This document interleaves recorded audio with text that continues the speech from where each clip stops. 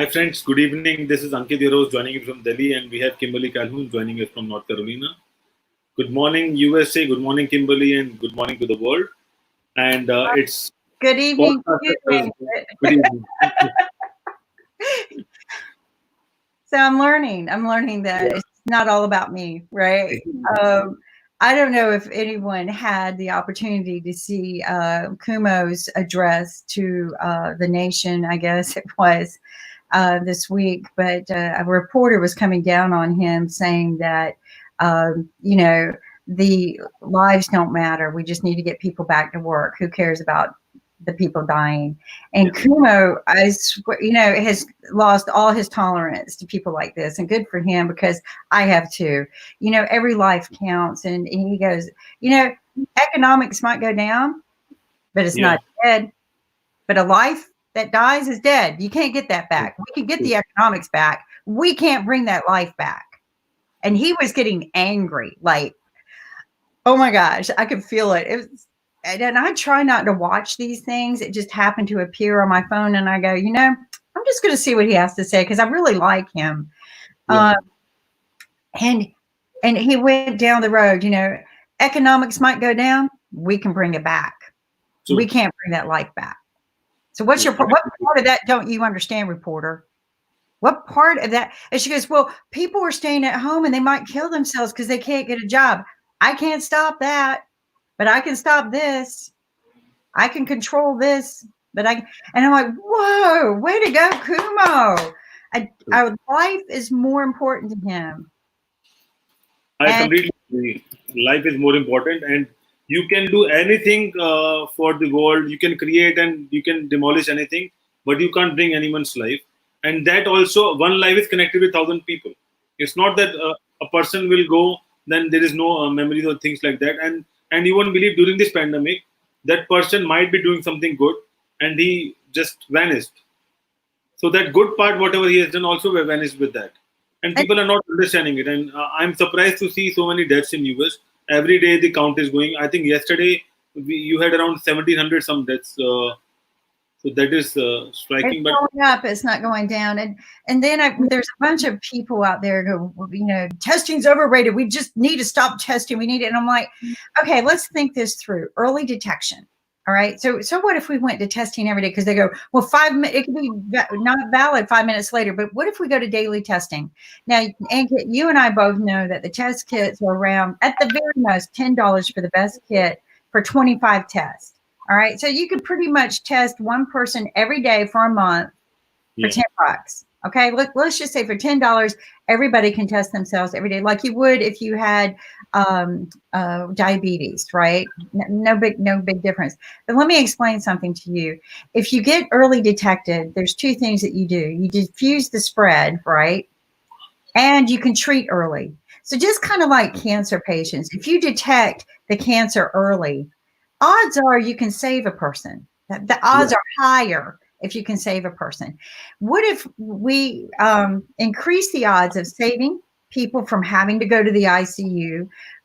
We've learned that plasma treatments from recovered patients really kind of pretty much take care of the problem, right? So we do early detection, plasma treatments, and healthy treatments, treat the symptoms, all right? Just like you would a cold or the flu. If you're throwing up, you take, more hydration and products. If your sinuses are inflamed, you maybe take some antibiotics with a respiratory type medication. But early detection, just like in anything, you can treat faster, better, and prevent it from having to maybe go to the hospital, prevent the people from having to go to a respirator. Some people get a brain about you. Stop listening to Trump, who's actually getting tested every day. And his whole West Wing has been infected because they refused to wear masks. They refused to follow proper protocol because they were above the law. You know what? And if you are a leader, you need to practice what you're asking your people to do. Don't ask your people to do more than what you would expect from yourself. Period. Ever. Don't ever ask more of your people than you would ask from yourself. Ever. And that is a poor leader. I am sorry. I know I come down on Trump a lot. I wish he would give me a reason to promote him, but it has been embarrassing, Ankit. This has been the most embarrassing. There are people out there going, I'm not going to wear a mask. And you stop whining at me for not wearing a mask because I'm better than everybody. And just because you're sick doesn't mean I'm going to get sick. And I'm like, seriously. And then so Kumo said, stop saying it's about me. Where's the we? We. The United States is about we. Yeah. We need to be concerned about. What about that other person? Do you want to make them sick? Where's the we in all of this? It's not about me.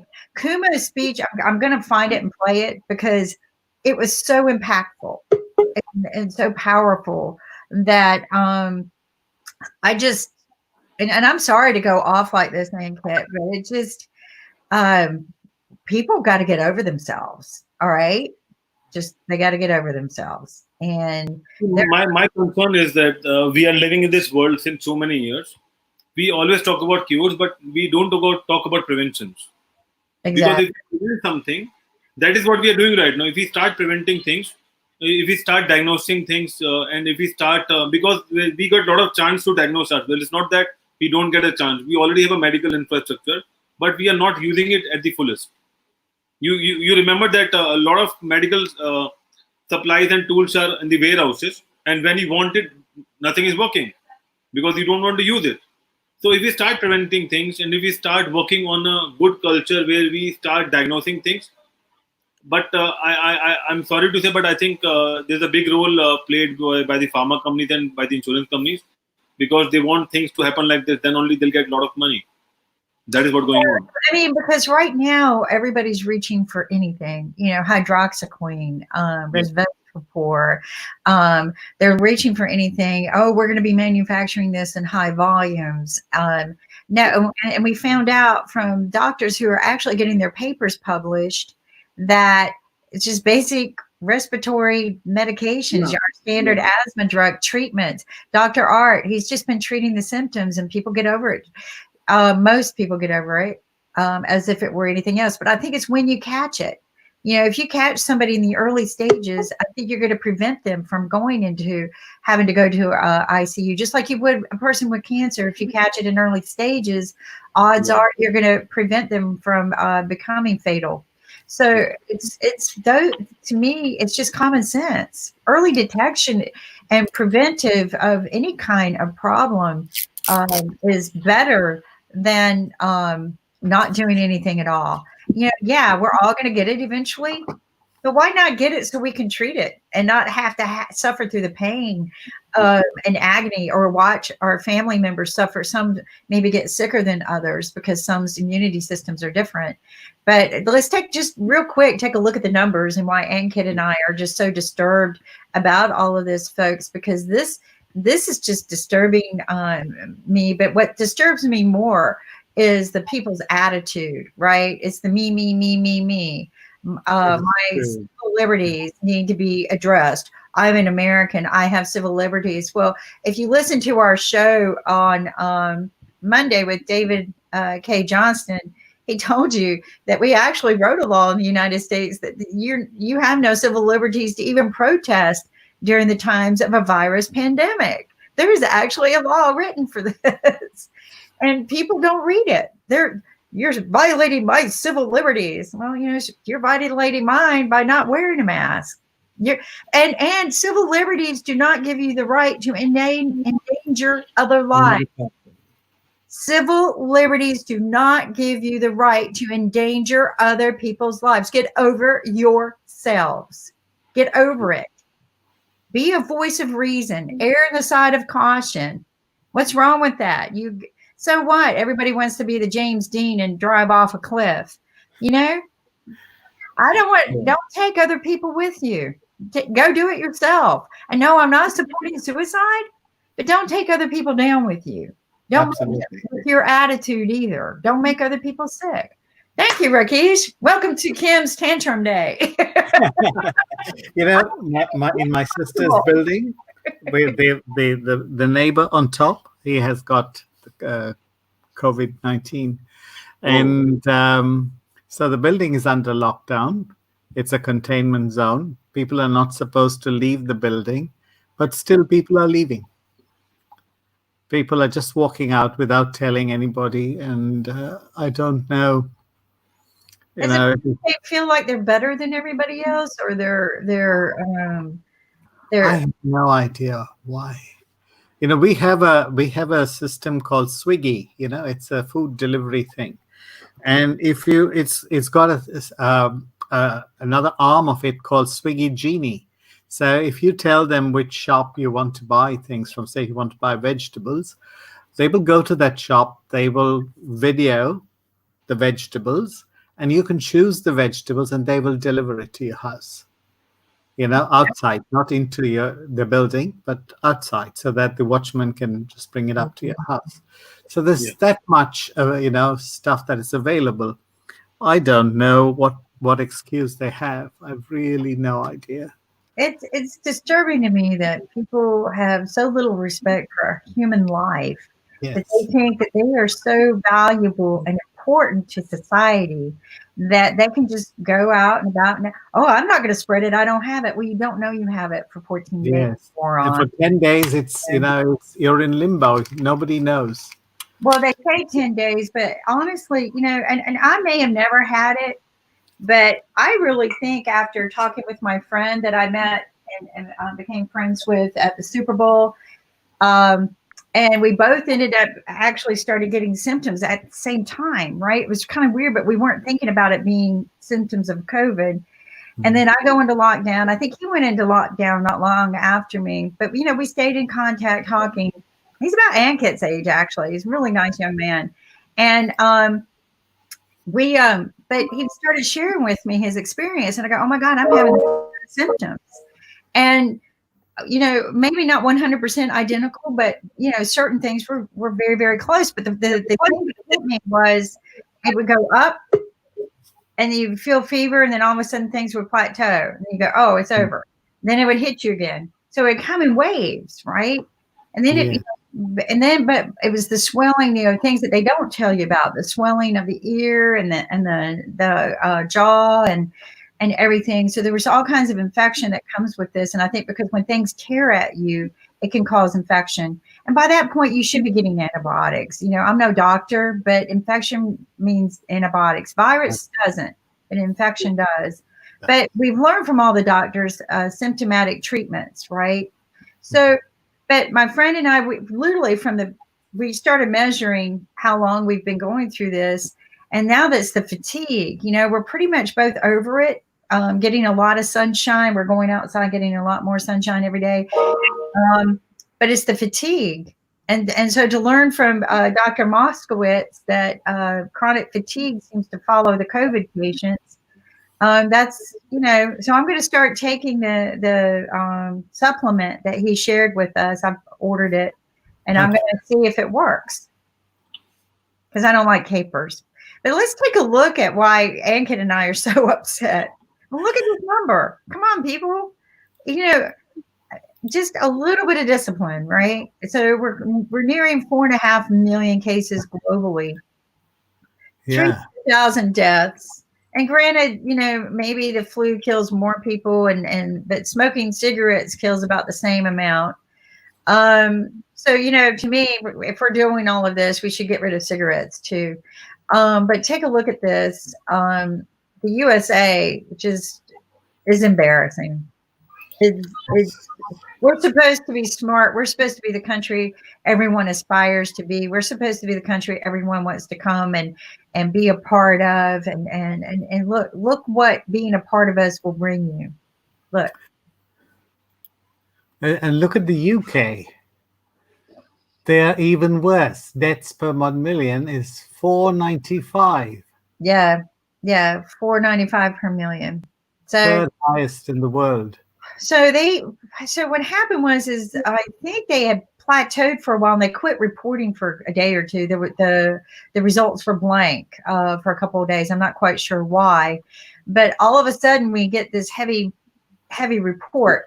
I am aware that the NHS, I think it's the NHS. The NHS is looking to do high level of testing. but they've been dragging their feet making a decision on the test kits. So, and I'm just aware of this because of the people I work with after this job.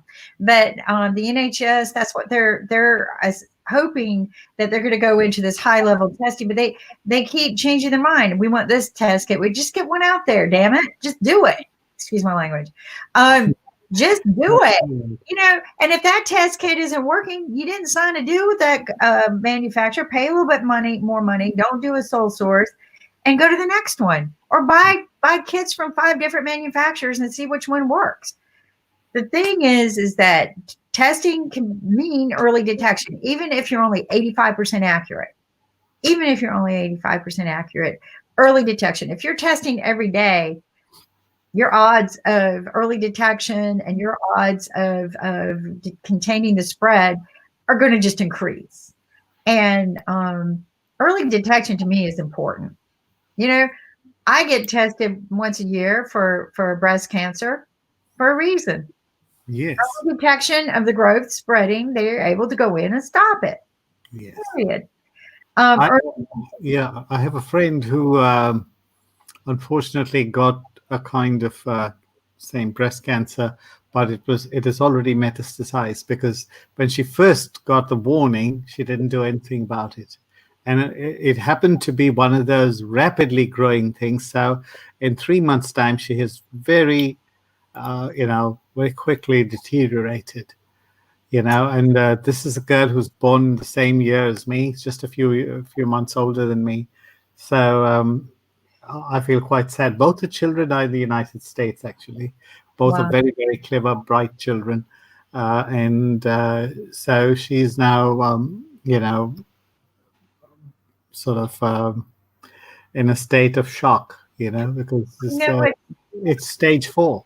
Oh, I'm so sorry. Yeah, there's no cure for that. One of the things that frustrated me in the United States is the 2 cancers that kill women the most, besides heart disease, right? Heart disease is not cancer, but is breast cancer and cervical, usually ovary cancer and ovarian cancer. So we used to be allowed, there was a time there that we could be tested for both Pap smears and mammograms once a year. In fact, there was a push for it, because early detection means that they can save you. So insurance companies determined that, the amount of women we save is not worth it. This is what they said. The amount of women we save isn't worth it. So you're only allowed to get a Pap smear every other year or every 3 years, and mammograms every 3 to 5 years. What arrogance is it? It just gobsmacks me. The kind of arrogance that these it's not worth have. it. The amount, this is the words, the amount of lives we save isn't worth it. Whew. That's the insurance determination as to why they don't do the test annually. So I think insurance should be nationalized. No private party should do that. I agree. Well, no. First off, majority of the people that work in insurance companies are not doctors, and so I would have somebody go, "No, we determined she cannot have that surgery," and my doctor goes, "Why?" Well, it just doesn't fit what we think. And so I get on the phone. I go, "May I speak to the doctor who made this decision?" Well, we don't have a doctor. Well, why not? You're making a medical decision on my life. And so we would have to fight them. And then, of course, your blood pressure's up. That drags your health down. So, no, it's ridiculous. But, no, they determined that testing on a perpetual basis is not worth the amount of lives. They have this thing called actuarial science, which is, in my opinion, just statistics. And they just take decisions. I know somebody who's qualified in it. I don't think he's a very bright person. And we used to have a company called Life Insurance Corporation. Their limits were not very high, but their terms were very generous. Yeah. And in a government setup hospital, it would cover your needs. Yeah, no, It's sort of privatized, and the limits are high, but they never pay you that money. That's just a psychological thing, that, you've got so much of cover. But actually, it's all a lie. The only thing that's high is the salary of the CEO of the insurance company. Yeah. Oh yeah. Let me tell And you also, what I think, bracket. It is a and also I think, and also they sell with the panic that this will happen, so you have to buy this insurance. But that insurance you have to buy just for your own satisfaction, because whenever you try to use it, whenever you try to redeem it, they said it's not possible. This happened, this happened, this happened, this happened. yeah. So many exclusions. So many Rakesh, exclusions. in fact, we were discussing on IBM TV that how much money a person requires on a yearly basis to get themselves medicated, or maybe to diagnose themselves yearly. Because that money, if you have, you don't need an insurance. You put that money in equity, and whenever you want, you can take the money back. Yes. So this I told you that they earn, one of the insurance companies, this was the top most earning person, he was earning $300,000 per day. Per day. yeah, because There is nobody on God's given earth who's worth that kind of market value. no, it's called, they learned to monopolize an industry thanks to Obamacare. This was even before Obamacare. Well, This yeah, no, mafia you're is going on for a long The time. best part is that Push. the best or the worst part is that during this pandemic, everyone is coming forward to do something or the other. Insurance companies, who are the first company who will be doing the insurance, they are nowhere. Sulking away in the shadows. Yeah, I'm trying to search online about the insurance companies news, whether they have some news or whether they want to do something. Nothing. Nothing. Zilch. In Also, fact, if you they are not even sharing a mask for their people who have get the insurance from them. I mean, they can at least give us a mask, which Mask. is like, yeah. Yes. At least once, send 30 masks. How much is How much it will cost you, basically? And if you do that, I will keep on continue using the same insurance for my lifetime. I will see that this company is good, and I will try to do it.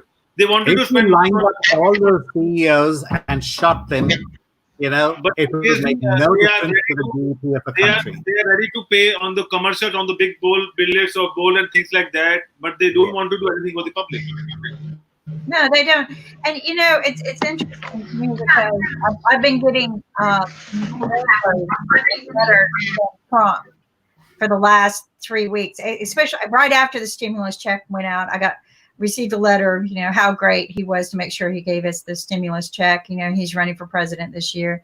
And then I received another letter packed full of stuff, and I'll bring it in here to show, but another letter asking for me to donate $1,200 to his campaign. And I'm like, wait a minute. $1,200. Okay. And then I received, and this is what's funny because I posted it on my Facebook, but I received another package. I saw that, yeah. And it was a key, right? Like a little break apart key that I can put on my keychain. And again, he's asking, for $800 or $1,200. And somebody posted on my thing, why am I not getting all these letters from Trump? Because they're a big Trump supporter, right? And I would buy that. I would definitely buy that key, And another person says, I'm going to donate 50. And I'm like, it won't get you the keychain. The reason why he's sending them to me is because I'm in media. See, I already know this because back in the day when I owned a phone company, which is a municipality-driven company that made it income usually, I would get invited to all of the political campaign dinners, and I would get the personal letter invites, like the embossed, because they want your money. So, and I even got invited to the inaugural ball back. God, who was president? I think it was Obama. Yeah, so I even got invited to the inaugural ball. But everybody goes, "Well, I wish I would get those letters." And I'm like, they really irritate me because, I get enough junk mail as it is. Ankit knows I don't even like my email junk box. So I just shred it. Use it we have a guest for barbecue. We have a guest on our show, so let's invite. All right, and I'm gonna welcome. Welcome, Tyra. Hello. How are you? To our banter Thursday. Kim, No problem. So how are you doing? Hey, that's Tyra. Did you see that, Ankit? Well, we're going to show you just because you did that. We usually run it at the end of the show, but we'll show you our little ambassador who teaches good social manners today. But thank you for doing that. Even though we're on the air, thank you for doing that. Yeah. So, I think I need some water. Katira, is that how you pronounce your name? Yes. Katira? Okay. Yes, that's correct. So, tell us a lot about you. Yeah, so I am from Rochester, New York. I am an author. I'm also an editor. I'm the CEO of Love for Words, which is the editing boutique. So I work with writers and authors to help them publish and polish their work. I started that business in 2017. I just recently published my first book of poetry last month, and I had my first book signing last month as well here in Rochester. It's an organization called Writers of Books. Thank you, and it focuses on literacy in the community. I also serve on a few boards. One of them is the Rochester Black Authors Association. So we have an annual book fair where we feature African American authors. Here in the city, we've had people come from New Orleans, Canada, so Tennessee. So we get together once a year and we have that fair. We're actually waiting for our 501c3 so that we can start doing other events and, giving back to community. I am a cat mom. My cat's name is Honeycomb. I still live here in Rochester. I used to live in Savannah, Georgia for 3 years, so I'm missing that weather right now. But I'm back here. Yeah, so I'm back here in Rochester. I work full time at Job Corps, so I help with recruiting Job Corps youth to the trades program. But the rest of my time I spend on my business, getting new clients, marketing my business. I'm also a speaker. So I do virtual speaking events, but previously I would go to different organizations here. I love to travel. I studied in Puerto Rico for a semester as an undergrad. I am slated to go to South Africa next year, so I'm excited about that. I've been to Jamaica. I think traveling is my favorite hobby, but of course, writing, reading, meeting new people. I love to volunteer in the community. I love volunteering, meeting new people. I actually started a new podcast last month, Editor Knows Best. And Editor Knows Best, it's a podcast for writers and authors. So I feature local, national and international authors, and I interview them about their work, their publishing experience, what it's like to work with an editor. I also offer different tips on my podcast. So I guess that's a little bit about me, or a lot about me. It's a beautiful about you. I love it. You're so energizing. But one of the things I've noticed about you is you speak so well. So, that part of your career is amazing. I mean, that was a good career move for you because you articulate well, but you speak very well. Something I've learned, although I'm not as good of a speaker as you, but I've learned that people who read a lot tend to be good speakers, like Repeat reads a lot. So I think your vocabulary is bigger, but also just your understanding of how to use the words, right? So yes. Editing books in 2017. What brought you to that? Yeah, so I started Love for Words in 2017. I have a friend who's a publisher, and she was looking for an editor. So I did a sample edit for her, and she really liked it. So she started referring me to her clients. So then I just decided to start an editing business. And like I said, I've always enjoyed reading and writing. So I think it fits well with my personality and my strengths. I started writing poetry in middle school. So it just, it all fell in place, and I've been doing that ever since. I established my LLC in 2017. I was still in Savannah, Georgia at that time, but now I have the LLC. My plan is to have a small team of other editors to help me with projects. I would also like to start a foundation. I want to have a, what is that called? Co-work space. So I have a lot of grand dreams that require a lot of grinding. So that's what I've been doing. Wow. I mean, I mean, that's not easy to do a startup, especially in the editing world. I had a Right. coach who was a published author, and I would pre-screen his books. I am by no means somebody who's like editing your grammar, but I was really good for editing theme, flow, making sure that because I loved his characters so much, I could almost pretend I was one of them and kind of make sure it all kind of happened. And I had more fun because I got to read his books before they went to the print, and that, to me, was more fun than anything because I knew everything. But let me bring up something. You talked about book signings, which is going to be very, very difficult to do. I have an idea because book signings is the best way to promote books. Rakesh, you can probably agree. Absolutely. Yes. And so Yes. and it also it allows you to meet your fans, right? I mean, that was the thing that my friend who was a published author of some really great suspenseful books. Because I kind of knew that most of his books were kind of like truth but twisted, right? So there were real stories there, but he kind of changed things a little bit. But the great thing to do is, meet these people. I mean, book signings is fun. I've done one and, didn't intend for it to be a book signing, but I was there and people go, oh, I want your book. And I happen to have a box of them. And I immediately dropped and did a book signing. And, but it's fun in many, many ways. So hear me out on this. I want to start a new TV show. We got a bunch of them going where we interview the authors, but who's to say people, if they buy your book while you're online, you sit there and sign the book for them while they're texting in, right? Wouldn't that be kind of cool? So you got up and you go, okay, hi Rakesh, how would you like for me to sign this? And thank you very much for buying my book. And then unfortunately, you're going to have to pack them and ship them, right? Right. So fee. But how fun would that be? Or maybe if there's a way we can figure out, maybe Ankit can help me do this, figure out a way to sign online, right? So they get your electronic book and you say, because that's the reason why I don't go to electronic books. It's hard for me to read. What did you just say? I can't read it. What I was saying is that, I mean, you can show while signing it, and you can just show it. You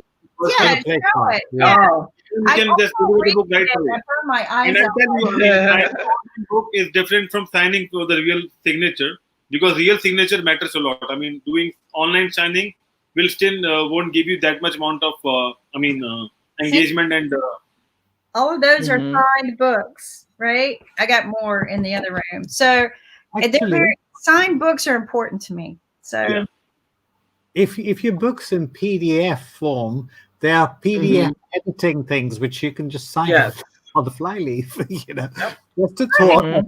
No, right. It's possible. So there are digital signatures, there are digital imprints. It's possible, but I still believe that if you are doing a show and if that person will use the pen to sign it and then showcase, that will have more engagement rather than doing it online. Or, but you can do both. If they've got a book, so many kids like the electronic book. But one of the disappointing parts of electronic books to me, one, it's very hard for me to read electronic pages. I just my eyes do it very well.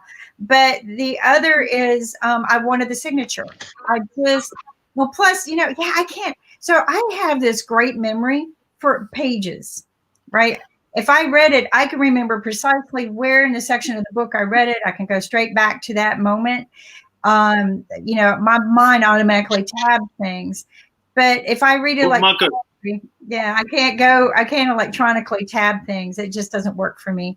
But just thinking about this, I think this would be great, because listening to you talk about your experience, your first book signing, I think it could be engaging, because then people don't have to worry about going out and getting sick. Right. Or maybe, because sometimes it would be hard for me. I would hear my favorite authors in town, but I just couldn't get over there. Right. I just literally. So, maybe even line it up. So maybe we do more than one book signing session with each author that comes on our show, so people can definitely get their books signed.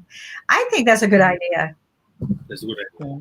I think so. So we're going to start it. So Nick, are you listening?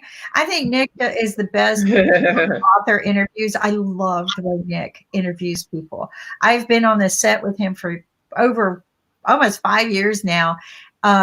And interviewing with him, I've had the honor to interview with him, and it's such a pleasure because he gets really into interviewing people about their books. He's really good, and I learned to do the same thing. But he gets, he's just a different kind of interviewer. But and then it's good if you got 2 or 3 panels talking to you, right? 2 or 3 people talking to you about the book, because then you get all these different flavors of why people liked your book and questions. But so you've got this wonderful thing, and it's called Loving Words, right? Love for Words. Love for Words. Loving. Okay. Yes. Love for Words. Okay. Yes. Give us a website. Yes. So you can visit my website. It's www.pollandllc.com. That's POLLAND LLC.com. So you can buy my books on the website. My bio is there. Like my media features are on there. You can see some of the clients I've worked with, and their books are on there as well. So all things Katira, all things Love for Words, you can find right on my website. So have you ever thought about collaborating with a publishing agent? For sure. I'm actually working on an anthology, and I'm in the process of collecting stories from people, stories, poems, essays about their experience during the COVID-19 pandemic. So I did connect with a publisher who's willing to move forward with the project. I'm still accepting submissions. The deadline is not until the end of this month. So I'll be looking those over and editing those soon and selecting which poems and stories will be in that anthology. So I'm looking forward to that. My books are self-published. I actually go through a hybrid publisher, Ebony Nicole Smith Consulting, LLC, but I've never worked like outside of like a regular publisher, a traditional publisher. So I'm looking forward to that experience. It's something new, so I'm looking forward to it. Well, I mean, one thing is that you built your skill sets, your strengths on your own. You bootstrapped.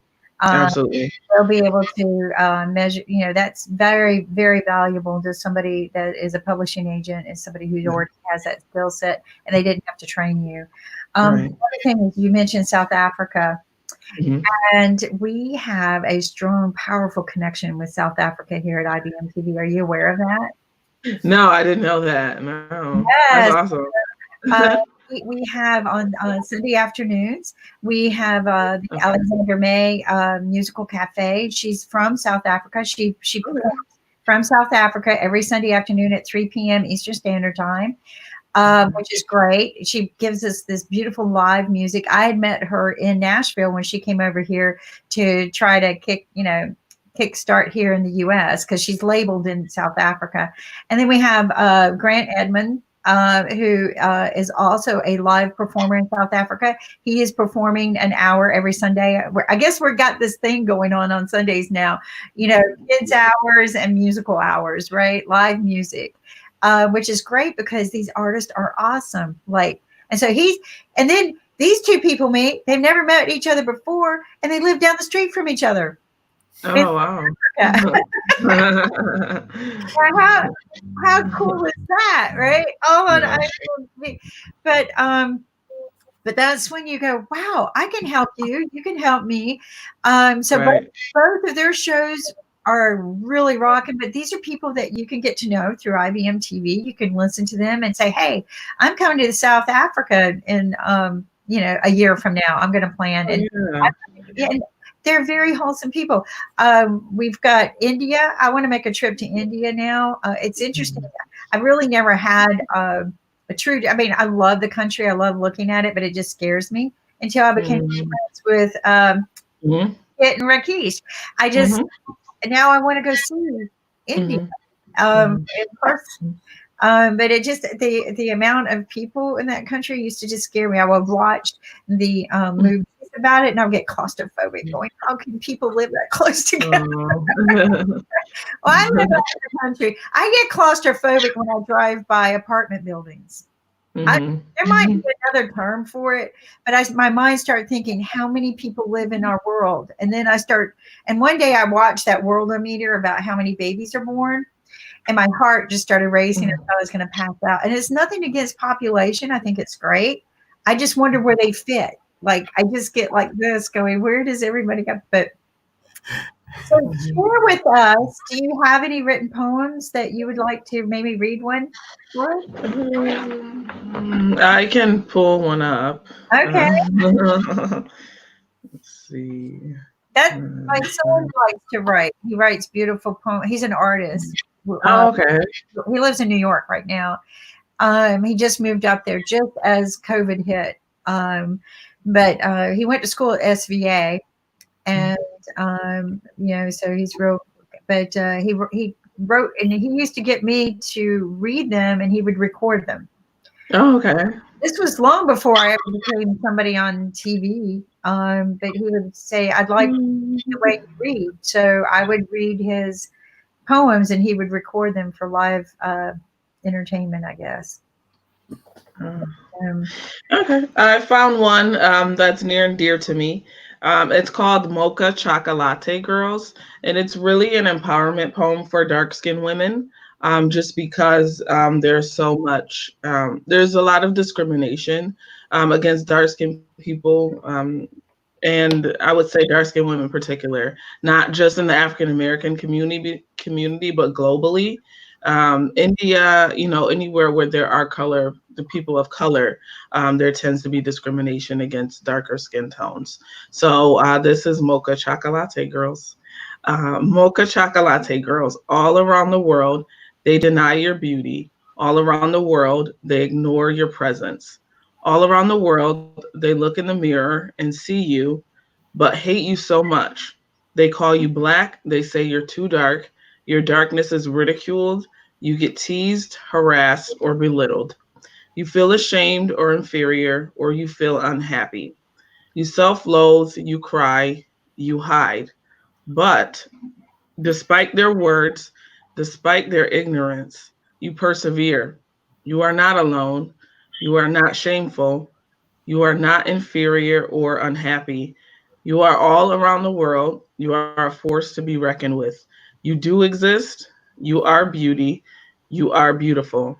You are dark and you are lovely. Wow. That's beautiful. Thank you. Thank you. No, that is, and you say something very, very powerful there. And I don't know if you're aware of this, but a little over a year ago, I was engaged, and it was all free. I didn't get paid for any of it. I actually paid some of my own way. But I spoke on Google's minority for Hispanic and Black entrepreneurs. Mhm. And it was a tour. And that's how I got to meet a lot of people that are in my life today. And it was funny because, I am a woman entrepreneur. And I thought that's why they picked me. I thought it odd to speak to Hispanic and Black people, right? Because I'm blonde hair, blue eyes. I don't speak a lick of Spanish other than hola and gracias. But I spoke a uniform Black people, right? minority language. Okay. And that is the women, the gender part. Because it was very, very difficult in my time to do what I did, to become an engineer. I was an engineer for 30 years. So my career started back in 1982 in telecom. Women were not in telecom. I'm just telling. And I do notice, okay, my journey with Google, because I always just thought it was gender, to be honest with you. I didn't think it mattered what color our skin was. I really didn't. I don't think I'm given any extra favoritism because I had to work very, very hard and persevere. So I'd love your poem, even just for me. Plus I like the words in it, but perseverance, right, in general. But as I learned, and I don't know any other right way to say this, but a person of color, they do struggle a little bit more. But there are communities pulling together, right? Because to me, there's power in numbers as well. And these communities are pulling together. That's why I was on this tour. And but what I have to tell people is stop waiting for the opportunity to come to you, just like you did. You went out and you did it with excellence. You got to get out there. So I was shocked because in some places we would go to, the room will be full. We wish we had a bigger room. And then some Mhm. places we go to, there was just a handful of people, but it didn't matter to me. People were people. And Right. I would commend and felt like I had the room full of people with 5, if that's all that showed up. But what was disappointing to me was knowing the problem that exists and, you know, how so few, some people did. So what I want to represent to people is get out there. Don't sit and wait for it to come to you. There are all kinds of wonderful programs out there for minority people. And minorities, you know, can break down to different levels. But when you hear the word minority and you're a woman, get your butt up and go. It doesn't mean of dark color. Okay. If you are a minority of dark color, get your butt up and go, because it doesn't mean if you're just a woman or a man. Okay. But the other minority are, let me tell you, is just low income. So it doesn't matter what color you are, because there are a lot of people of low income, and you got to get up. Yes, Ankit? And also, I mean, Satara, I'll tell you, I mean, whatever you are saying, I understand it's going on globally. But during the COVID, we have leveled everything like this. So be it from any caste, any color, everyone is facing the problem and everyone is equal. Okay. And also, I'll tell you, we need to create more leaders from those communities, because people have to come out and they have to be the role models. You won't believe, we follow Nelson Mandela, we follow Michelle Obama, we follow Barack Obama around the world. They are also from your community, but it's just that the community is not working together. And once we have people from different communities working as a global leader or working as a leader towards betterment, I think we can overcome the problem. I'll tell you, my favorite color is black. Everyone wears black. But that doesn't mean, I mean, you will find a person who is with the darker skin, you will say he's black or he's white, whatever it is. It's just a mindset. And also, and also, I feel that apart from the color, people who are obese, they think that they are obese, they don't want to talk. People who have some kind of other problem, they said that so there's a fear inside that someone will say something to them. So that fear is causing us. So maybe 50% or 70% of the problem is inside, which we need to figure it out and how we can overcome that, and then rest of the problem we can solve it. If suppose, and the important problem is that if suppose I'm black, if someone will say me black, I said okay, fine. What I mean, what's harm in that? But we start arguing things like that, and that problem will overcome to a bigger problem, and that comes within the community. So I think there are a lot of small solutions. If we work it out, I think we can overcome the situation. If I go to a country where there are no Indians, they will say that okay, this person is from India and they are a bloody poor people and things like that. So everyone has the right to say, because they have a perception. And I think Rakesh was agree that whenever we visit to any country, not now, but maybe 10, 15 years ago, people treat us like poor people. So it's just and whatever you have learned, whatever you are seeing, you will just, reflect into that. You go to New Zealand, and if you're Indian, you're called curry muncher. You're kidding. Oh my gosh. Absolutely. You're called a curry muncher. I grew up. I've lived in Rwanda, so for about 5 years, and for about 6 months in Nigeria, and I have met some of the most intelligent people that I've ever met in my life. I have met a Congolese fitter who's better than many Indian engineers. Wow. I have met a lawyer in Nigeria who would put anybody that I've met in my life, including the Queen, to shame. His English was superb, So I don't know, the way we were brought up by my mother, was that it's your brains that count. So I never looked at anybody that this is a white or a black or a brown or anything, but I just tried to find similarities, and I found that we're similar. I've lived in every country. And the bottom line is that everyone has the red blood. It's not that we have different colors of blood. Absolutely. So we are all equal. I think we are all equal. Yeah. It's just a mindset, and we have to overcome it.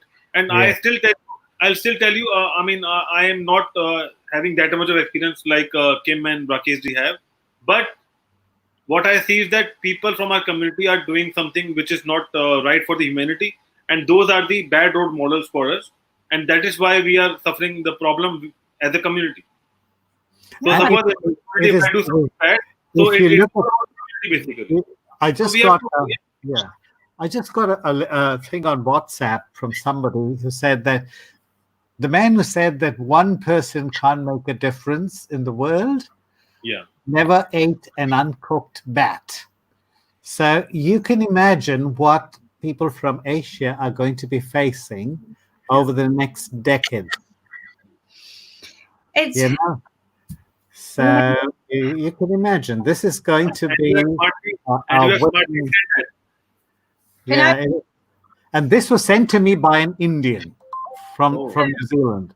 Can I share a little bit of some additional experience here, because being the only female in almost every one of the positions I ever had, as I grew older, I started my career in 1982. Generally speaking, you look at all my photos, I never noticed. I knew I worked different and harder because I had to prove myself, but I was the only female in almost every one of the photos. But somebody came to me and said, because their hackathons started coming out a couple of years ago, and it was all men. I would be there because I'm looking for my talent, but it was all men. Hackathons is the way to grow in the industry that I came from. So somebody came to me, a woman came out to me at NC State, a young woman, and said, would you help us host an all-female hackathon? We came up with this idea called the Pearl Hackathon. And, I thought, that's cool, but that's not going to help you fit in. That's not going to, you've got to fit in. You can't not, but the thing is the guys work different. And it's very, very hard to work on a guy hackathon team. Women work different. They really, really do. But we have to, if we want to work at the same level with them, maybe get the same paychecks, which didn't happen to me for a long time, and I was working the same damn level. We have to engage at their same level. So that's what I did. And but I told them, no, I will not host a female-only hackathon. I won't do it because it won't help you. So, but I find your voice very powerful. And I think if you want to make the changes, because you just saw how engaging this conversation became, right? It's a needed engagement. Nick. I'm late to the party, baby. So Kaitara, how you doing? Where are you from? I'm late to the party. Sorry, I had another meeting and Hi. something. So Nick is our senior executive producer, the one that I told you would make a great book interviewer. Oh, wow, you got to be kidding me. My name is Nick. Some people call me Pain in the Nick, but whatever. So, Kaitara, where are you from? I got to ask all the questions. Where are you from? Kaitara. Kaitara, where are you from? Yes, I'm from Rochester, New York. Rochester, New York, right down the street from Rochester, David New York. K. Johnson, right? Yeah. Yeah, so you know him, huh? Hey, you say hello to David, baby, right? Yeah, he's a Pulitzer Prize winner and New York Times bestseller, David K. Johnson. He's your neighbor. So editor. She's an editor, professional editor, so she needs to get to know David. Oh, you really? Seriously, Yeah. is that what you do? You edit people's work? Yeah. Okay. Yeah, boy, that's we my need your business. help, Love for 'cause words. We're absolutely horrible at that. Are you like an English major that the gerunds and the pronouns need to go together and all that stuff? Is that what you do? The grammar, Oh Lord, I hate that. I butcher yeah. the English. I'm an Hey, editor. listen, I butcher the English language. Okay, and so Kim and I are from the South. We don't even speak English. We speak Southern, and we butcher the English language. So you give me a letter, I can just tear it a pieces or stuff like that. Yeah. So do you have I a used to live podcast? in Savannah, Georgia. Oh, Savannah, Georgia. Okay, so I do. Editor we Knows can Best speak podcast. Okay. Yes, Right. I lived there for 3 years. Yeah, there we go. So you can speak some Southern. You can have fried chicken, and you can have fried Twinkies. We have fried Twinkies here in Raleigh. I don't know if you have fried Twinkies in Hong Kong, and they don't have fried Twinkies in India. We have fried Twinkies here in Raleigh, Durham. Oh, do you have a podcast? Okay. Yes, Editor Knows Best is my podcast. gosh. It's on Anchor FM. Anchor. You're kidding me. Editor Knows Best. Anchor.fm. Editor Editor Knows Knows Best. Best. Get So that I out. interview. Boy. Yes. I Well, interview that's a local, new one. national, and international authors. Really? And I Well, also you talk about actually different editing and you writing. interview authors. You interview authors, like people write books. Yes. Okay, because Yes. one of in our business plan, see, IBM TV has this huge business plan to take over the world. We already took over India. Ankit's over there. He has 1.3 billion followers. Okay, that's in B billion. You don't Just even a have couple. billion people in America. So we have this ambitious to take over the world. We've already run our numbers. There's 4.3 billion people who actually subscribe to the internet. So Wow. we have our little creepy crawlers going through the internet, grabbing their emails, doing things that Facebook would wish they could do, but they're being watched too carefully. And then increasing our base, and one of our business plans to have a book channel. Seriously, where we, because we have authors that not only have authors, we have them in the can, Kim. In other words, we have a lot of interviews already in the we have what they call interviews on our book channel in the can with the authors. We stuck them in the can because we weren't ready to launch the book channel yet. But because these were interviews back in the day when we had to do editing. Oh gosh, doing live editing and post production. No edits. Editing, post production. Okay, so the thing is, when the live stream platform took off, bingo baby, we could do a lot of things here with live stream, things that podcasters can't do. For example, I can show you live on camera, and you can't do this for podcasts. You can't show anything because all I can do is hear your voice. And I watch NPR. So I can show you how you can cure coronavirus right now. You guys won't even know. Here it is. Median channel. Okay, so you can do that in a podcast. You just can't do that. I mean, you can't do it in a podcast. You can do it on Pod TV. So it's a really great thing. Right. But yeah, the Book Fit Club. See, we even had this on our business plan, and we just didn't execute it till the technology caught up with our wild ideas. We also have intellectual property. Okay, such as I can bring in artificial intelligence. Alexa, what is coronavirus? On December 31st, 2019, it was reported that a new coronavirus strain. Alexa, be quiet. was identified. Alexa, shut up. Okay, see, the thing is, you can bring it in, but it's kind of boring because AI is boring just to begin with. IBM sells a lot of it, but that's because it works. But if you try to put it on camera, forget it. It's boring. It takes too long. Forget it. So anyway, it's good to have you here because, like I said, we're looking to expand and actually have a book channel. But as I tell the people I work with, there's one person who doesn't want to do anything. Moi. I'm the last person you ask to do anything. Okay. So if there's an idea, hey, you could be involved in it. No. Okay. I played tennis this morning. I'm a golfer. I get to play golf, tennis, go out to the country club. All right. Being on TV or working with clients. No, don't want to do anything. Or even since I've been an attorney for 37 years, going to court, I don't want to go to court. I don't want to do anything. See, my job is to do what I do best, which is nothing. Okay. And my mom told me a long time ago, you're good for nothing. I said, you're right. Okay, so the thing is, I'm good with it. So the thing is, I do that, and I'm really, really good at it. So that's my expertise. But if your expertise is actually the English language book channel, we're have to get you with Kim and see if we can expand that. And with that, I've been drawn to the podcast.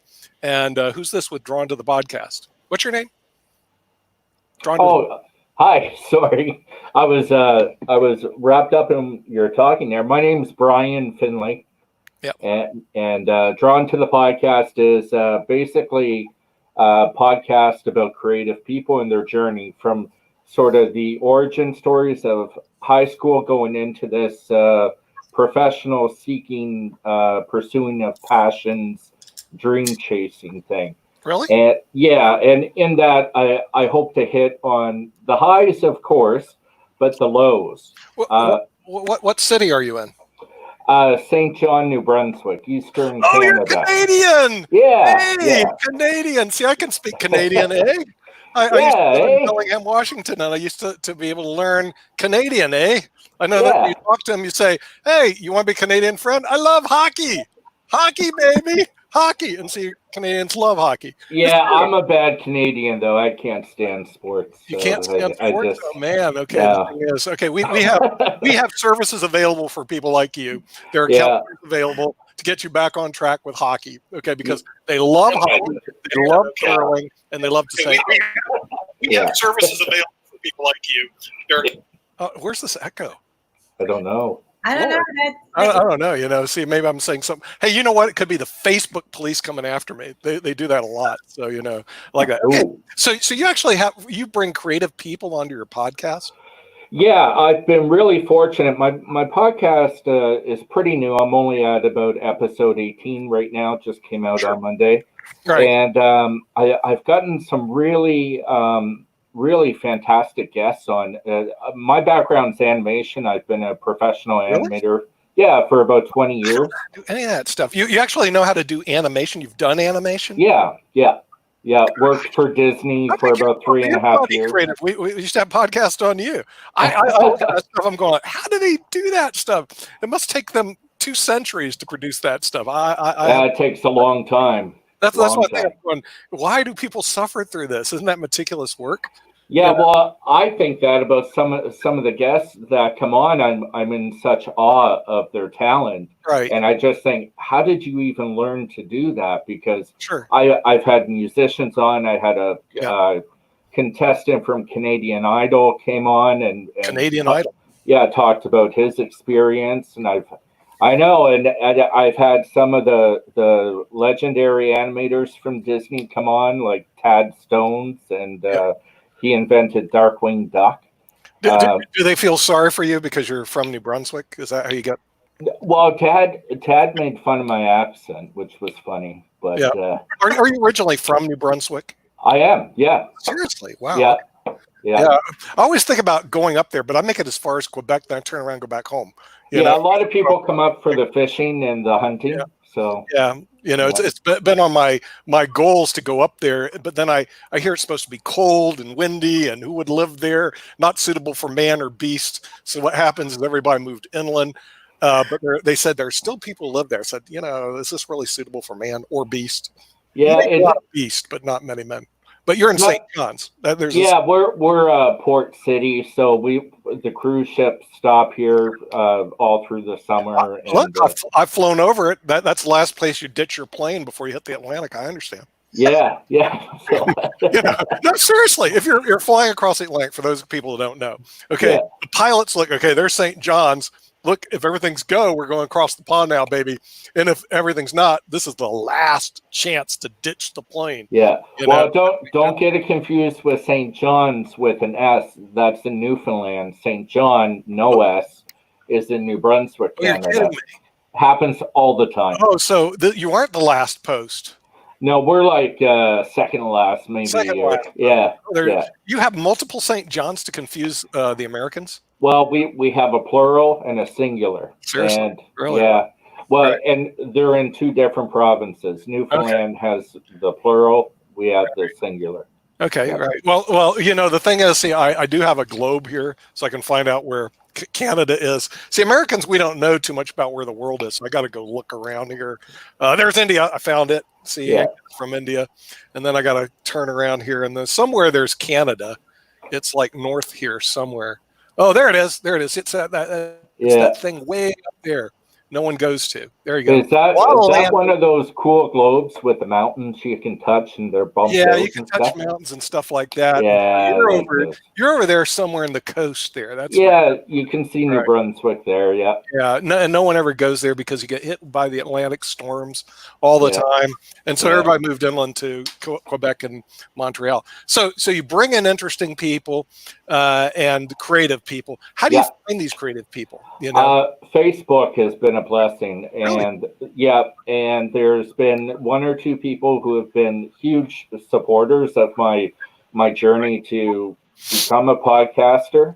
Like I said, I'm brand new to it, and it sort of goes against everything I believe to be my comfort zone. Of course, you're an animator. You produce cartoons and funny things. And I'm comfortable behind the camera. I have severe anxiety disorder. I have. Very seriously? Okay. So you're in front of a camera now, broadcast worldwide audience. Yeah, it's freaking me out like you wouldn't believe. You're what? I'm freaked out like you wouldn't believe. But I got some medicine here. Let me see if I can give you some. Oh, I got Lysol. No, here we go. I got pills back here. I can. I took mine this morning, so I'm good. Yeah. See, the thing is, okay. So being in front of a camera isn't really something you like to do. It doesn't drive you then. It's not but I feel it's important to do because I just turned 43 back in September. Man. Yeah, well, not as young as I used to be. I left 43 20 years ago. But I do feel it's important to overcome your fears so you can grow. Right. And I sort of had gotten to a point where I felt like I was a slave to my anxiety long enough. Right. So even if I crash and burn in front of people, so what? So what? So what? Who cares? So yeah.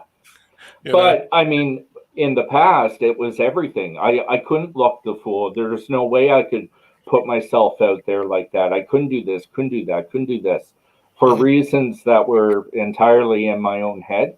Did you grow up in Canada? I did. Okay, yeah. That explains it. Okay, go on. Yeah, so I just had enough of that. And so what I have discovered is many creative people share that same thing. That's the thing that shocks me, that Barbra Streisand really hates to get in front of people. I mean, it's like something she just, I don't want to do that. And that kind of surprises me because I go, well, isn't that kind of your job? And I think they do it because it's their job. It's not because they like to do it. It's because it's their job.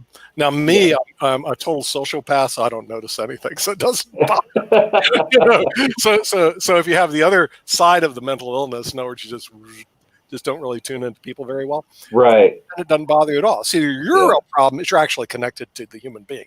That's your problem. Okay. Where you actually, among many others. Among other things. Right. If you're totally disconnected, then this works. Yeah. It really does. But no, I think that's a great thing that you're actually able to bring them on. I think that right now during the coronavirus, that it's easier to get these people because they have nothing better. I mean, seriously, than to get on a podcast or a pod TV. So, and I'm totally interested in the podcast community. I'm trying to bring the community on our TV show. Frankly, a lot of it I'm learning about because they talk about you got to use certain mics, you got to use certain cameras, you got to do this distribution system. I go, I don't know anything about that stuff. Well, and you also need a very, very stable interconnect to the internet. So whether it be Wi-Fi or if you have an old enough computer or are lucky enough to still have the old Ethernet cable that you can plug straight into your routers, if the routers still have that kind of connection, a hard connection, which you would rarely drop. Very, very rarely would you ever drop. But they got rid of all of that. Everything is Wi-Fi and USB, like Bluetooth, Wi-Fi, USB.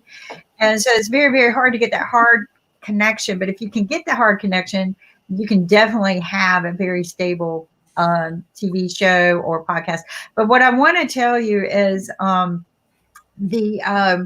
we've started Pod TV. That's what we've got going on. It's interesting to me because a few people who are now doing their own Pod TV shows with us, they go, Nick and Kim started Pod TV. I don't know quite if we started it, but we did come up with a concept over a year ago. Nick and I were, Nick more so than I came up with the name, but he kind of like said, yeah, let's get this going. And so we were kind of preparing for this, I think, this moment of when we're all locked down and we can do our interviews from anywhere to anywhere, beam in, beam out. But I have a question for you because you said the words that I always dreamed about, which is you worked for Disney. Wow. Oh, yeah. Share with us your Disney experience. Where did Nick go? Nick dove off. Okay. I must have scared him away. He beams in and out. So Okay. he beams. This is Nick Palaveda. He is the founder. We're both founders of IBM TV, but this is what's great about him. You just never know. Cool. But share your experience with Disney, because as a little girl, so I used to draw all the time. I could draw every one of the Disney characters when I was little, every one of them perfectly. And that was my dream, but I had to get into reality and go to work. So tell me. Well, basically, my journey to Disney kind of came as it was a wedding gift to my sister. I know that sounds weird, but my family and I were living in the country, and times were very tough. And I was actually at the point where I was ready to abandon animation for a more steady career path.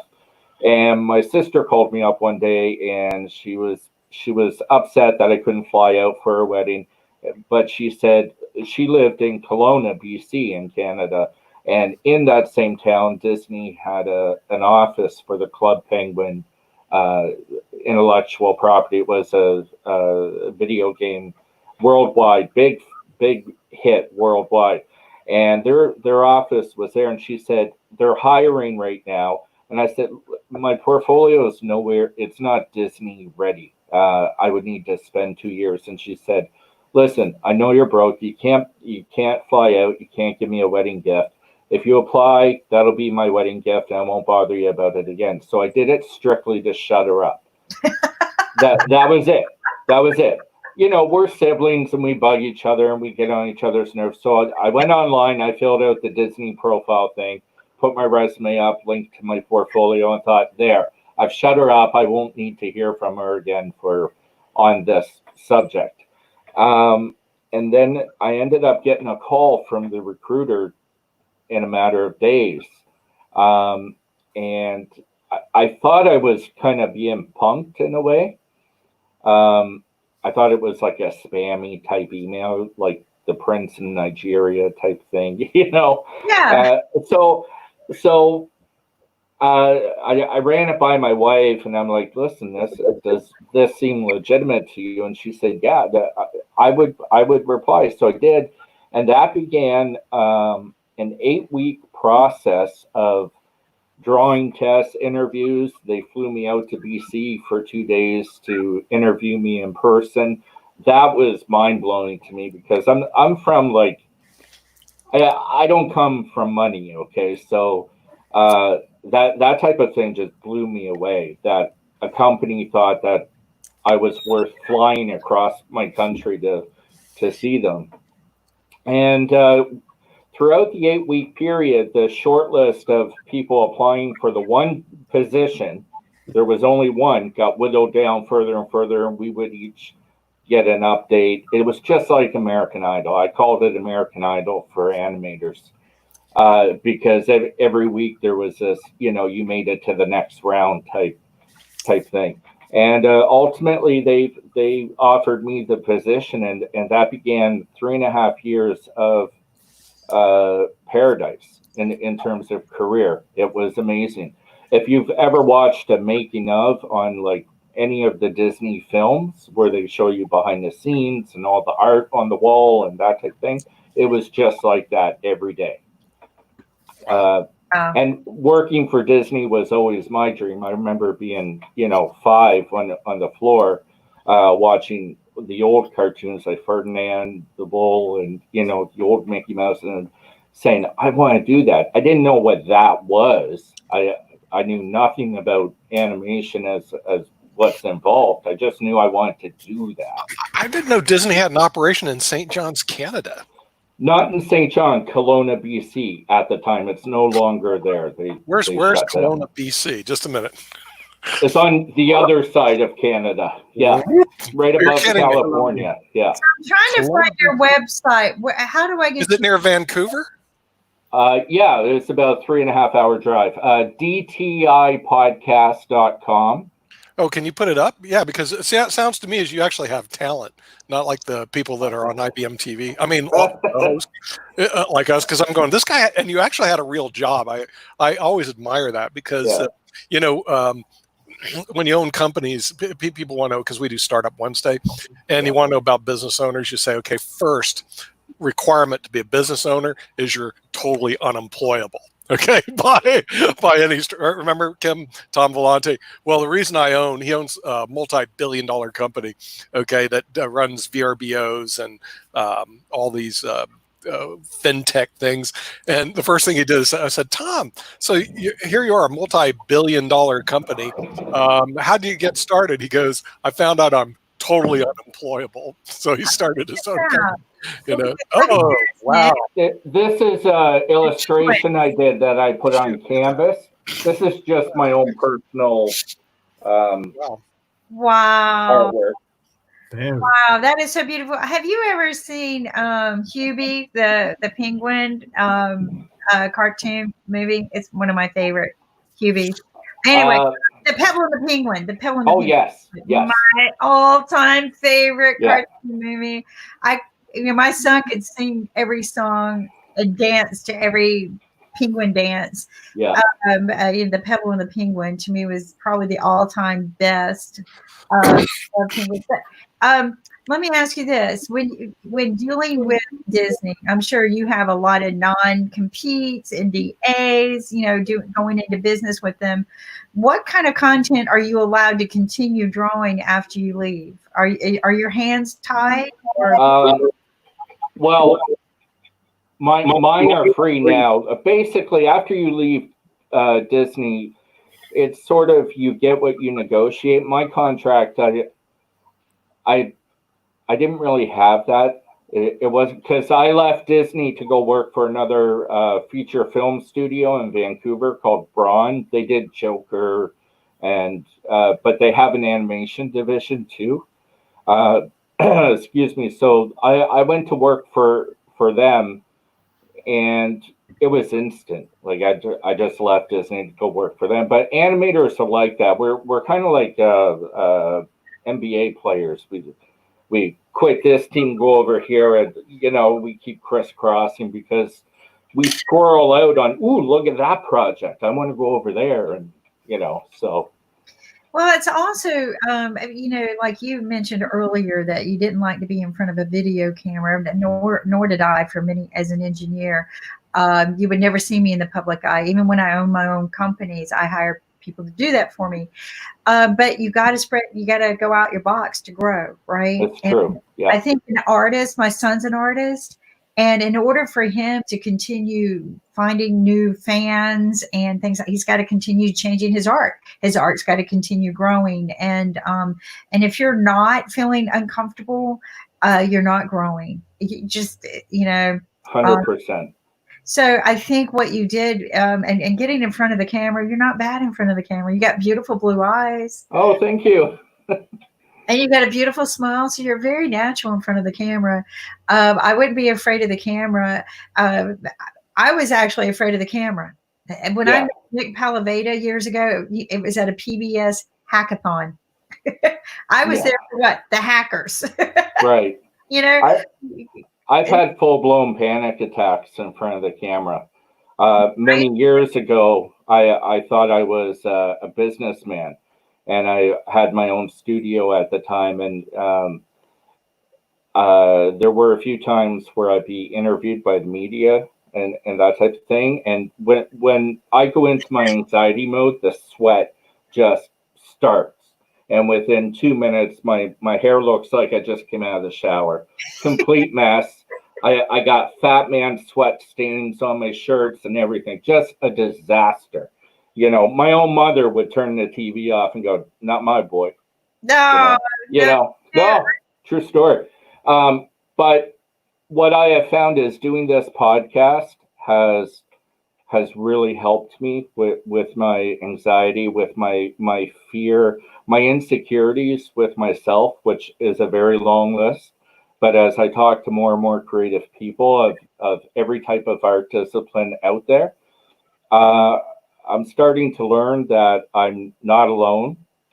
And I'm starting to learn that I'm not as, this is going to sound very harsh, but I'm communicating to anybody watching what happens in my brain, okay? It's a warped perspective, but I'm starting to learn that I'm not as inadequate or worthless as what the little gremlin in my brain tells me I am, if that makes sense. Yes, it does. It does. And, for many, many years, and I like my privacy, right? I feared the public eye for many, many years. Nick Palaveda managed to get me out of that. But when I first met him, we were at a hackathon, and he's this great public speaker. He gets up and I don't know if you know what a hackathon is, but it's where we do. No, I've never heard of one. So it sounds amazing. Well, okay, so it is 2 hackers enter, 1 hacker leaves, that type of thing. something. Well, no, it's we all get together on a weekend on caffeine and junk food, and so I call it Hackers on Caffeine. So we get together and we create ideas and make them work in a weekend. Oh, that is very cool. So it is like the coolest thing you'll ever go to, if they still host them. But we would get together. There was AT&T used to hold them, and they would provide the tools if you needed hardware. They would say, these are the kind of things we want, make something out of them. And so that's what we would do in one weekend. But it was really cool is that we were all given the same time frame. So we started Friday night, we'd meet each other, build a team, come up with an idea, literally brand it, and have a working prototype and pitch deck for it by Sunday afternoon. So Sunday afternoon, pins down, everybody pins down, so we all had equal time, and then we each had to get up and pitch it. So there was no more working on your idea. You could not cheat. And then and again, you're asking hackers to get up on stage and talk. So this was to teach them how to get up and pitch their ideas. Sure. Yeah. So there's a reason behind this.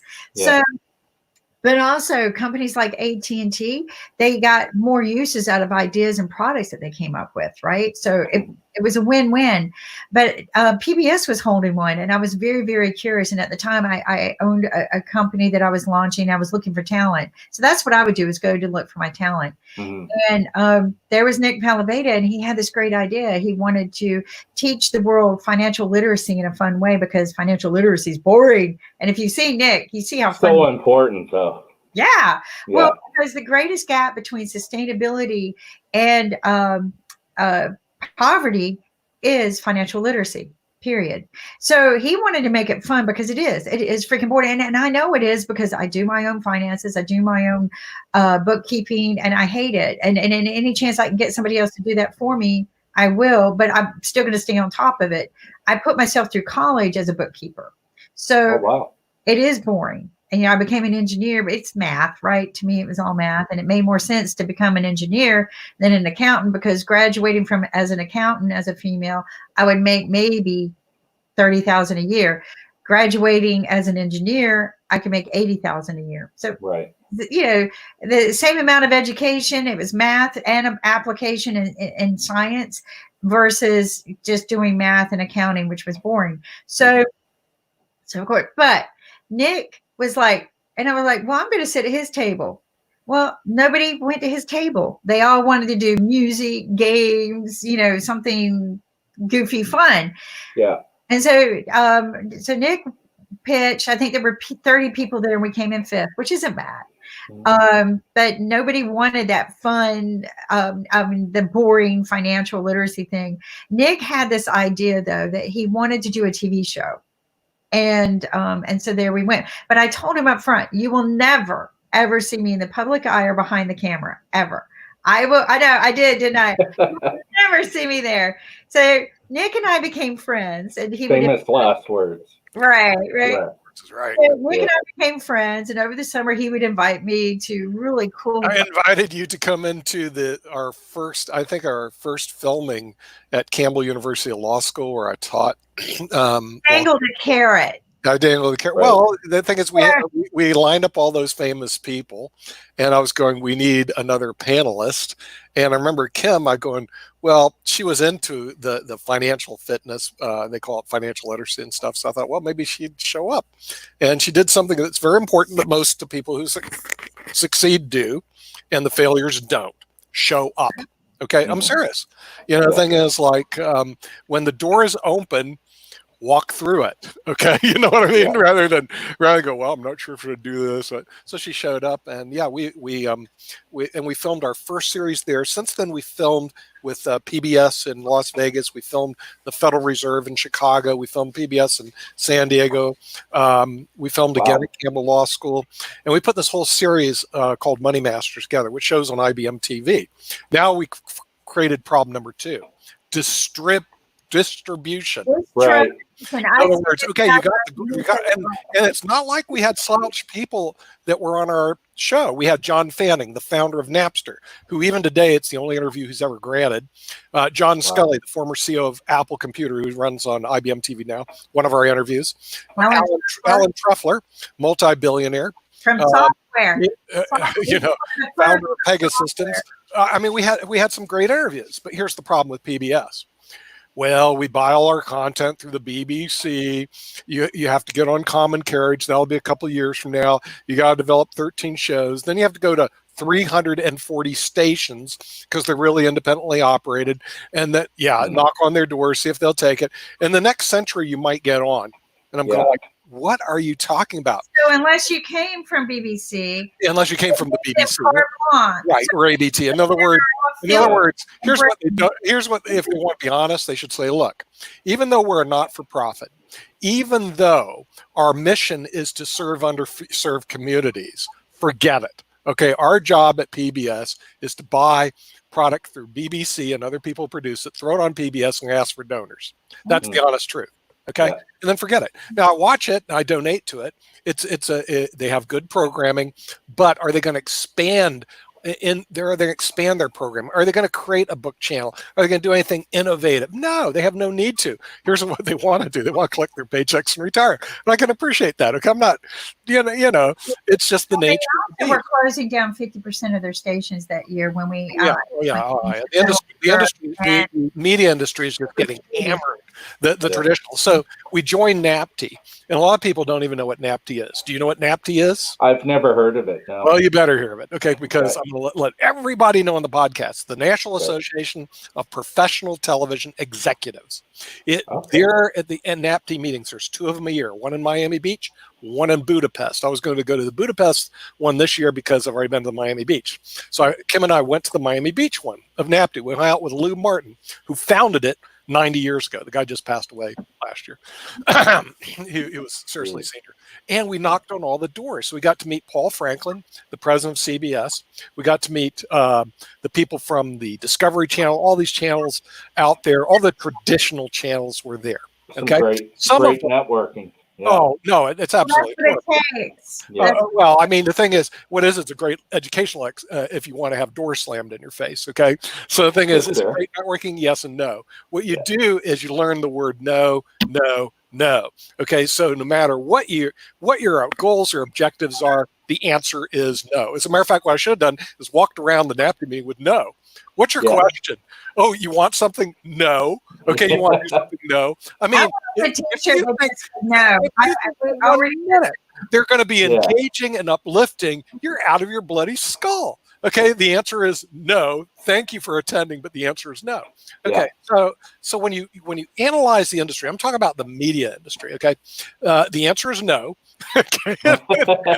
Oh, there it is. What's the question? There we go. Okay, they're guided by the Almighty. Ankit knows. Okay, Ankit knows, right? Yeah. And so Kim kept saying, we actually ended up putting Money Masters on the Biz TV network, 40 stations nationwide. And Kim kept going, well, we got to have our own network. I said, Kim, I knew the guys who created the Biz TV network. By the way, good network, does business television, 40 stations, low frequency. And every time I told people we're on the Biz TV network, they go, what's that? Okay, well, it didn't have a large distribution. And to do that, what this guy did, he went from channel to channel, station to station, to bring his programming over into a rev share, okay, basically. And that takes forever. Kim kept saying, oh, we got to do a network. I said, Kim, I will be dead before we have a network. No, he also said it would cost too much money because it would cost way too much money. In other words, you're talking the guy who actually is doing the Biz TV network sold to Fox. He had Liberty Sports, sold it to Fox Sports for like $400 million. But you need to play in the $100 million, $400 million category. I said this ain't going to happen.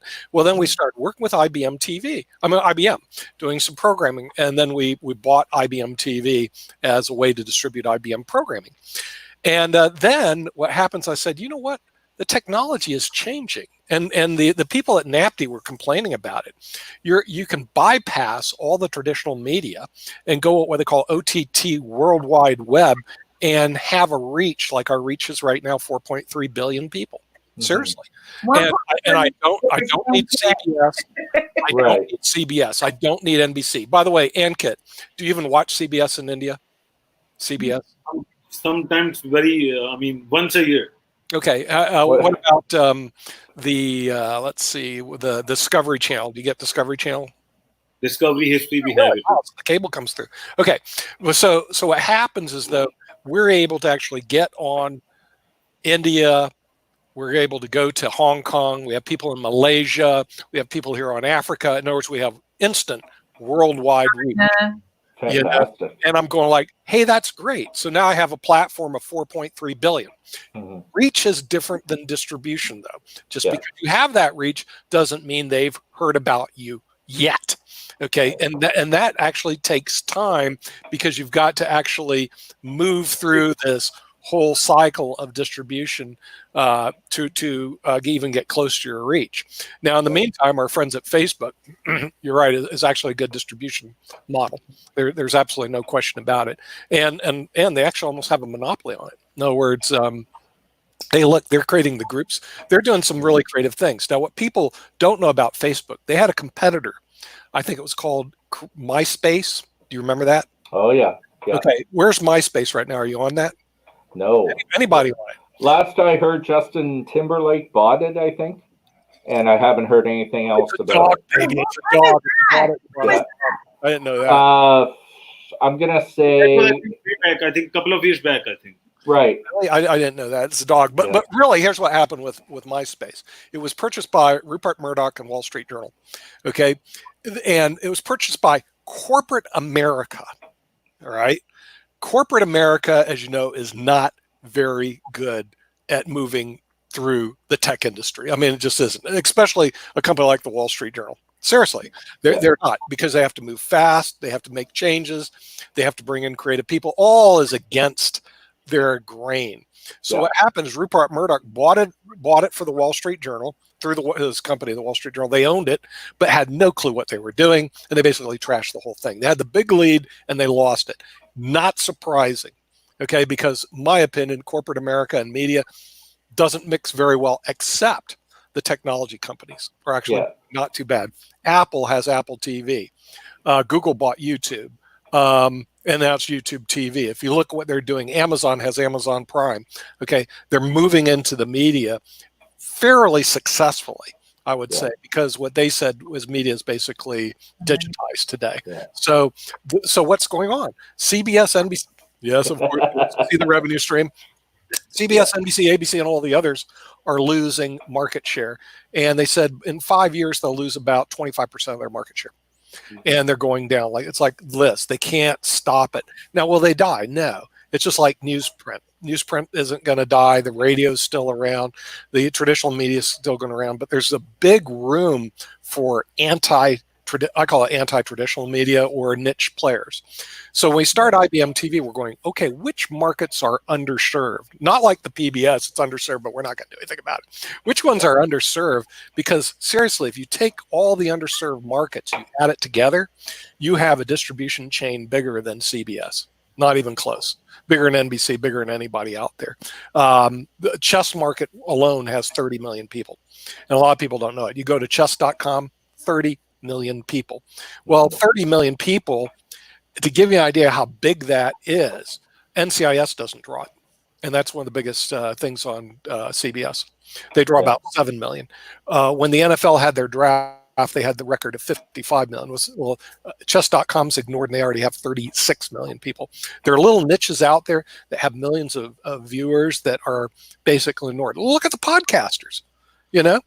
If you added up all the podcast distribution chains that are out there, my anticipation, you have over 1 million viewers, probably 1.5 million, maybe more. I might be underestimating, maybe 14 million. I don't know.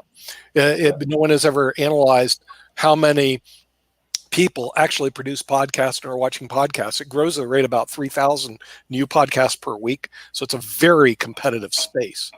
Growing more now that there's this what do you call it, coronavirus.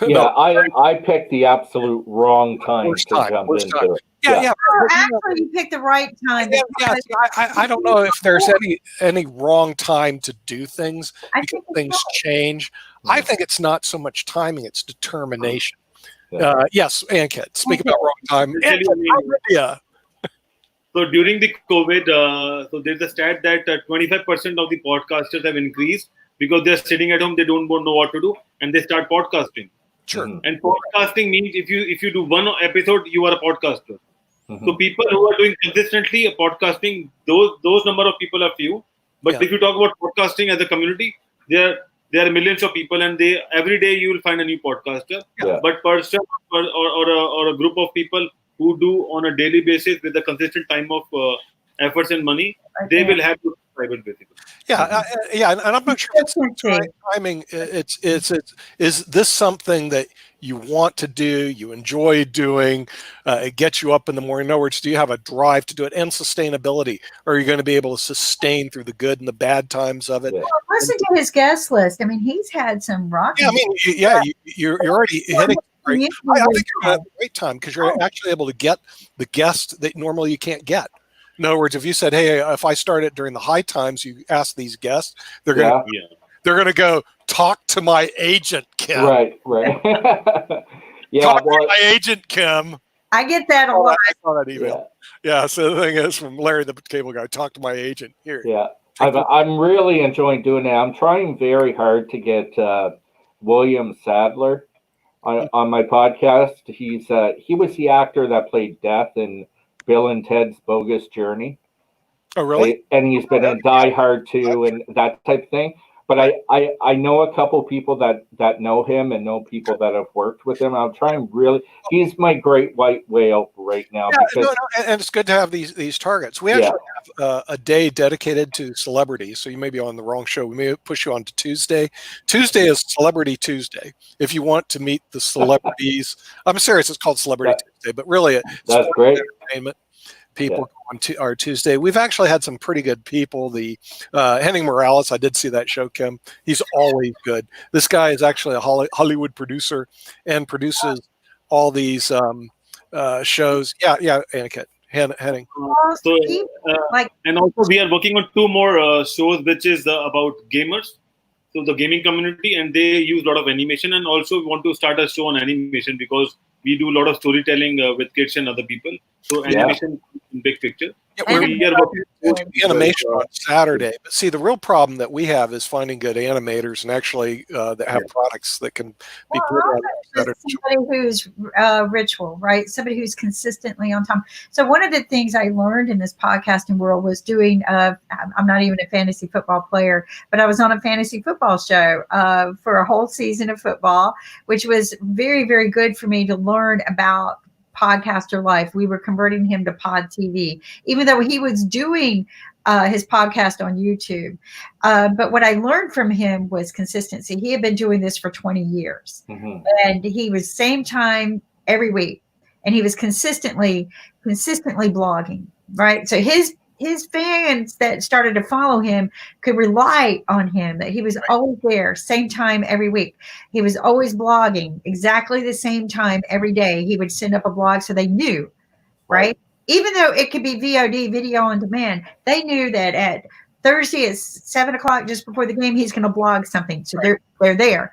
So because you got to build your base. In other words, and that takes some time to do that. But 6 million fans just by being but you have to be consistent to build the base.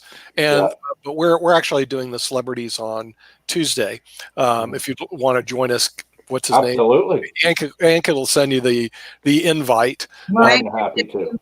So I'll have to make sure Ankit gets that notice. Oh yeah, Ankit just beat me up. Email him because the thing that all of this brings is it just helps us stay connected, but it gives you distribution at a filter level, right? So IBM TV were very known in India. That's a lot of viewers. During this downtime, we became very popular in South Africa.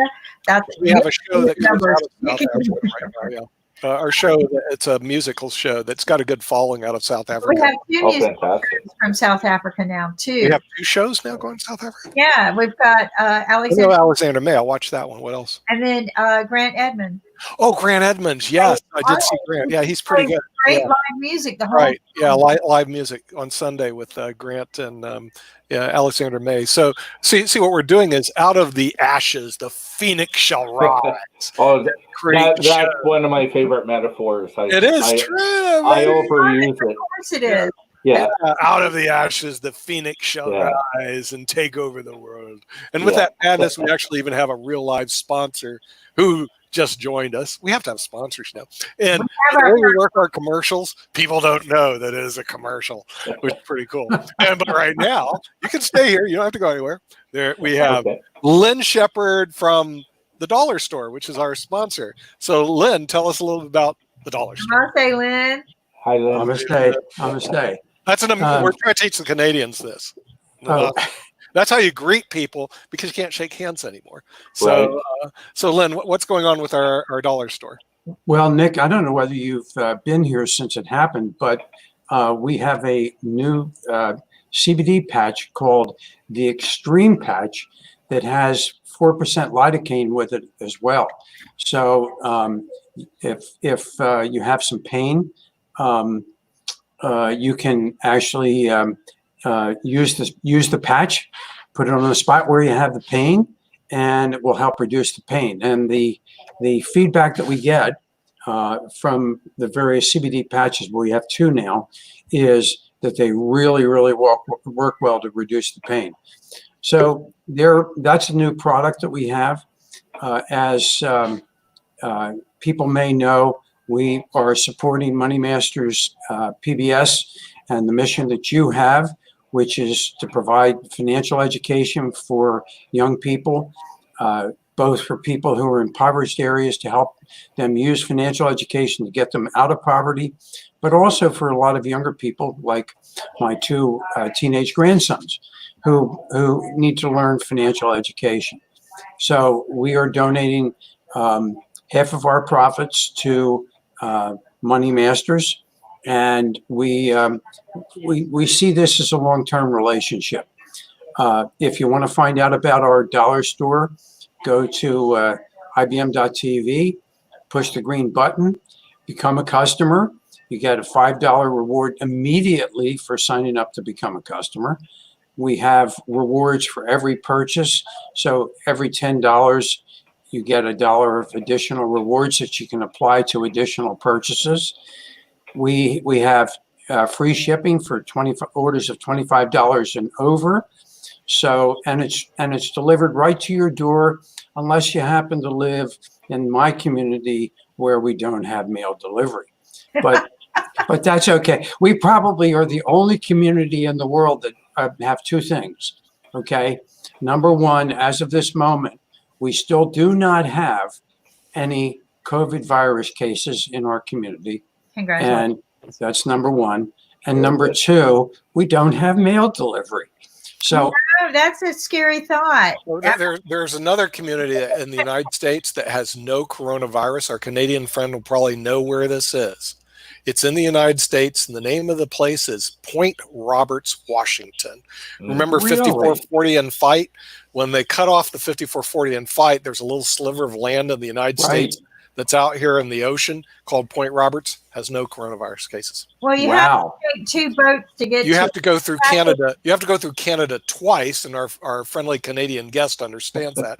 Americans having to go through Canadian province twice to get to Point Roberts, they just won't do it. So the Americans don't go in, the Canadians don't Canadians don't go in. So there's Point Roberts for you. No coronavirus. Mail to the house either, so we might do that. So only on IBM TV you will know that Point Roberts, Washington has no coronavirus. So I've learned so much on IBM TV. I love just hanging out. That's because we're smart television, Lynn. I mean, there's no television. You can go do that. So I was on another Zoom call this morning, and boy, was I promoting the dickens out of IBM.TV to the people. Yeah, I think it's great because some of the stuff I've learned about coronavirus, some of the doctors that I've listened to, Dr. Markowitz the other day, Markowitz was phenomenal. I really loved listening He's to him. actually a Harvard medical graduate. I don't know if you know that. He went to Yeah, Harvard Medical School. is he because I looked him up, Yeah, I know and Markowitz. Yep. is he out of Hollywood, Florida? Is that where he's from? I believe so, but he did his medical degree got his MD at Harvard University Medical School. Right, So, and he's really into this stuff. You know? I'm going to email a classmate of mine from high school who got his medical degree at Harvard. So, Right. and see if the two of them know each other. Oh yeah, they all know each other. Yeah, well, we could get them on IBM TV because the thing is, on Friday we like to have the doctors, and sometimes they show up Saturday too. Is he a nephrologist? Is that what he is? He does what do they call it? Internal medicine, I think. Internal medicine, but mostly kidney research for diabetes. Right. Well, that's exactly. That's nephrology. Nephrology, right? Nephrology. Yeah. Right. He does it all. He's got patients, and he treats patients with asthma. And just like all the other doctors, when this COVID came about, he kind of switched. He actually just finished publishing a paper. I think you came on that day when he was talking about it, Lynn. Right. Which is very fascinating to have a paper published this fast during a pandemic. And it's about the research he was doing with COVID and the different things that help. But one of the things we found with doctors like him and Dr. Tula and Dr. Sagu and Dr. Yu, who routinely come on our show, they're about facts, not fear. This is what we're researching. This is what we found. This is what we discovered. And they're more about the positive side of it. This works.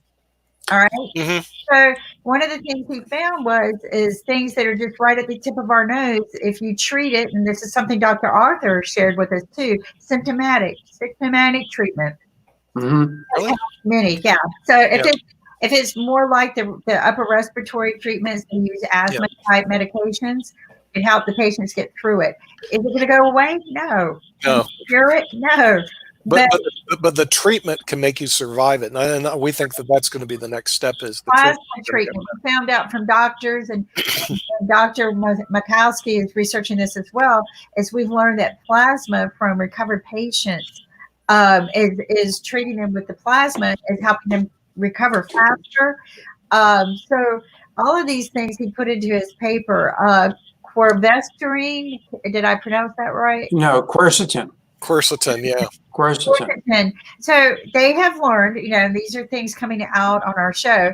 They have learned that there's chronic fatigue after you've had COVID. Nick's got to go again. Chronic fatigue after you've had COVID, and if you take this, which is mostly capers, but you can take the supplement if you don't like capers like me, and it will help you get over the fatigue. So I'm going to be taking it because I don't know what I had during this lockdown, but I was very sick. Even though I was on the show every day, I could put on good makeup so you wouldn't see my swelling. But I was running fevers off and on through the day. And it could have been anything. It could have been allergies. It could have been anything. But it fatigued me really bad.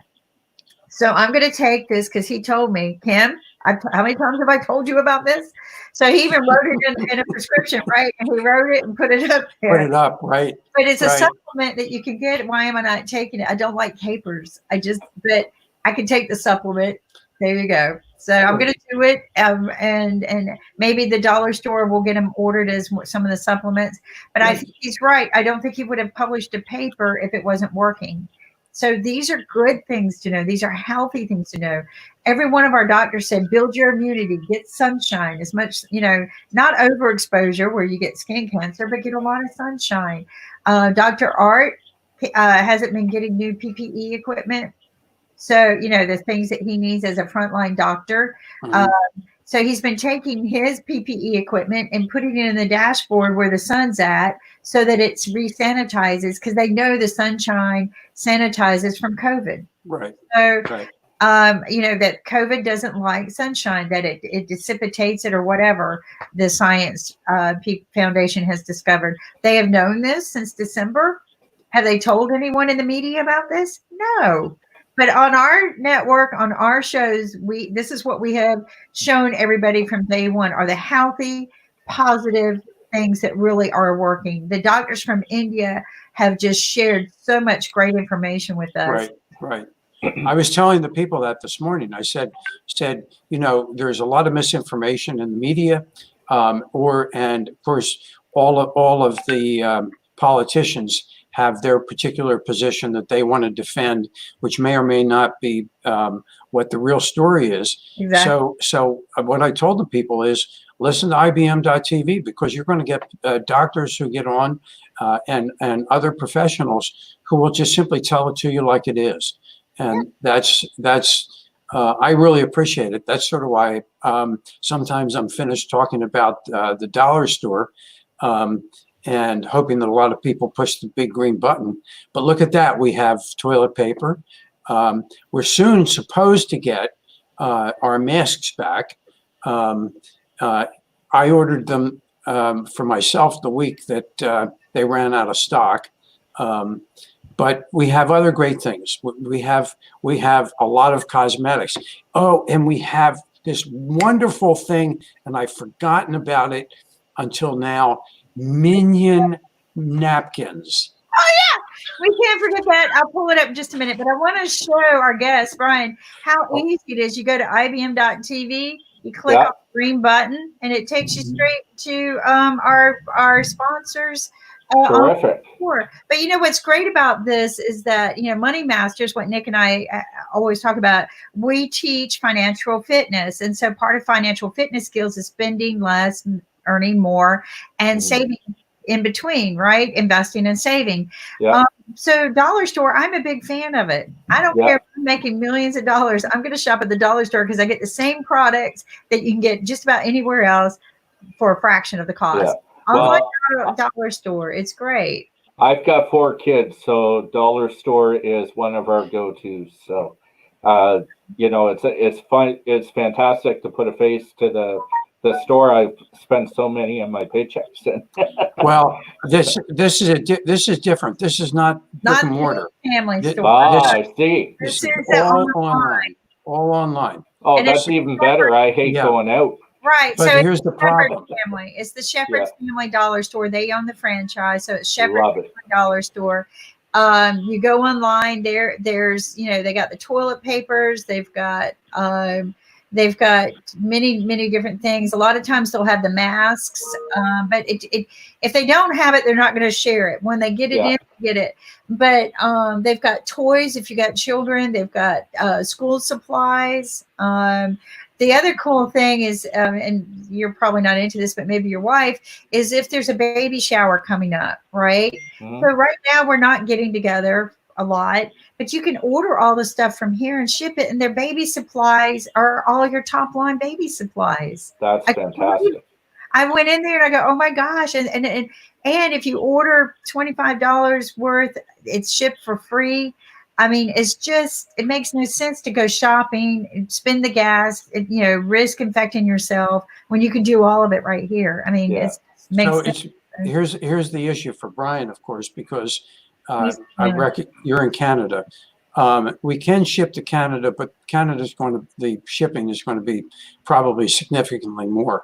And that's a bummer. Yeah, it is a bummer. And since my daughter lives in Toronto, and we joke about it all the time, it's going to get held up by Border Patrol anyway. So I think they're going to resolve that issue. We have I'm not the only owner of an online dollar store. So we have meetings every Monday night, and I'll bring the subject up this coming Monday to see what we're doing about Canada, because I think Canada, there's been a big demand for Canada. Oh, definitely. So, and there is in India, and I know that problem is going to be solved. So Ann could just stay tight. We're gonna get you set up in India, because that conversation's already underway. Yeah. So awesome. Also, like if you've got a mom or you know, a family member that needs things, you can order them and have them shipped, right? Or if you just know somebody who needs things and they're broke, you can, you know, send them a little, or send somebody a happy gift, right? Again, it's very inexpensive compared to going out and shopping and spending the day. And I'm like you, I just don't like to go shopping. So how about that product? And I can never remember the name, and I apologize, but it's one of the beauty products that you use to put on your face to get rid of wrinkles. Genesis. And we sell it for, what is it, $4.99, and Amazon sells it for $67 plus $4 of shipping. So there's a significant savings for people. And why not save, have it shipped to your front door?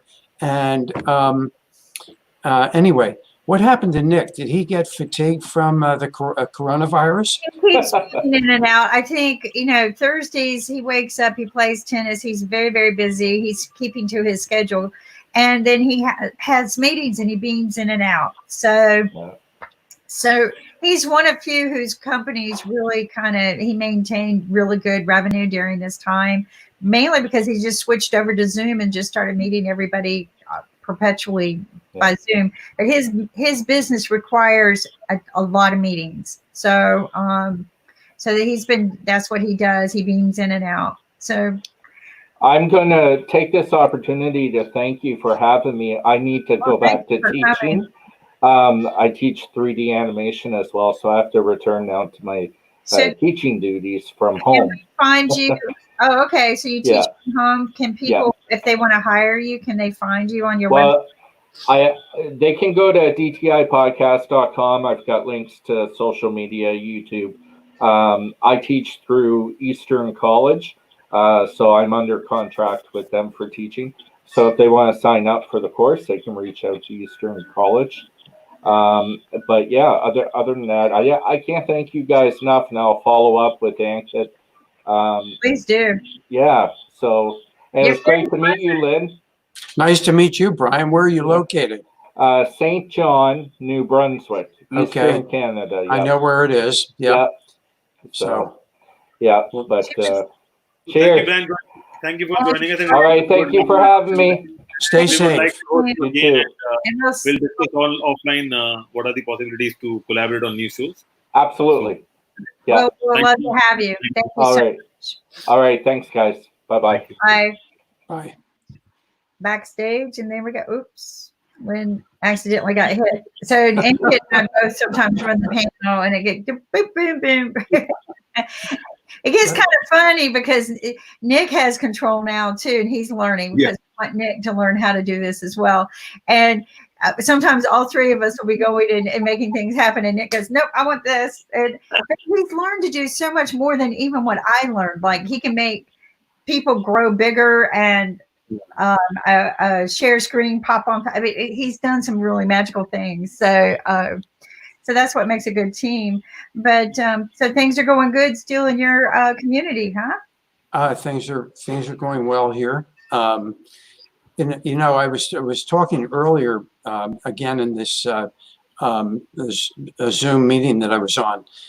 We saw this morning that the state of Wisconsin, and I don't know whether you heard about this, but the Supreme Court of the state of Wisconsin basically overturned the governor's right to declare that the people had to be sequestered at home. And the thing that concerns me by hearing something like that is, and I know a little bit about the legal system. What happens is now Minnesota will say, well, wait a minute, we're going to sue the governor for the same reason, go to the state Supreme Court, and they're going to rely on the ruling that Wisconsin had.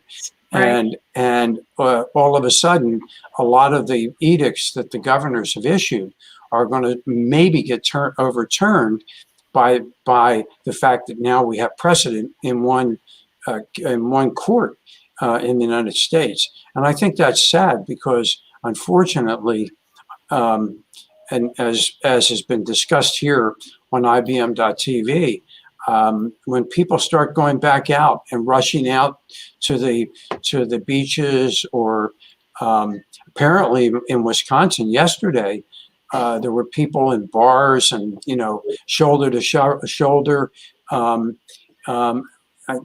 What's it going to do? Is it just going to spike the coronavirus again?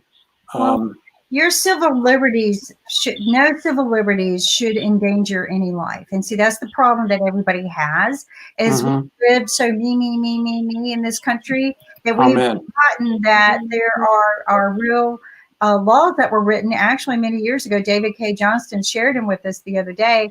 That actually were written that if there ever was a virus of any kind that became a pandemic, that it was against the law to protest. It was against the law to do all of these things. That nobody really has civil liberties, and the reason is that no civil liberties should endanger other people's lives.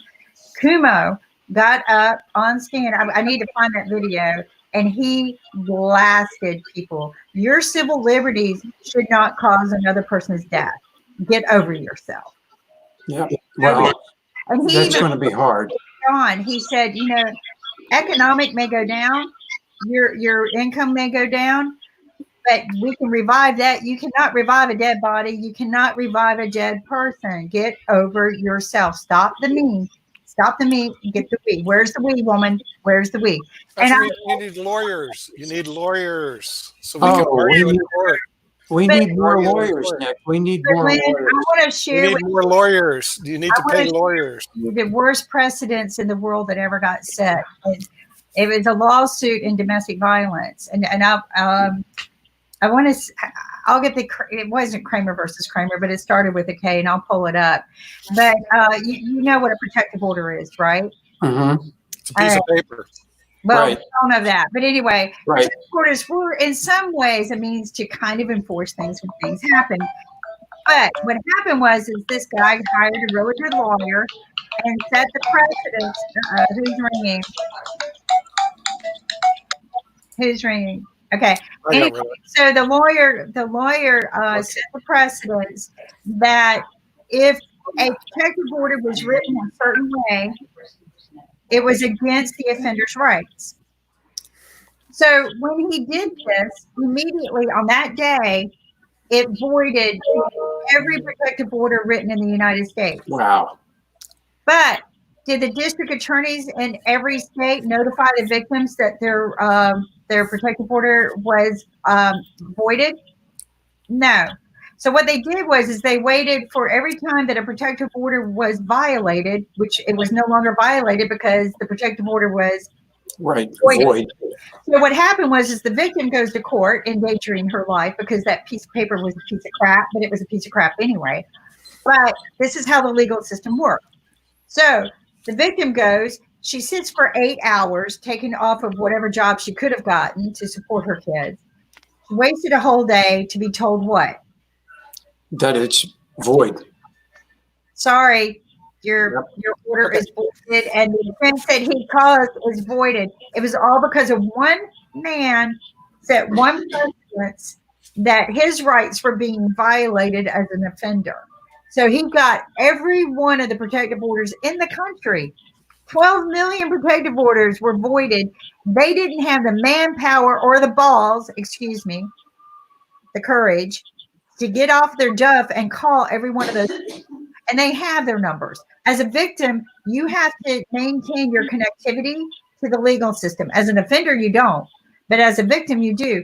And this is something else people don't know. As a victim, which Nick got off because he knows I can get on my post here. But as a victim, if you call 911 for help because the order is being violated, they will ask you 10 questions while you're running to validate that you have an order. And you know what the first question is? Do you have the piece of paper in your hand? Really?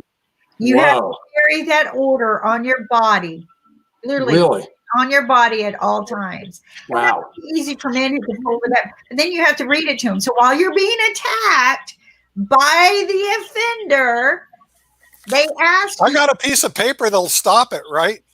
Soon, yeah. So, but anyway, so what happened was 12 million victims' protective orders were voided, and they did not contact one of them to say your paper is worthless. I got a serious problem with this whole thing. Okay, see, what you guys don't know, Kim actually has a patent on a very simple process that the perpetrator and the person to be perpetrated both carry these watches, or these, like a watch they can't get rid of, right? Okay. And then if they come in, it's like the constant contact or contact tracing. If they come in with a mile of each other, it'll warn the victim that the protective order is being violated, and also you need to get the heck out of Dodge. Okay, real simple, something that actually works, something that could be implemented today, as opposed to here's our system today, the American system. You get this, a piece of paper. Listen, if somebody is a criminal, this stuff doesn't stop them. Hello, okay. But how many also notifies the police. people, how many courts in the United States have adopted your system today that would actually be affected? How many courts have adopted it? None. None. Okay, And it's not because it will violate anyone's rights. It's because they don't want to pay for it. They just don't want to pay for it. It's available. It's a system that would actually $5 work. a day is all it would cost. It's a technology system that works. And so now I'm on my high horse. And how many courts have implemented it? None. But how how many long, counties? Or none. but how long until a violator who's wearing one of these things around their wrist sues on the basis that their rights have been violated? Well, and then the same judge that did the thing on the but the thing paper. is when you're granted a protective order to begin with, the whole objective is to keep these two people apart. Okay, just like if somebody had coronavirus, keep them apart. If they come close to you, you know it. There is technology system available today to stop it. Okay, seriously, today, not yesterday, not tomorrow, today. How many states have implemented it today? None. Zero. None. Instead, we are using 19th century technology, which is, I'm going to grant the person a protective order. This will stop somebody from doing something wrong. That's insane. It's absolutely insane. When the technology is available, stop it today. Now, will it completely stop it? No. But I would like to be warned. Wait. The perpetrator is coming within a mile of me. Now I get in my car and get out of Dodge. Well, here's what they want me to do. They want me to make it shock the offender when he does come within a certain range. So when he's violating it, so we tiered it. My technology is way different than anyone else would have invented it, because I spent years researching how it would fail or how they would end up shutting it down, violations of offenders' rights and things like that. And we waited until the laws were implemented that it would not violate their rights. But the judges go, can you make it shock them? And I'm like, I can, but I don't think I'll get this one sold. No, they won't let me do this. The warning is actually, I think, effective. The warning is more effective because it collects data. Somebody is warned, and they can get out of Dodge, number one. Number two, it shows the person has violated the protective order. Now the police can go arrest them for violation. It is what I would call a technological solution to a 21st century solution to a 18th century problem. Okay, but what we have in the United States of America is this. Okay, well, we also have a leader who didn't even always bothered me. What he didn't want to he cut the funds for domestic violence supporters. Right. So we have a leader who doesn't even think it's a problem, even though it's 12 million victims a year, which, by the way, adds up to 26 per minute. Which I've had men tell me I was wrong, but my mouth is usually. Well, the thing is, why are not we using technology to solve problems as opposed to repeating the same thing over and over again? David K. Johnson admitted. I don't know if you heard this when he let it come out. He even admitted, and Kim was right when she said that it's costing us $8 million per victim when they die. Oh yeah, right. When there's a murder, $8 million to clean up the murder. Right. Yeah, and there are technology solutions today to actually mitigate it. Hey, Nick and Kim, this is Mark here. Don't we have to just totally clean up the prison system in general? Because I've got friends that have actually been incarcerated, got out of jail, and actually are doing a lot of great work in the prison system. So I actually think that we have a not just antiquated victim system, but an antiquated prison system in general that is operating on like some 17, 16, 15th century laws. Mark, the prison system is antiquated too. I mean, let's get real. First of all, why isn't there more people in America incarcerated than any other country in the world? That's ridiculous, just to begin with. Number two, a lot of it is victimless crime, as you know. In other words, and we have somebody who talks about that, they're smoking marijuana and then they're in for life in California after 3 strikes. That is insane. It's been insane. It is continued insane, and the war on drugs is the most stupidest thing I ever heard. Okay, no, seriously. The war on drugs is just totally insane. I mean, how can you have war on drugs when we're the major drug dealers? Who's fighting the war? The pharmaceutical industry because they don't want to lose the monopoly? I don't get it. My family prevent the war on drugs as well because we can monitor people who are out on parole because we can program location monitoring. And the jails don't help jack, except maybe the people who have jobs working in the jails. Because the thing is, there is no rehabilitation, there is no education, there is no ability to change people's mindset and get them set on the right direction. Instead, it's frankly one big detention center that's a waste of time. I mean, it really is a big waste of time. And obviously, if somebody's in there, it's because we had a fail in another system. And our systems in this country are shown as failures. Our health system was just demonstrated. Big failure. Partly to blame the health system, unfortunately, partly to blame on the people of America. So the amount of people that die, it's on our shoulders. I was, because I live in North Carolina. I was down at the Walmart the other day because that's all the place you can shop around here in rural California, North Carolina. Okay, half the people weren't wearing masks. Same in the post office. Half of them were doing like this. I don't care. But then my dear wife says, well, the leader does this in the country, so why shouldn't they? And I'm going, well, that's a hard thing to say. The same power that takes a test every day. Yeah. The same power that says testing overrated. The real problem is we're not taking this COVID-19 seriously. Okay, because of that, we're at 80,000. My prediction is by the end of the month, we're going to go over 100. I predicted that a month ago. I even predicted we were going over 50 2 months ago, and we're having over 1 million. But look, here's the reality of where we're heading. 250,000 by the end of the year died through coronavirus. No, I think if we do a full entry based on what Lynn shared with us earlier about what happened, that's why I brought up the story about the domestic violence and how precedents can take over. Yeah. Based on what they did in Wisconsin, was it? Wisconsin, right. So based on them removing the governor's rights from being able to do I guess a lockdown. Stay at home, right. Right. The states that they will take that and precedents to every state. And I predict that we will be 3 million deaths by next year. Wow, that's a lot of deaths. Stupid.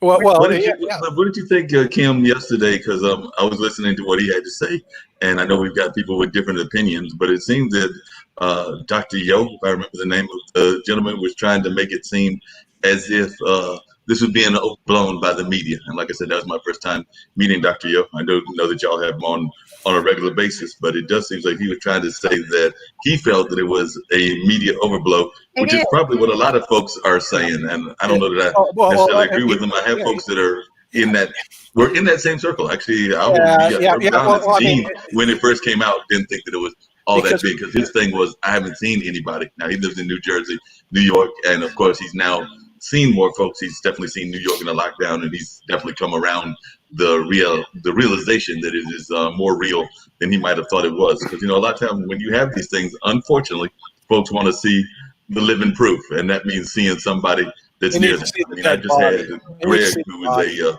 guy with the and then I'll wrap up my thoughts, and I want to talk about something too. But Greg, who is a friend of mine and the founder of, well, not the founder, but the booker, and helps put on the Eno Festival.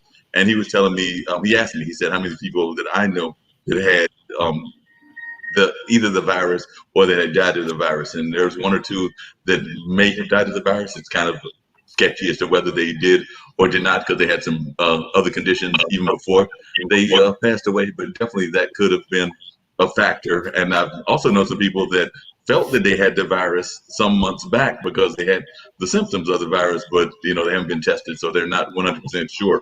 But they are definitely of the opinion that they might have had the virus even earlier than we were getting the virus reported here.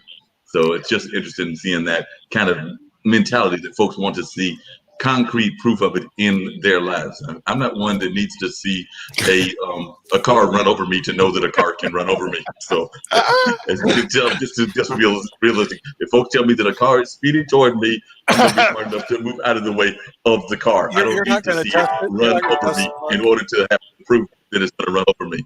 But just real quickly, Lynn, I just wanted to give you a shout out. You will be glad to know that yesterday after we talked, I did join. I did buy some products for myself, so I'm hoping that they come to the house very soon. So I did There you make a go. small order. I'm now a member of the Dollar Store Club. So Thank I you, wanted to Mark. share that with you. Yeah. Thank you, Mark, and Money Masters follows you. But I'd like to go to the point you just made and what Kimberly was talking about earlier about domestic violence. I've often said politicians will do what politicians do until sometime it comes home to roost.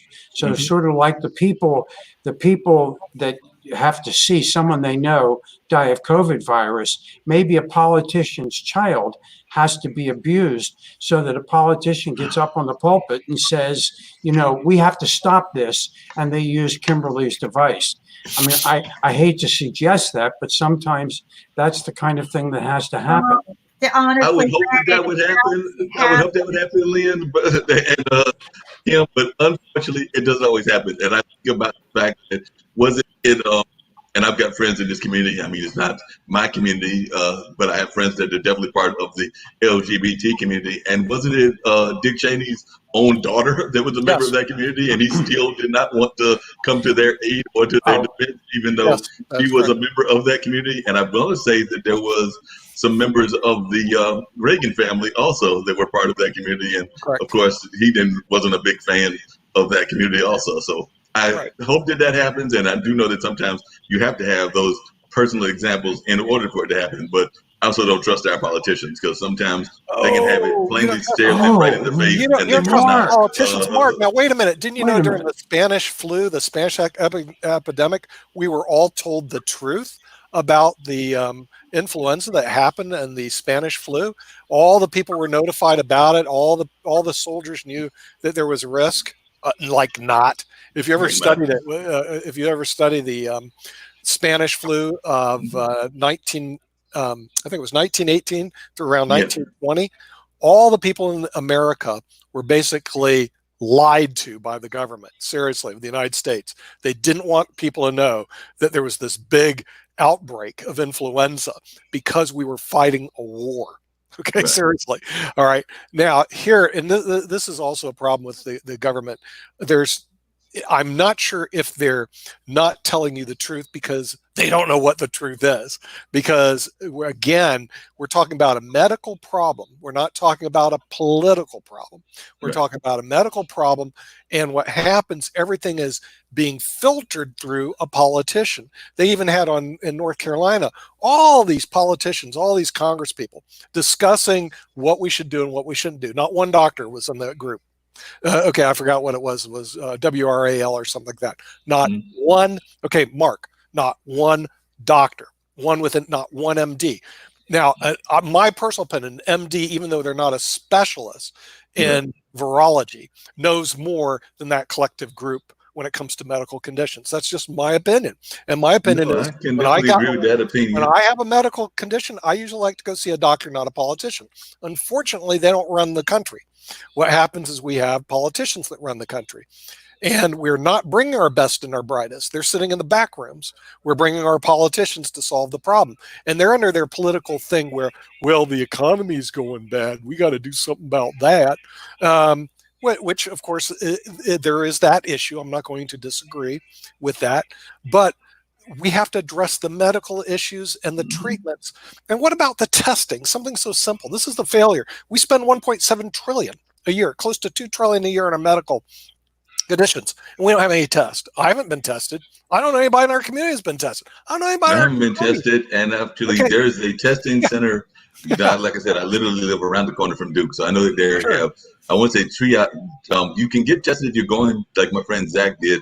If you're going to get treatment at I think he was at the VA, because I can't remember if he's a veteran or just regular Duke. But he was going to one of those two hospitals, and of course, he had to get some basic testing in order to just go to his doctor's appointment. And I've got some other friends that have gone to doctor's appointments. But I want to say that when you drive by or walk by that triage center that they set up around Duke, it said testing by appointment. And part of that appointment is you have to call, show that you got the symptoms, show that you've had the symptoms for a while, show all of this and that. So that being said, no, I haven't got tested. I think that there's some testing, but I'm not sure how tight or restrictive it is. At one of the, you mentioned Walgreens. I think it might be Walgreens. It's off of Guest Road in Durham. So there's some places that there is testing going on that might be a little bit more open. But then also the question becomes, and most of us are not the most patient people in the world. I'm just going to be honest. So if you go by, it's kind of like you can see the fast food restaurants. I know I'm using that as a parallel. But if you drive by, say, KFC, or you drive by Cookout and you see a line that's going 3 blocks back, you might not be in that rush to go there and everything. And I'm afraid that's what's happening with the testing too, because if it's only at 2 locations and you see this line and you got, I mean, yes, most of us are staying at home, but you still have things to do even at home, whether you're doing work, whether you're doing school with your kids, if you got kids, whether you're doing whatever. And most of the folks that are running out, they're running out for a purpose, meaning that they've got a time frame that they have to get back to their work environment. And yeah, the work environment might be from home now versus their job, but it's still a work environment. So that being said, and then you got to take care of the kids' schooling while you're at home, help the teachers with that, take care of the various other needs that you have in your family. So that being said, you'll have a limited amount of time to go on these errands, even if you're doing it by car. If you're doing it by foot like me, that's going to take longer. But that being said, if you go out and you see that long line, I'm thinking some people are being discouraged, which is why the testing is taking longer than they might have expected. They need to open up more testing sites and make it so that it's quicker and more expedient.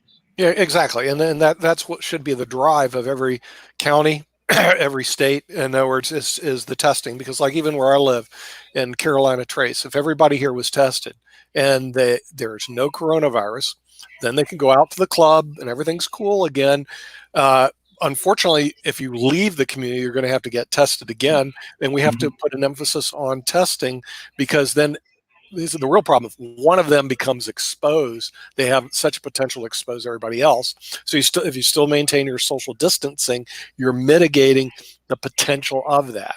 But testing and retesting can actually mitigate this particular problem. And then you implement some other smart ways, not only just testing, but also the mask, the gloves, the distancing, and then you can actually reopen up in a sane manner. But I don't see that happening. What I see is no, I don't see it happening at all. And I actually was curious as you brought that up. What do you think about this concept? Because I've heard some people. I actually got a call later on today with the Carolina Theater, which I'm on the board of, among other things. Sure. But what do you think about this possibility of even doing testing in those kind of environments, or saying doing testing at the Durham Bulls? I mean, I would love to see the Durham Bulls open up in the spring, out in the summer or the fall. I would love to see the theaters open up and everything. But then the question becomes, then you're going to have to push back the window of the time. So like, let's say a baseball game starts, and I want to say it's around 5 or 6 o'clock. So let's say it's 5 or 6 o'clock. You might have to push it till 3 o'clock for the doors to be open, just so you can get through the testing process in order to get people seated and also seated space. Sure. But the thing is that the testing is one of the keys to get to reopening up these events and these places. I think it's the big key that we're ignoring and not that interested in. And is it 100%? No. But all the studies I see that it's extremely high mitigation. And then the other mitigation, believe it or not, the mask, they've done studies on that. Even if somebody was infected, if both people wear masks or they're within a social distance, your odds drop from 99% to 1.2%.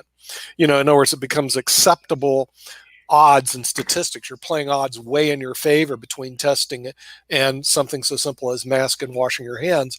Then you can really sorry, Nick, just a real quick question. What did you think of Dr. and I don't think you were on the call at the time. I think Kim was on the call at the time in Ankit. But what did you think of what Dr. Yo said yesterday, which was his whole concept about the mask, was that the masks are wonderful, and I definitely have my mask. I've got a couple of them laying around here. I may put one on later on just to show what one or two of the masks look like, but because I've got different kinds. But that being said, he was talking about the fact that unless you do the cleaning on a regular basis and do some of the other things that you have to do, you might even wind up just with a simple cold. Like I said, we're not even talking the virus, which is a form of the various types of viruses that people can have, but that you might put on that mask and basically breathe back in your cold germs. then you might just be increasing the cold. If you wear it all the time and you don't wash it, then what happens is what you're doing is you're spreading your own bacteria back into yourself and reinfecting yourself, and you're going to get a cold or going to get something else. So he is right. The real problem with the mask is they don't come with instructions, and our leaders are not providing us mask instructions, and it needs to be done every day. In other words, the real problem, you'd think our leaders would understand people. Okay. We need the education on mask every day, how to properly put them on, how to wash them every day, etc. We need this education every day, how to socially distance in order to mitigate that. We need the testing done every day, okay?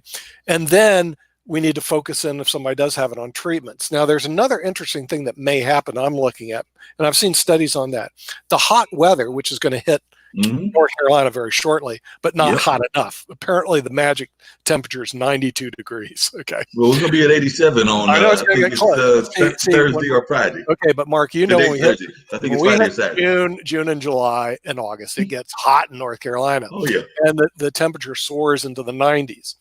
There has been some studies that say that mitigates the virus's life expectancy down to minutes rather than hours on any surfaces. It basically kills the virus, And if that's the case, what we will see, no matter what we do, is lesser infections in June, July, August, because the virus is getting killed by the hot weather. And that's part of the reason in Africa, notice Africa, when Ankit puts the chart on, why doesn't Africa have any coronavirus? I mean, very little. They're very low, and they're over there, like many of the countries by the equator. Because it's hot there. I mean, come on, you go to the Congo, you go to Kenya, you go to if we do that, what?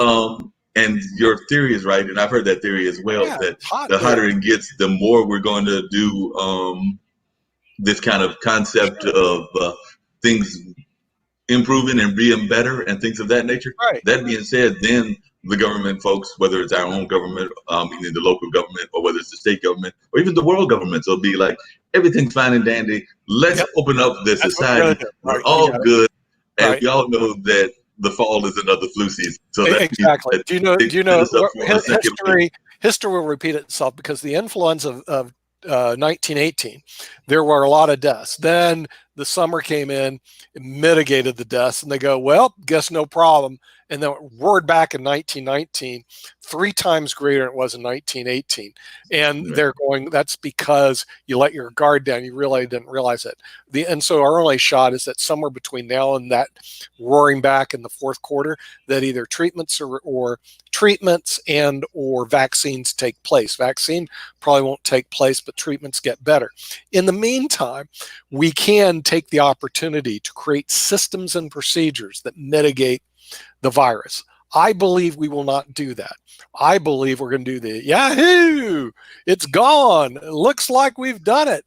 And then it'll roar back in the fourth quarter, which is bad for I like your idea, and I know some people complain about this and wonder about liberties, and I was actually one of those people that would have about liberties when I was a youngster, because I remember one time I think they were doing mandatory earwax checks or something like that, and I just went up in a total uproar about that, got my parents behind me and everything, and we basically got them to back off of it and everything. But I'm thinking that and of course there was the Pledge of Allegiance. We didn't really fight that as much, but there was other things that were done on a mandatory basis. And I'm wondering if what you're suggesting is something that, say we go back to school, or the kids go back to school in the fall, would not be a great idea. And I'm with you. I don't know that we will do it, but I do remember doing it in grade school way back when, back in the 70s, and even doing it to some degree, not so much college, because that was early 80s, but definitely the 70s grade school, where you would have kids, and at that time I was a kid, doing the different kind of things that were teaching basic things. I mean, we were taught about what to do during a nuclear war. It was that whole, get under the table, roll and everything. I grew up in Florida. I used to get under the table. Under the table. We were taught how to do different things about health, whether that was washing your hands, whether that was, like I said, the ear check and different other things. And I'm thinking that maybe some of our students now, and I wish Kim was on the call, because she's you're a parent too, so you might be able to answer how it was when you were a parent versus a kid. Yeah. But that being said, I'm wondering if we haven't got away from that, and if we've gotten away from it, maybe this won't push us back to doing some of that. I know people will argue about personal liberties and things of that nature, and I'm not saying that we all have to do everything uniform. Like, I'm not a big fan of prayer in schools. Now, I would be all right with a silent moment, because that way anybody can have a silent moment for whatever they want, whether they're a Buddhist, whether they're a Muslim, whether they're a Christian, whether they're even an atheist or an agnostic, because you can have a silent moment where you're reflecting on life in general, or you can reflect on the fact that you don't believe, that you can just have a reflective moment. You could actually teach ethics in school. Right, that would work too. Some of my best courses at Marquette that I still enjoy, that I still remember, were journalism ethic courses. I think because the one thing that I will say that I loved about going to Marquette, which is the university I went to, was that it was a Jesuit university. So I actually had in my mind, and I've still shared this with friends of mine that have also gone to that same university, what amounted to two minors. I had my regular major, which was journalism. That's why I'm pretty good at this stuff. And by the way, thank you, Nick, and the rest of y'all. I understand that y'all are going to offer me some time to have like my own show and everything. So I'm very glad to do that. So let the folks know that. But I think we're working on that for next week. But the major was journalism, but the minor was poli-sci. And like I said, it was not listed as a minor. But Nick, you tell me this: if you've got, and I forget the amount of courses, it was 4 of one and 3 of the other. But if you got 21 hours of what amounts to religion and philosophy, I think that's pretty much a minor, whether they call it a minor or not. Yeah, that's a lot. Yeah, if you had. And that's what Marquette required. I think it was, I want to say, because it's a Jesuit university, I want to say it was 4 courses in philosophy and 3 courses in religion. But it might have been the opposite order. But either way, it was 7 courses that you were required to take in religion/philosophy. Right. Yeah. And the thing is, even us putting on some sort of religion course, maybe on a Sunday, I think would be pretty good, because one of the problems I found in religion is you learn the one you grew up with, and you don't even know the other ones that are out there. I mean, it's kind of the way it is. You grew up with. And the other thing is, if you really think about it, one of the greatest shows, and you just mentioned a network, so I'll go ahead and mention a network too. And I don't remember whether it was CBS or ABC, but it was one of the major networks, and they did a show, maybe it was about 4 or 5 years ago. I think my dad turned it on. It might have been longer than that. It might have been almost 10 years ago. But they did a show, and my dad turned me on to it. It was a show basically about the world religions, and they explored many of them. They explored Islam, they explored Christianity, they explored some of the Eastern religions. I think they might have explored both the folks in Hindu and the Buddhist. I know they definitely explored Judaism and a couple of other what people might consider fringe religions. Like, I can't remember whether that was like the Yoruba religion or some of the Druid type religions and everything of that nature. But they explored basically what amounted to the 3 or 4 major religions and a few others. But let's say they explored 7 or 8 religions. They came to the conclusion at the end of this that for all the religious wars that we've had, for all the conflicts that we've had around the world that have revolved around different things. Some of it has been around land. Some of it has been around property, whether that's personal property, like people property, like people as property, or property that's the more standard form, like land, or whether it's resources or whatever. And religion was definitely one of the other things that has been a major factor in wars, historically, all the way back decades, centuries, millenniums almost, everything. It's been a major factor in what goes on in our world in terms of the way we fight and the way that we have differences. But the conclusion that they drew at the end of this TV show was that basically that universal law of love and respect for others, and there was 1 or 2 others, but all of that is the undercurrent through all the religions. Like, you might have a difference as to who the main prophet was, whether one prophet was a major prophet or whether they were a minor prophet, because I think that even Islam has Jesus as a prophet. They just don't see him as big as Muhammad. But no matter what your views of the person in the different books as the leaders of the religion, the core belief is basically the same. So correct. I found that was very interesting. And it doesn't matter which book you read. And even, I would argue, you can even add books that aren't necessarily religious books, but that have like moral overtones. Like, nobody would say that Aesop is a religious book. It's a fable. Nobody would say that some of the other things out of like the Roman and the Greek cultures are religious per se, because they advertise themselves as fables. Even like some of the Indian mythology and everything. They even acknowledge that it might be mythology. Some of the tribes do. But if you look at everything, the basic core belief is the same. And I would even argue that the only people that might argue with that, and I'm not even sure that they can actually argue that, is those that believe in nothing, which is like those that are more, because the agnostics actually believe in something. They believe that something exists. They just don't want to name it. Atheists are the ones that, you know, have a hard time identifying God just in general, or identifying a God figure. But I had a conversation with one, because I had a good friend of mine that was an atheist, and unfortunately he passed away. He did the show right after I do on WCOM in Carborough. And even after, like I said, I won't put words in his mouth, and the man is long gone, but I would say that even he would say that there were things that were beyond his understanding. Like he might not be able to name them, but I want to put them on a God force. But as I recall our conversations, like I said, you got to remember, this is me trying to remember conversations of a few years back and everything. But as I recall, he was talking about, like, you know, there were things in Mother Nature, and he might have wanted to put it on Mother Nature, whether it's the way the waves roar or the way this or that happens, that even he was not able to explain. And I think that most atheists would have that same thing, that there are things in our society that they've not been able to explain, whether they, and maybe they're trying to explain it through science or whatever, but they just haven't found the explanation. So I think that no matter what your belief system is, including no belief, I think that the core belief, because even those people that are atheists, I think for the most part have a belief that is about love and everything. I would even argue, and this is where you might even get controversial. I know you don't like that. Controversial. I would even argue that those people that believe in anti-stuff, that they twist it, so that even they have believe in some sort of love. It just might not be the same love as we got. They might be more on the hate side, and I'm thinking people that are more into like the sorcery kind of stuff. But I think they have belief too, and some of that, I mean, they've got a love for something. It might not be the same love that we want, but they've got a love for something too. Right. Yeah. And the thing is, I think it would be good it'd be a very good, interesting melting pot to get them all together on a show that we could produce, you know, around the world. Because the thing is, let's face it, some of the best people in their certain religions don't exist in the United States. They exist all over the world. And I believe you're right. There's an undercurrent where everybody has the same beliefs. In other words, there are these things that we all agree upon that are uniform and systematic through all the religions.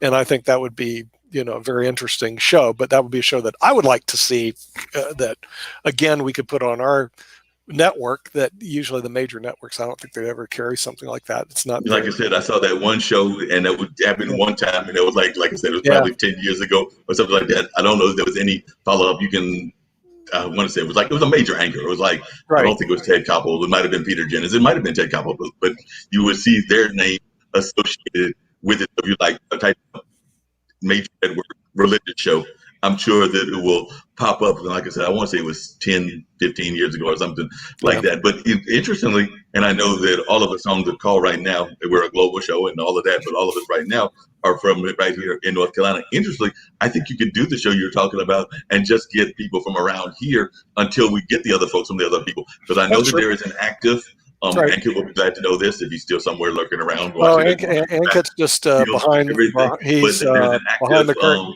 I can bring him back. Hindu and Buddhist kind of community and everything here in the area. So there's a active community that has the temple, I think, in Cary. One of them does. I can't remember whether it's the Buddhist or the Hindu folks. It might be both that are there in Cary. I've got a friend that works with us on our podcast platform, because we created it as a platform, like kind of like y'all are doing as IBM TV, and have different other shows. And a friend of mine is a Yoruba priestess, so she doesn't actually, I mean, I'm sure she visits Africa at some point or another, but she's trained in it. So she's from right here in this area, lives in Durham, actually in the heart of Durham. Right. And there's other people. So literally we could find some of these same kind of folks among these different religions. There's some major Muslim leaders that are right here in the Triangle. So we can find that if we want to do it on a Sunday, just in our triangle that we're East Coast community. We're looking for the global. We're looking for. No, I was saying that these are people that we could talk to that have global forces. I'm saying that we definitely would want people from representing. Like, I mean, it would be great if we could get the Dalai Lama from the part of the world that he's from and everything. Well, let me see if he's on my Facebook friends. Oh, there he is, Dalai Lama. I got him right here. You got it right there. I should get the Dalai Lama on board. I mean, the thing is that all of these things are good. I had a group of doctors at Duke tell me that a few years ago there was a talk show on that they all listened to. No matter when they tried to, even if they had appointments, they would like in between, because it was a bunch of doctors that would get on and talk. It wasn't just like just one doctor, Dr. Oz or anything, but it was like what we've been doing, right?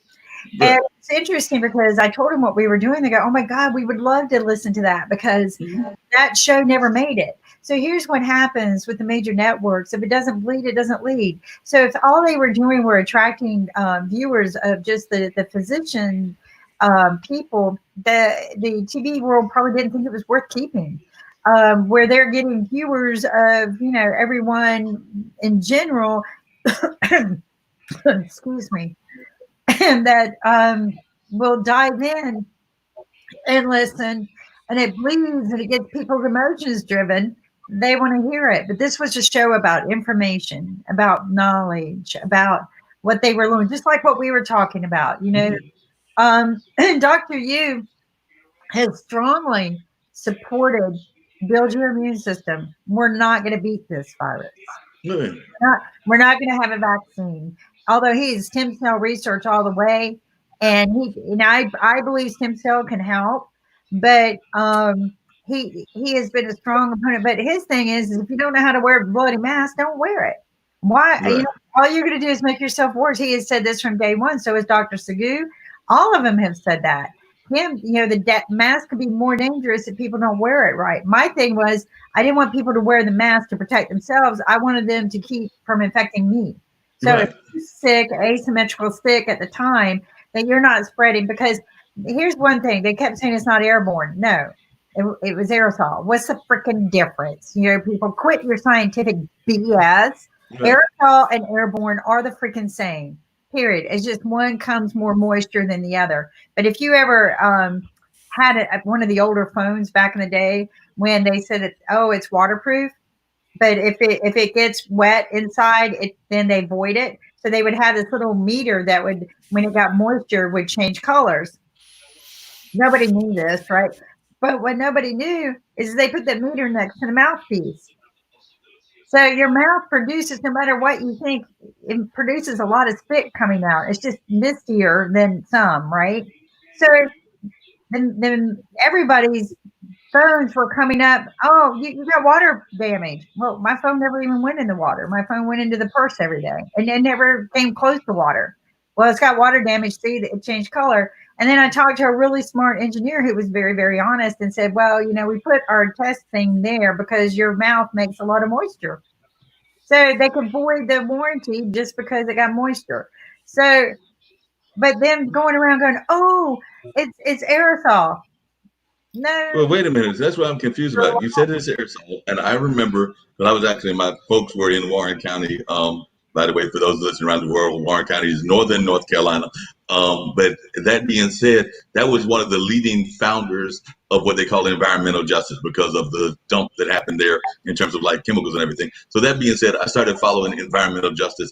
I was a big fan of a book called Ecotage, which is about how the folks went around basically sabotaging big corporations. It was a gentleman named the Fox that's who the book was about, his life and everything, and he has since passed. But being a fan of environmental justice, I remember that one of the main factors of air pollution, and I did say air pollution, was aerosol cans. So how can you say that aerosol isn't impacting air? Not you, Kim, but these scientists, because I remember back there at that time, they said that aerosol cans, like the hair cans, were the big leading factor in air pollution. Well, so they were, the way they made it and they put air out, but aerosol in itself is it's just different how it transmits, right? But they were going, well, it's not airborne. I'm like, yeah, aerosol is airborne. Quit telling people that. They were thinking they were being smart. All of these leaders and politicians, we got this big word. It's scientifically, we'll say the word aerosol, which really means it's airborne, but nobody will think it's airborne, right? Because you use the word airborne or you use the word aerosol. Well, real smart people will go, aerosol. Yeah, it can transmit. It just transmits different. So then they said, it had to be on a surface, and then so many hours it's gone. But also they didn't say aerosol for 3 hours. Aerosol for 3 hours. Well, if the wind carries it, or if the air circulating, how far can that travel? Right? So I found out the school across the street from me became contaminated. The wind was blowing a lot that week. These kids, they sweat, they spit, there's a lot of aerosol over there, you know? So I'm sitting there going, I'm not only going to lock down, I'm going to lock in because that wind blows and how long, and nobody would say how long. Right. But at first, if you go back, flashback, COVID, right? If you flashback, they said, oh, it's not airborne. So didn't they? They said it's not airborne. They were lying. It was aerosol, but they got away with words saying it's not airborne because the scientists said it was aerosol. So the whole world goes, well, Kim, you don't know what you're talking about because it's not airborne.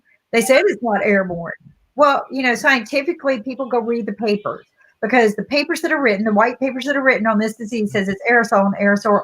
So eventually the media got a hold of that, right? But in the beginning, they were like, well, it's not airborne. That's what they wanted the people to truly, honestly believe it wasn't airborne. And it was. I don't care what anyone says, aerosol is airborne.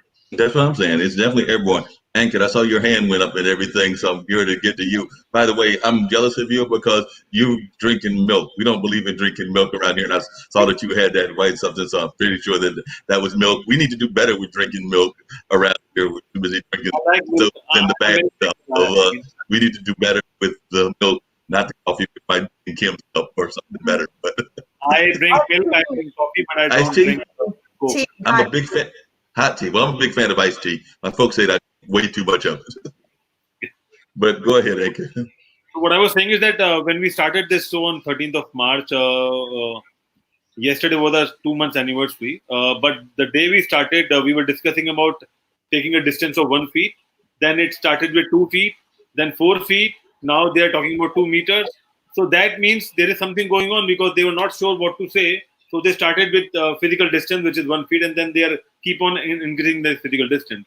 And that's why we are talking about airborne and aerosol and all those things, because no one knows what's happening. A lot of doctors, they are taking a lot of precautions. They know they are wearing the PPE gear. Still, they got infected due to coronavirus. And that is not I'm talking about India, but across the globe, doctors are infected.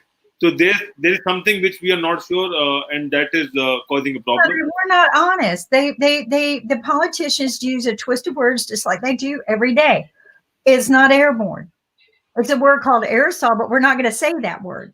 It's not airborne. So we're technically, legally right. Yeah. So that way we're not going to panic anyone. So then a couple of weeks later, they come out and go, yeah, stay a foot apart from each other. Yeah. And then, you know, me, I'm pushing it every show. It's aerosol, people. It's aerosol. I read the paper. I read it. Nobody, Kim, you don't know what you're talking about. Stop saying stuff. And I'm reading the paper from, you know, one of the world's most famous hospitals that wrote a paper on it. And nobody would listen because I'm not Fox, I'm not NBC, but I was right. And here's what I tell people. I may not ever be politically right, but I am an engineer and scientist and a woman in an industry that was male dominated. I will never technically be wrong. And also remember, Kim, we were discussing it's not about the nose and mouth, it's about ears and eyes as well. You remember? We discussed about hairs, how we can protect our hairs and how we can protect the beard, because that is also contaminated. So if you clean yourself, you will look smart and you will be free from virus as well. But here's the thing, beards can get it. Your hair is a transmitter. Hair can carry it for a very, very long time. And think about that. If somebody's talking to you and the moisture is following in the air, just the moisture from the voice, it's going to land on your hair. And then now you're a carrier of that. And then if you're, you know, like me, I normally don't have this long of hair. You know, my hair is usually up to here, but still, I would wash it every day. I'm not doing that now, but I'm not around people. But I'm going to go get me one of these. I'm inventing something, and it's a hoodie that I saw for an oxygen tank. And I like it because it's clear, so you can wear it. But I don't know, it's collapsible, but it can pop on you. It's like a hoodie shield, but it folds really close to the body. And that's what I want to wear when I go out in public now is because I don't trust other people. but also I don't want to be an asymmetrical transmitter. So what if somebody was around me that I was visiting and they were, and it got on my hair, right? Or on my clothes. And then I went to a store from there. And maybe I'm not the carrier. Maybe I've already had it, but it's on me. And now I've become a transmitter. So I want to just, take that one step over.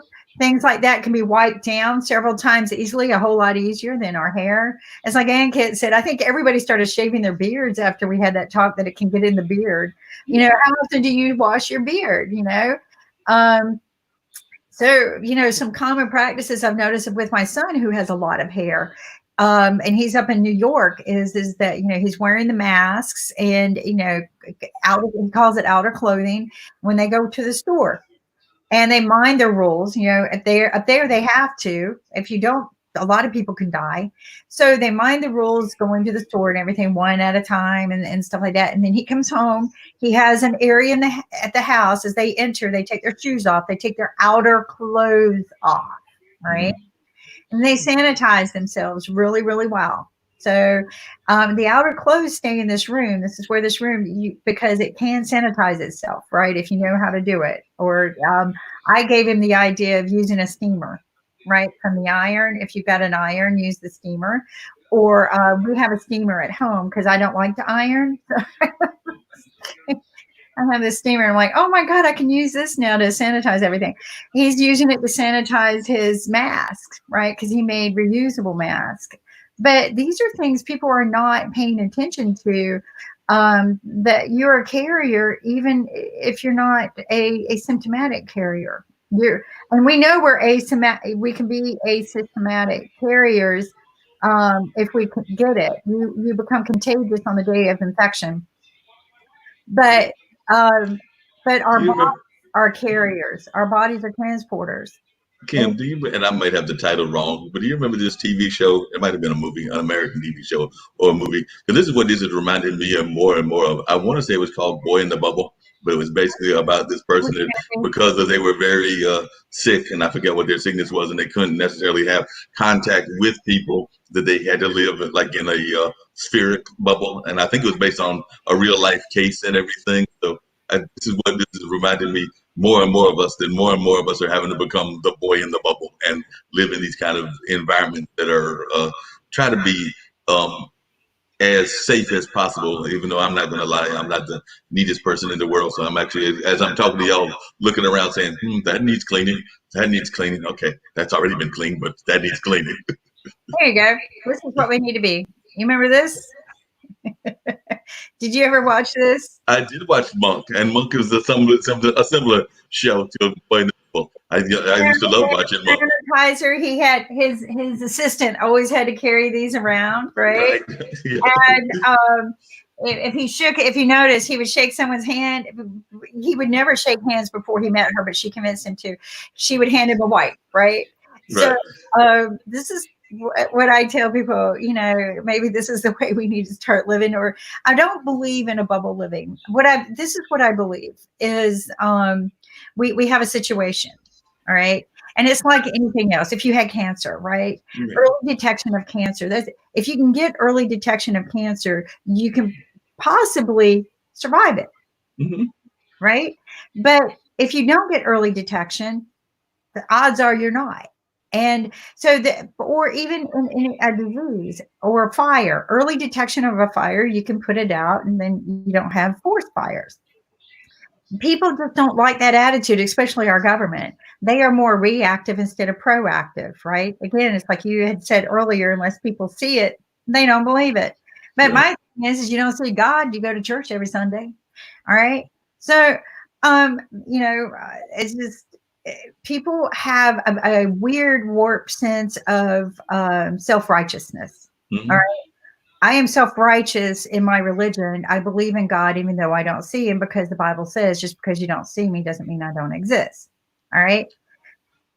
So Kim, I had a quick question based on what you just said, and I'm just curious. I want to jump in the future here because you have, I know Nick does, and I think you mentioned that you have a little bit of a legal background and things of that nature. That being said, what I'm curious about is when we go back to work, let's assume that we can all go back to work in September. I know that's a big jump, so it might not happen until October or November. It might happen early, but let's just say September. We all go back to work, and somebody has and Nick, you might want to jump in on this as well. Somebody has a simple wanted a lawyer, so I heard a simple call. Somebody has a simple call and just a simple cold or whatever, and they get sent home. Now, let's say that they're told to stay home until the cold passes. We know that sometimes colds can last for a week or so. And after the cold passes, they then try to make it a legal case saying that I've lost X, Y, and Z amount of money because the corporation told me to go home because of what's going on. So that's what I'm afraid of, that we might get these crazy suits. We love to sue folks. So I'm just wondering, what do you think would they have a legal ground to stand on? You're sick. Stay home. Stay freaking home. You know how many times I've gotten sick because people came to work sick, and then I'm the one who goes home and stays for 14 days because I'm going to wait it out. People come to work with fevers. Idiots. I want to fire them. There are times that I ask my boss, "Can I fire that idiot?" Right. No, we cannot fire people because they come to work sick. Why not? Because they just made the whole department sick. A cold could be more painful than a flu. Oh my gosh, we got kids. Fire them. That's what I said. Hey, how's it going? I want to fire people who go to work. And these people, Mark, look like serious podcasters. They have those. They look like they're ready to be podcasters. You know, I mean, the thing is, there's Walter Football has this huge microphone. He goes, the microphone is here, and then he's here. Hi, I'm Walter Football. I'm talking to my microphone. You know, there's serious podcasts because I've been in work environments where people. I'm gonna get a big fake microphone and stick it right here. Hey guys, I'm a podcaster. People be concerned about that. Just like I know, what happens if I get forced to go off of work and everything. But I agree that in this kind of environment, drastic measures have to be taken in this kind of what we're going through. But I do know that there's some people that might try to argue that drastic measures, and because we are a country of suits, and I fully expect, just like we've seen the rebuild North Carolina, the rebuild the world, people from all over the world wanting to have their economies opened. I fully expect, I hope I'm wrong, but I fully expect that somebody after this happens will come across and try to do some crazy suit that involves workers' rights and everything. And already done. Mark, everybody's going to die except the podcasters because they stay at home anyway and don't do anything. I mean, come on, let's get real. Here's our future, guys. So check. They're our future? Oh, wait, who are they? Hey, who are they? Introduce yourself, Mr. Future. Yes, please introduce yourself. I'm just thinking about our young podcasters. Then we'll jump in on you. I mean, we'll talk to you. Time out. I'm not gonna do the official introduction. I'm gonna let them, but look at their title. Acting Like We Know. I know, acting like we know. All right, guys, I'm going to give you the spotlight. I want you guys. Drum roll interview. I want you to do your drum roll intro. Let's hear it. My name's Jeremy. And I'm Justin. And we're actually related. And we decided to start a podcast about 6 months ago. Yeah. We just wanted to make a podcast, make people laugh, have a good time, enjoy ourselves. It's actually a funny story too, because we were just talking about podcasts one day and we're like, do you want to start one? He's like, dude, I've been thinking about it for a long time. I was like, really? Yeah, me too. So we're just like, let's do it. So we figured, since we're both the kind of the funny ones in our family, that we would do a comedy podcast. So it's just, we have all sorts of segments. Like we vote, we have say, for example, here, I'll use one example in one of our episodes. We do a vote for president, and we say Eminem or Dr. Dre, just because it's like wild and it would never happen. So then we just kind of discuss that. So yeah, we have serious segments, funny segments. It's kind of a little bit of everything. We just want to bring some entertainment to the world and have some fun doing it. Especially during now too, everyone needs some comedic relief. So it's just, if we can make people laugh, that's the goal. So, just, we're on all podcast platforms and Facebook, Twitter, all that stuff. Right, yeah, YouTube, all that. Like our YouTube is still kind of because we still need to get a camera and stuff. So yeah, we're just audio right now. We plan on doing video eventually. Yeah. You need a camera. What are you beaming on right now? If you got a webcam. What? A webcam? A webcam. Oh, I see. You need a serious camera, right? Okay, right. Here we go. Here we go. I got one right here for you. I'll send it to you. Here. Oh, wait, this isn't so serious, but it's a camera. But it's not so serious. Money. You want a serious camera. We've been in the TV industry for years. Right. Yeah. We $1,000 a minute on studio equipment. Don't wait for me. You look beautiful. You look great. You look great on your webcam. So I don't know why you want to spend and waste your hard-earned dollars on a camera, but if you want to, you can go ahead. What city are you in? What city are you in? Seattle. No way. No way, buddy. No way. Go Hawks. Yeah. I can't believe it. I used to live in your great city. Actually, I lived in Shoreline. Russell Wilson. Are you guys actually in the city of Seattle, or are you outside? Where are you at in Seattle? Outside. I'm in Everett. He's in Linwood. In Linwood. I also lived in Bellingham. You probably know where Bellingham is, right? Yeah, near the border. Yeah, I lived in Bellingham and also in Shoreline, so I'm totally familiar with Go Hawks, baby, go Hawks. Yeah, okay. Nick has lived everywhere. I swear, he's gone to every school and he's lived everywhere. I've lived everywhere. I've done everything. I'm omnipotent, so I know everything. So you guys act like you know. I'm going to change my title. I know. Okay, so the thing is, this way, acting like you know and I know is a totally different thing. Okay, so you guys are in Seattle, Everett, and Linwood, and you decide to start this podcast, but you joined all these platforms. I don't even know what these platforms are. What are they? Explain those platforms that you're on right now. Well, we go through a site called Buzzsprout where we just put we upload our episode once, and they upload it to all the platforms. Such as Spotify, Apple Podcasts, Google Podcasts. I don't know any of that stuff. Okay. Yeah, it's just a hosting platform that you store your data on, and then they upload it to the platforms for you. Right. Okay. Yeah. All right. So the thing is, can you run Pod TV through podcasts? Because we do television. We don't do podcasts. Can you actually? Could we run our show through a podcasting platform? I guess that's the question. I think it would only be audio. I don't think it would be video. Yeah, they don't. Nick. We rely too much on TV. Right. All right. So we aren't there. Because every time you do something like this, nobody's going to see it, and that's funny, right? Right. Funny. Look what I got. Right. Do you guys beam into India? We're all over the world. We get the world? Okay, good. Yeah, we get a few people around the world. Like we've had Philippines, Ghana. Wow, India just arrived. There's Ankit from New Delhi. You know, yeah. So they actually live in the Seattle area. Jeremy and Justin, the JJ Show, right? They're in Seattle area. And how long is your show anyway that you guys do? It varies from 45 to over an hour. Really? Depends. Yeah. We try and keep it. Do you have a guest on, or is the show just you guys carry it and create it and do it yourself?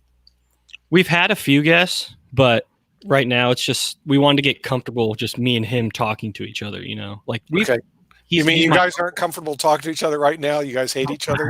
You said you're related, so that means you right. We just wanted to test it because we've never done anything like that. I've never talked to each other before, so you're testing it out. You're related. Is that what you're telling me? I'm just trying to get it. Talking into a microphone and microphone. Stuff. Yeah, get used to all the stuff around you and flow. Okay. Right.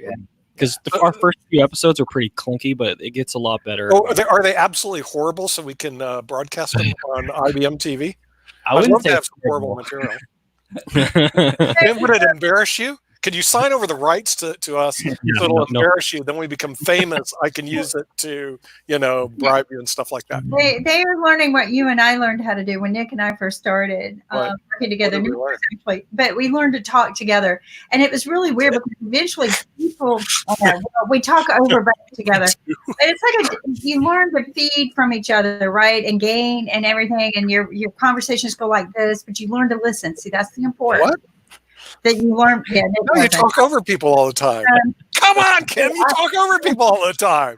I have, but Ankit knows how to stop me. He just presses the button. Is people would come to us and go, "Oh my God, you two are the next, Joan and whatever. You two are the next," because we learn to work it together. Justin and Jeremy together. Right?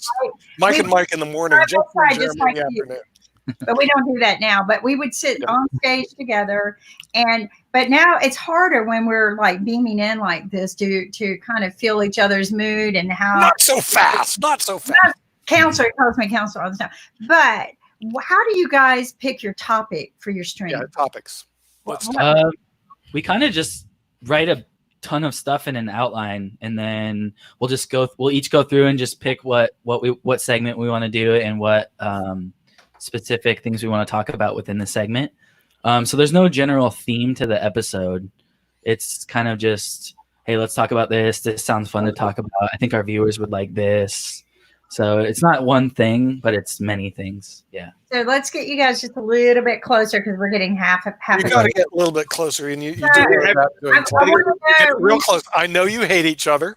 I know you guys don't talk to each other, but you got to for the camera. Now there's two other things. You can actually push the camera back further. Yeah, Okay.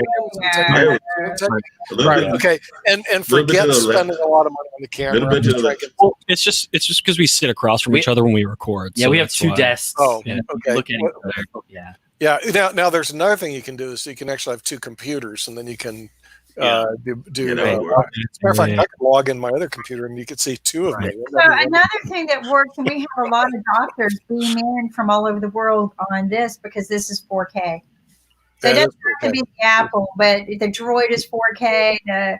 The phones are, so you can beam in and out. Nick and I, we've actually used cell phones on our sets. We replaced them with cell phones, so you can use the cell phone and then route the sound through your other system. So there's various different ways you'll learn because you're small and young and techy, but.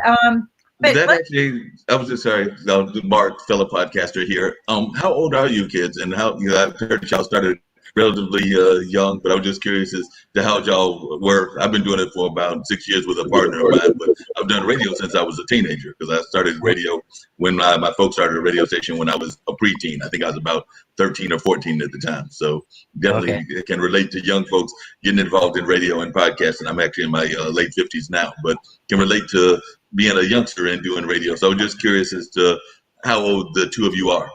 I'm 32 and I'm 28. Yeah. Way to go. I'm actually his uncle, if you can believe that. I did believe that. Yeah. He's my brother. My nephews are older than me. So no, way to go. So I love the way you emphasize your sports. Are both of you guys Seattle fans, or is your other side of the office a different? No. Yeah, we've lived here our whole life, so right. Yeah, we bleed Seattle through and through.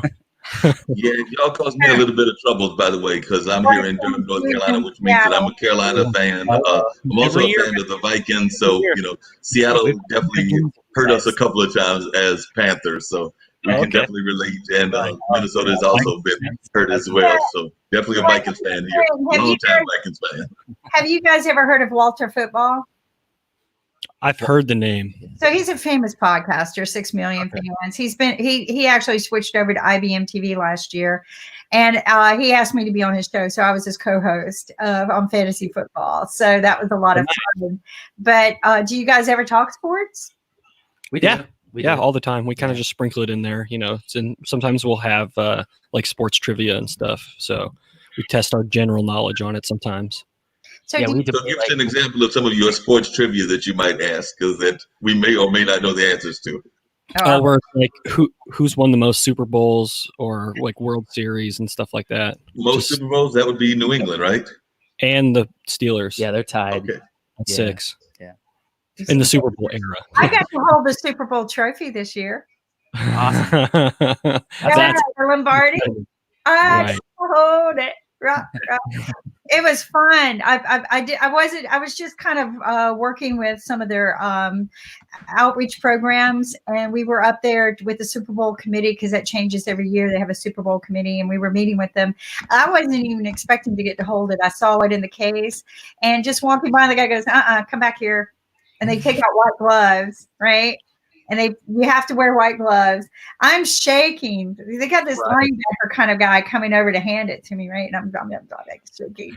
He goes, "Don't you drop this? Don't you drop this?" And you think it's going to weigh 200 pounds, right? Because it looks big. It's super heavy. It does, right? So the weight of it is truly the responsibility of it. Okay. It only weighs 7 pounds. What? Wow. Yeah. Really? Yeah. So the weight of it, because like when he handed it to me in my mind, I went, right? But it's responsibility. It's everything that it represents. That's the weight of it. It's Right. what it represents, right? And you're holding something that represents billions of dollars in industry a year, millions and millions of hours of sacrifice, of people just battling it out to what? To have that one moment of holding it. And who do they get to? Me. Well, just imagine if she had dropped it. Right? No, but somebody used it as a baseball bat one time. I don't know if you heard the story, and that they were goofing off, and one of the players, like somebody pitched him something, and he hit, and it dinged it. So that's a true story, but it's gone. I didn't see the ding, but I was too blown away of holding it that I really wasn't looking at it. I was shaking the whole time. In fact, I asked the guy, "Can I get a second time?" Because I really wasn't smiling. Can we do this over? I couldn't. I was so nervous. I really couldn't smile. I was like, I mean, because I know what that represents, especially to the people who just really get into football. So let me ask you guys: do you ever have guests on your show? We've had a couple. We've only had two. Yeah. We want to have Who were the more. two guests? Oh, it was our cousin, and then one of his friends from high school. Cool. Yeah, he was on a TV show Love at First Kiss on TLC. Had this big awkward kiss with this girl, and it kind of went viral on the internet. So we had him on to kind of talk about that And how LA is and what the actor life is like. Yeah, he's trying to become an actor. So Oh wow! So that's cool. So you had somebody famous. Right. So who would be your ideal guest? Who would just really make your day rock? Oh man! If we could pick anybody, Yeah. A dream guest. dude, it would probably it would have to be a Seahawk, right? I don't know. Maybe for you. For me, dude, I think it'd be great to interview either like Bobby Wagner or even Pete Carroll. That's always one thing I've always wanted to do. I think mine would probably be a musical artist. His name is Tech9. I don't know if I've heard of Tech9. Yeah, I've been music with Tech9. Okay, yeah. So that would probably be mine. He's kind of my favorite music artist. So what kind of music is that? Now, y'all mentioned something. I had a quick question. Now, you said earlier that y'all had a presidential false presidential thought in one of your podcasts. Dr. Dre versus Eminem. Who won? Well, it's not really like winning. We just pick who we think would be better in the situation. And I picked Dr. Dre just because I think he would be more calm, and I think Eminem's more of a loose cannon. Probably wouldn't be able to really rely on him. So yeah, well, Dr. Dre is a little more diplomatic. So Dr. Dre would be more like Obama. Eminem would be more like our current person. So or George Bush. So I heard Bush the other day. Got on and just gave words of wisdom, words of peace and wisdom. That's all he did. He wasn't trying to take over a campaign or anything, but he was one of our presidents, and I think he felt the need just to speak. And there was always something wonderful about his voice, right? Mm-hmm. He was just so calm, even during 9/11. My gosh, when that man spoke, my heart just opened up. I believe you. I know you're going to take care of us. So there's something to be said about somebody who's not a loose cannon, right? That's got your back. And you just feel that way, regardless of what people think about what kind of president he was. I always felt like he was the kind of guy I could sit down and have a bottle of pop with and go, wow, we had a great conversation, right? Right. And so who's your ideal president? I want each of you. Ooh, ideal president. Just out of the ones we've had? Or historically.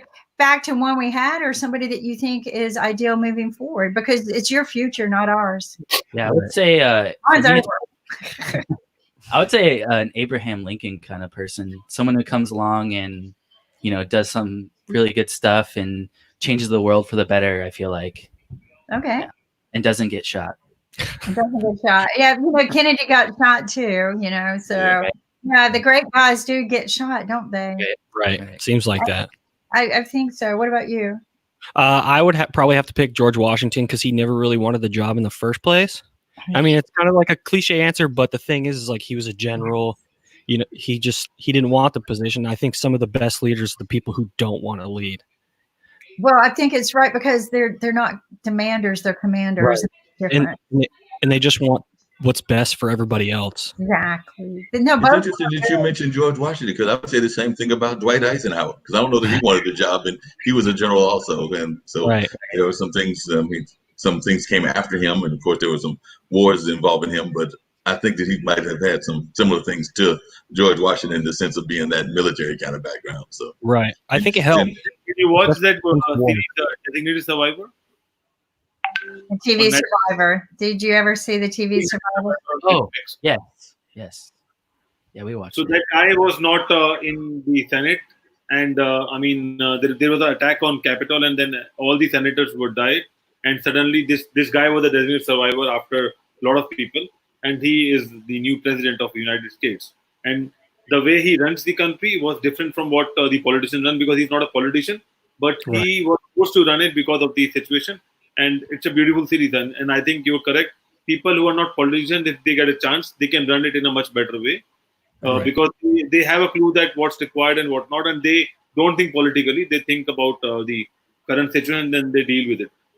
So I want to know from you guys as well, while we're on the topic of political and your future, and he's got a good point there. What do you think of George Clooney if he ran for president?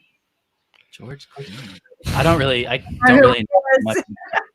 Yeah, I mean, I haven't really paid much to what he's said in like politics and stuff. Like I just know him as a really good actor. Yeah, but is that well, along the same lines, what about Oprah as president?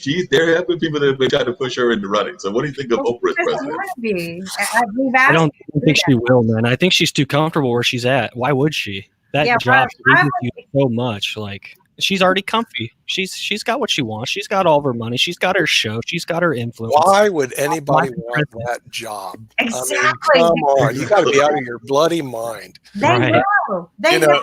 You know one thing. Who's that? Mark Cuban. Okay. Cuban. Reality TV show host. Great, just what we wanted. The thing is, if these people are really smart, they don't want the job. I mean, come on, it's a horrible job. Half the people are going to hate you. I mean, no matter what you do. So and you're always going to be half wrong. You're always going to be half wrong. I mean, the thing is, it's a horrible job. I don't know who in their right mind would want it. So it attracts people who are not in their right mind, and that's what you end up getting as our leaders. It's kind of like the way it is. Hey, Nick, what do you think about the concept of either Mark Cuban or Elon Musk as president? Maybe I'll get them as well. I like both. This is what I want is another circus in Washington, D.C. Come on. The funny thing when Trump got elected, they said, well, what sort of president is he going to make? I said, you ever see the show Celebrity Apprentice? Oh, yeah. That's You're fired. You're fired. Seems like it's already been like that. It's a reality TV show, 24/7. Yeah. That's what we got. It's just one person in charge of 350 million people is just ridiculous, in my opinion. Yeah, well, he's not. He's got all. There's he's got to deal with. So. I think it needs to be a committee now. I think that we don't need one leader. 100%. I think we need a team of leaders, especially given the situation that we've just been hit with. You need somebody who can globally communicate as well and build bridges, not build walls. I don't think we need walls. I think every time you build a wall, go look at the walls and where they are today. There aren't, right? Every one of the walls that existed many years ago, they travel around the country. Look, this was the wall of Russia. This was the wall. They never accomplish anything. But it's somebody who can build a bridge, even if it's with your enemy, because there's a wise word, keep your friends close, your enemies closer. So as young people, I think you need to think that way. And I think that we need to get away from our common way of electing presidents, because only the rich presidents can make it, only the rich people, because the campaign requires millions and millions of dollars, right? So, and it takes forever, they have to go on this campaign trail. Why? Why not just have one day, everybody votes that one day for the primaries, and then you vote for the president down the road? But I think we need to get rid of all of this campaigning crap, and I think it needs to be active. What do you think, guys? I agree. Yeah. Just I agree. Donors and just people. It's just the whole thing. I think is dumb. It's old. It's old. We need to update it somehow. Like I'm not a politician or anything, but I just know that from the fact of what I've seen in the last 28 years. It's just it needs to change.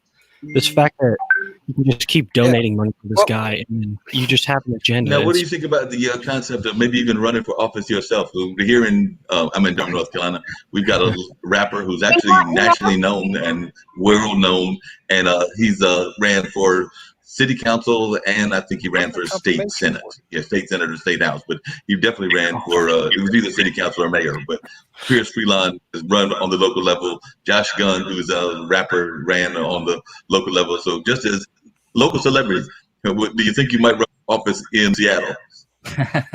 I think it's really hard, man, because I'm not cut out to be a politician. I can tell you that. I think I could do it, but I just don't want to. Good answer. Stay away from them things. You know, spend more time at the Seahawks game, baby. So let me tell you about raising money. This sent us all $1,200 stimulus checks. You know what we need? We need a viewpoint. We need a viewpoint from Russia. I need somebody from Russia to show up. Oh, there he is. Wait a minute. There he is. Somebody from Russia. Alexander Starr. Get this guy back on, man. We need a Russian here, baby. Okay. A Russian who lives in Canada. Before we go, do either of you guys play chess? No, before we get Sasha on, do any of you guys play chess? I have a little bit. I'm not very good. Here and there, yeah. My friend I play against, he whoops me every time. So So let me tell you something. Russell Wilson is an avid chess player. Yeah, Russ Wilson. Do you guys know Russ Wilson by chance? He's a good friend of ours. Yeah. We should bring him on. We should bring him on the show. Have you ever met Russ Wilson? Have you heard of him? He's a guy in Seattle. Russ Wilson. No, haven't heard of him. No. Okay. Anyway, he plays for this team. He's a good friend of ours, so we're going to bring Russ Wilson so you guys can meet Russ Wilson. Your attorney general, Bob Ferguson, is probably one of the most prominent. You guys know the Attorney General, Bob Ferguson? Heard of him. Yeah, heard of him. He's been on our show too. Very smart. Okay. Yeah, matter of fact, he's on one of our shows. We have one of the best attorney generals in the country. He's a good chess player. And he's a good chess player as well. So, Sasha, the Attorney General in the state of Washington. I draft because I got a fantasy football team coming up. You know who is the most famous player from Seattle? Sasha. Yeah, I know who it is. Most famous player in the world. Yeah. That's right. Yeah. Now Sasha's from Moscow, where they drink vodka, play chess, and watch ballet. That's kind of what Russians do. Because what do? I drink vodka, play chess, watch ballet. What? That's weird. We're from Russia, but he now lives in Canada, so you got to speak Canadian. You guys know how to speak Canadian. Yeah, that's right. Let's go. By the way, I just finished talking to Lev Psakis, Grandmaster. I know who Lev Psakis is. He's also an attorney, by the way. At one point, he was one of the strongest in the world. Of course, he's older now, but we just talking about different aspects of chess, and we reminded this story. He was telling me that it's incredible chess culture in Russia. Not only that at one point they dominated chess on the highest level, including world champions and all the top grandmasters, but also that the culture was that almost every schoolboy knew how to play chess and played on quite a high level. And it was a story, I think I mentioned it once, when Dutch grandmaster Hans Rie, he went to one of Russia and he played in one tournament and he came back. So people were asking how he enjoyed his trip or so on. He said, I will never, ever go there again. So they asked him why. He said, because I always had a feeling that any bus driver would crush me in chess. Oh, that's true in Russia. Russia, it's a religion. Yeah. Russia's so different. Okay, and the thing is, if you get tired of listening to chess stories, you drink your vodka. Well, the thing is that Sasha has a really unique chess website, chessstars.com. You can go there, but he's also hosting a wonderful TV show every Saturday. And then he does a talk show on Sunday, which is quite funny because chess players have quite a sense of humor that you don't normally hear about. So, so definitely if you get a chance, especially if you want to learn how to play chess or be inspired, Check it out. Go check out chessstars.com. Not that I'm here advertising, Sasha. She's a paid political advertiser. Oh, by the way, I'm sharing a site with you. Do you see my site now? No, we don't see anything, Sasha. Really? No. Oh, I'm disappointed. I am disappointed. I mean, you got to press the share screen. Or now these young guys are tech guys. They probably can know how to press share screen. Fair And you guys are acting like we know. Jeremy, do you guys have a website that you could share with us? We don't have a website right now. We're pretty much using, We're working on Facebook and all those. They don't need a website. Their kids and Facebook works. Oh, wait, I want to see Chess Stars. There we go. Wow. Oh, you see it now. There I we want go. to show you what's happened to me, what a disaster it was. Watch this. Don't tell me you played Lev Sakas. No, I played Alexei Shirov. You played Alexei Shirov? When did you play Shirov? Number 2 player? Yesterday. So, guys, see what I You have played to show Shirov yesterday?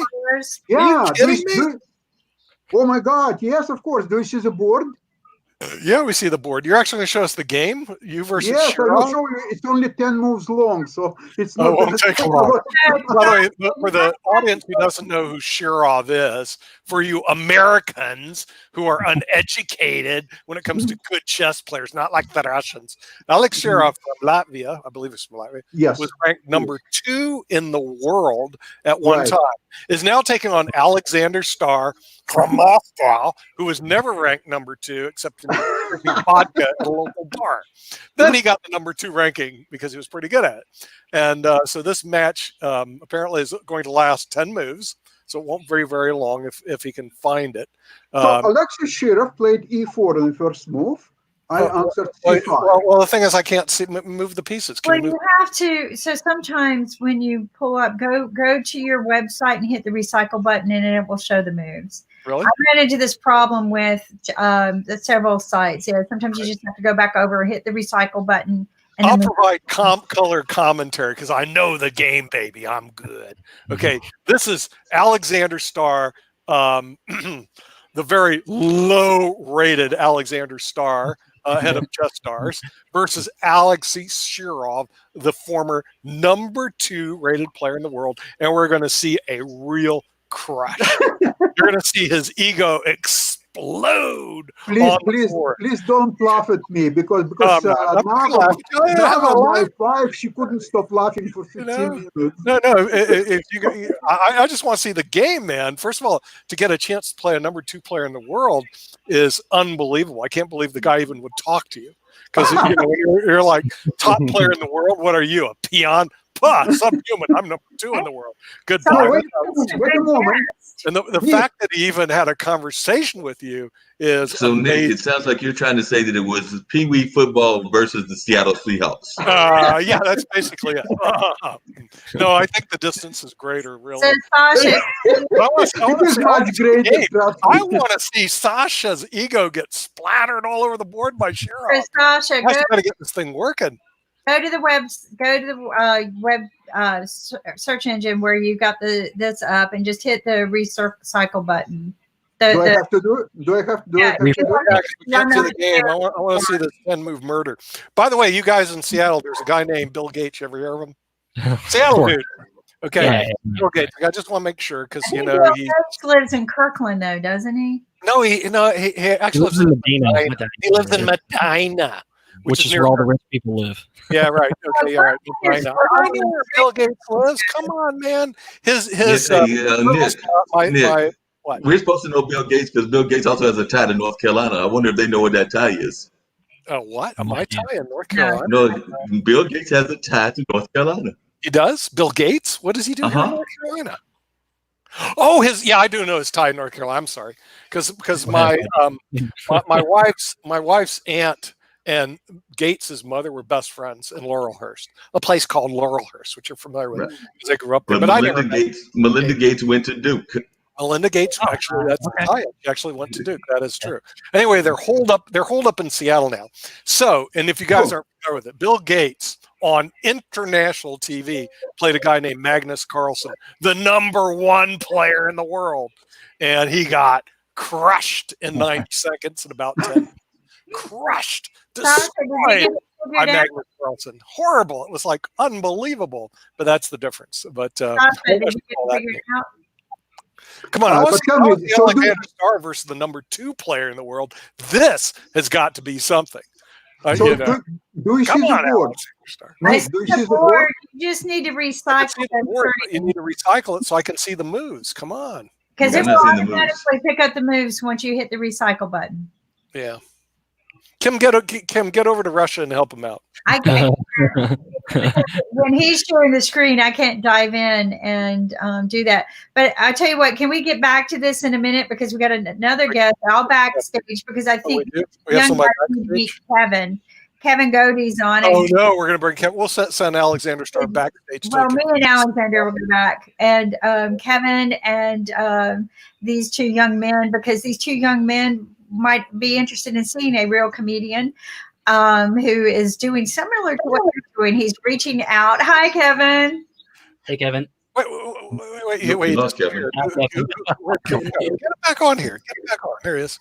There he is. Kevin has arrived. That's You have it. to tune in and out. Now for you young Like Jeremy and Justin, you young punks in Seattle, you're now going to meet a real comedian. There he is, Mr. Kevin. Kevin, tell him how good you are at comedy. Come on. I won't do that because I'll just let my show speak for itself. Oh, here you go. No one goes down. You hear that, guys? They're in Seattle, baby. Go Hawks. Go Hawks. What's your show called? Go My Hawks. show, I have several guys. By the way, how are you? How old are you? Just so I know, not to say any dirty words or not. 32. Yeah. 32. How old are you guys? 32, 28. 32. 32 and 28. I Let me shaved last see night. those IDs right now. I don't believe a word you're saying. Okay, 12 and 13. Let's go. Seahawks, huh? Listen, Marshawn Lynch, run the ball in. Pete Carroll, run that ball in. I had money in you guys, and you guys suck. You didn't run. Who is that guy, Marshawn Lynch? You should fire that guy, Pete Carroll. He was not No, fired. Pete screwed up. Pete screwed me out of $1,000. That was the last time I lost betting on the Super There we Bowl. go. Come on, Fox. Did you mess up in fantasy football on that game? Just This is Mark. Run No, the beast. hey Mark, what's up? No, fantasy football isn't played on the Super Bowl. But, beast. Oh, right? Yeah, you gotta run that ball, guys. But listen, I'm not telling you anything you don't know. To answer your question, my show, I have a few of them, but one of them is called Gutting the Sacred Cows. You can see here by my brand new T-shirt, which you can find at guttingthesacredcow.com. There you go, pal. There you go. All right. Gutting the Sacred Cow, guys. If you're film fans, it sounds like you are. Why don't we try this? It's myself and another stand-up comedian, and we invite guests on to come and talk about the film. They pick a film that they absolutely hate or find overrated, and they come on and they try and convince us to see their point. Now, here's the twist: we don't have, you just can't pick any film. Anyone can take down Friday the 13th Part 6. That's terrible. So you have the film has to meet one of 3 criteria. It has to be box office success, or critically acclaimed, or widely beloved. So we just taped a few episodes last night. One guy chose Philadelphia. Another guy chose Parasite. And on Monday, another guy is choosing 2001: A Space Odyssey. So we're all over the place here. So it's going to take a lot of skill to knock down some of these films that are so highly regarded. Now, sometimes we're going to agree with them off the jump. Sometimes it's going to take a little bit of convincing. And sometimes we're going to say, no chance in hell is that argument going to hold up. So, we're on YouTube. We're going to be on IBM TV this weekend and Monday actually starting. So there, you look forward there. But YouTube, we're on any podcast you listen to, platforms, Google, iTunes, Spotify, iHeartRadio, we're there. So if you're film guys and, you're into, 2 guys, cracking each other up as well as our guest, then we're the spot for you. They're pretty smart, and they did something very unique as well. They interview everybody about different, team topics, right? But they tell them about the Eminem and Dr. Dre. Tell them about it. So they do this thing. They did that, and then they did the Love at First Kiss that went viral. So cool. they're pretty cool. I don't know any of this stuff, but do you any guys, since you're comedians, you're all at funny stuff, do you guys know this guy called Larry the Cable Guy? I never hear of him. No. You're saying yes or no? Nick, this is 2003 calling, buddy. Catch back up. Right. I mean, have you heard of him? Yes, of course. I just want to know because Tim got a hold of this guy, Larry the Cable Guy. Okay, and Larry the Cable Guy goes, "See my agent." Yeah, Larry. Here, Larry. Here's my agent. Well, no, he said he would love to be on the show, kind of thing. But he said talk to my agent. Why do I want to talk to the agent? I don't want. Let me translate Hollywood for you. Let me translate Hollywood for you. That's a no. No. Let me translate IBM TV for you. Let me translate. Larry, we don't want your agent on the show. Hello. That's what you can I think we've got a better chance of getting some of the folks from Andy Griffin than we do Larry the Cable Guy at this point. You have a better chance of getting Charlie the Cable Guy. Cable Guy. We don't want his agent. We want to talk to him. Who got Neil Shapiro? I don't know. You asked him. He got okay. You work him. I'm not going to work him. But if it was law, I would tell him, dude, I don't want to talk to your bloody agent. I want to talk to you. Some people won't schedule without an agent. They will not. Because they don't know their computer. I'll tell my secretary. And here's how they do this. They hide behind their agent, so the agent looks like the bad guy, and they don't. So that's Hollywood speak 101. Snotty people, man. They're snotty Americans. Come on, McCann, tell them you got 1.3 billion followers in India, and these are snotty Americans. I mean, America's snotty. You know, talk to my agent. Kevin, it's Mark here. I got a quick Larry the Cable Guy, Mr. Cable Guy, if you're listening to this, people in India don't even know who you are. Movie that you think you would take down? Because we did this on the podcast, and we had my guests come up with some interesting movie ideas, but there's some popular movies that you think need to be taken down. And by the way, Kevin, I'm not too sure that you're going to be able to take down 2001 Space Odyssey. That was actually a classic. Mark, that's going to be one of the easiest ones to take down. That film is an absolute snooze fest. It is boring. Thank you, Tim. The only thing that movie is known for is the music, and that is it. That film is boring. It's going to be an easy layup. Not a problem in the world, Mark. That guy, in fact, the guy who's doing it, J.L. Cauvin, he's now doing the voice of Donald Trump on Howard Stern these days. So he's killing. This is a 2-0 fastball, Mark. Home okay. That movie is a bore. That movie works faster than Ambien does, Nick. Let's get with the times, guys. Actually, guys, give me a couple of things you think that are overrated or just flat out hate. I'm just curious to see where you guys on. Yeah, they don't watch movies. I mean, obviously they all were, but is the second Star Wars movie, The Last Jedi? Terrible. We did it on the podcast, as a matter of fact. Some guy brought that on there and tore it apart. Right? Yeah, it was literally just like an hour of them crying they were on a ship and they couldn't escape from the ship that was behind them. It's like, are we going to do anything? Or are you just going to have two ships mindlessly chasing each other throughout space and whining that you're going to die? That's how and the Benicio del Toro was about half hour, 45 minutes of nothing. It was horrible. It did not pay off. It dragged. Hey, Kevin, speaking of ships, I got another movie for you that I'm thinking probably is easy to take down, but what about the Titanic? Because we all know what's going to happen. The ship is going to sink. We did that film as well. Titanic overrated. Very overrated. Not good. Oh, overrated or horrible movie? What is it, Kevin?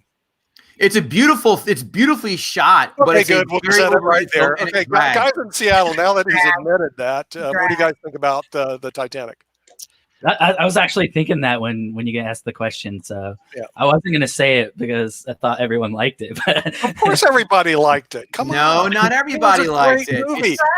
There's always these misanthropes out there, and these people that are degenerates that hate it, and you know you can't do anything about that. But everybody, you're right. Everybody that's a normal human being liked it, and then there's the degenerates. They're the ones that hated it. But the people who liked it, guys, are the ones who are dopey, who need a happy ending all the time, and they need something that's 2.5 hours for a full tank in an hour. See, this is where Kevin, man, he's local parentis, man. Let me tell you something. It's a happy ending. The dude bloody drowned. Movies are hard to make a case about. I mean, how are you going to make a case about? Kevin's idea of a happy ending is somebody drowns. They crash. You get two people who love, one drowns, happy ending for the Here's the biggest problem with the movie. Here's the biggest problem with the movie.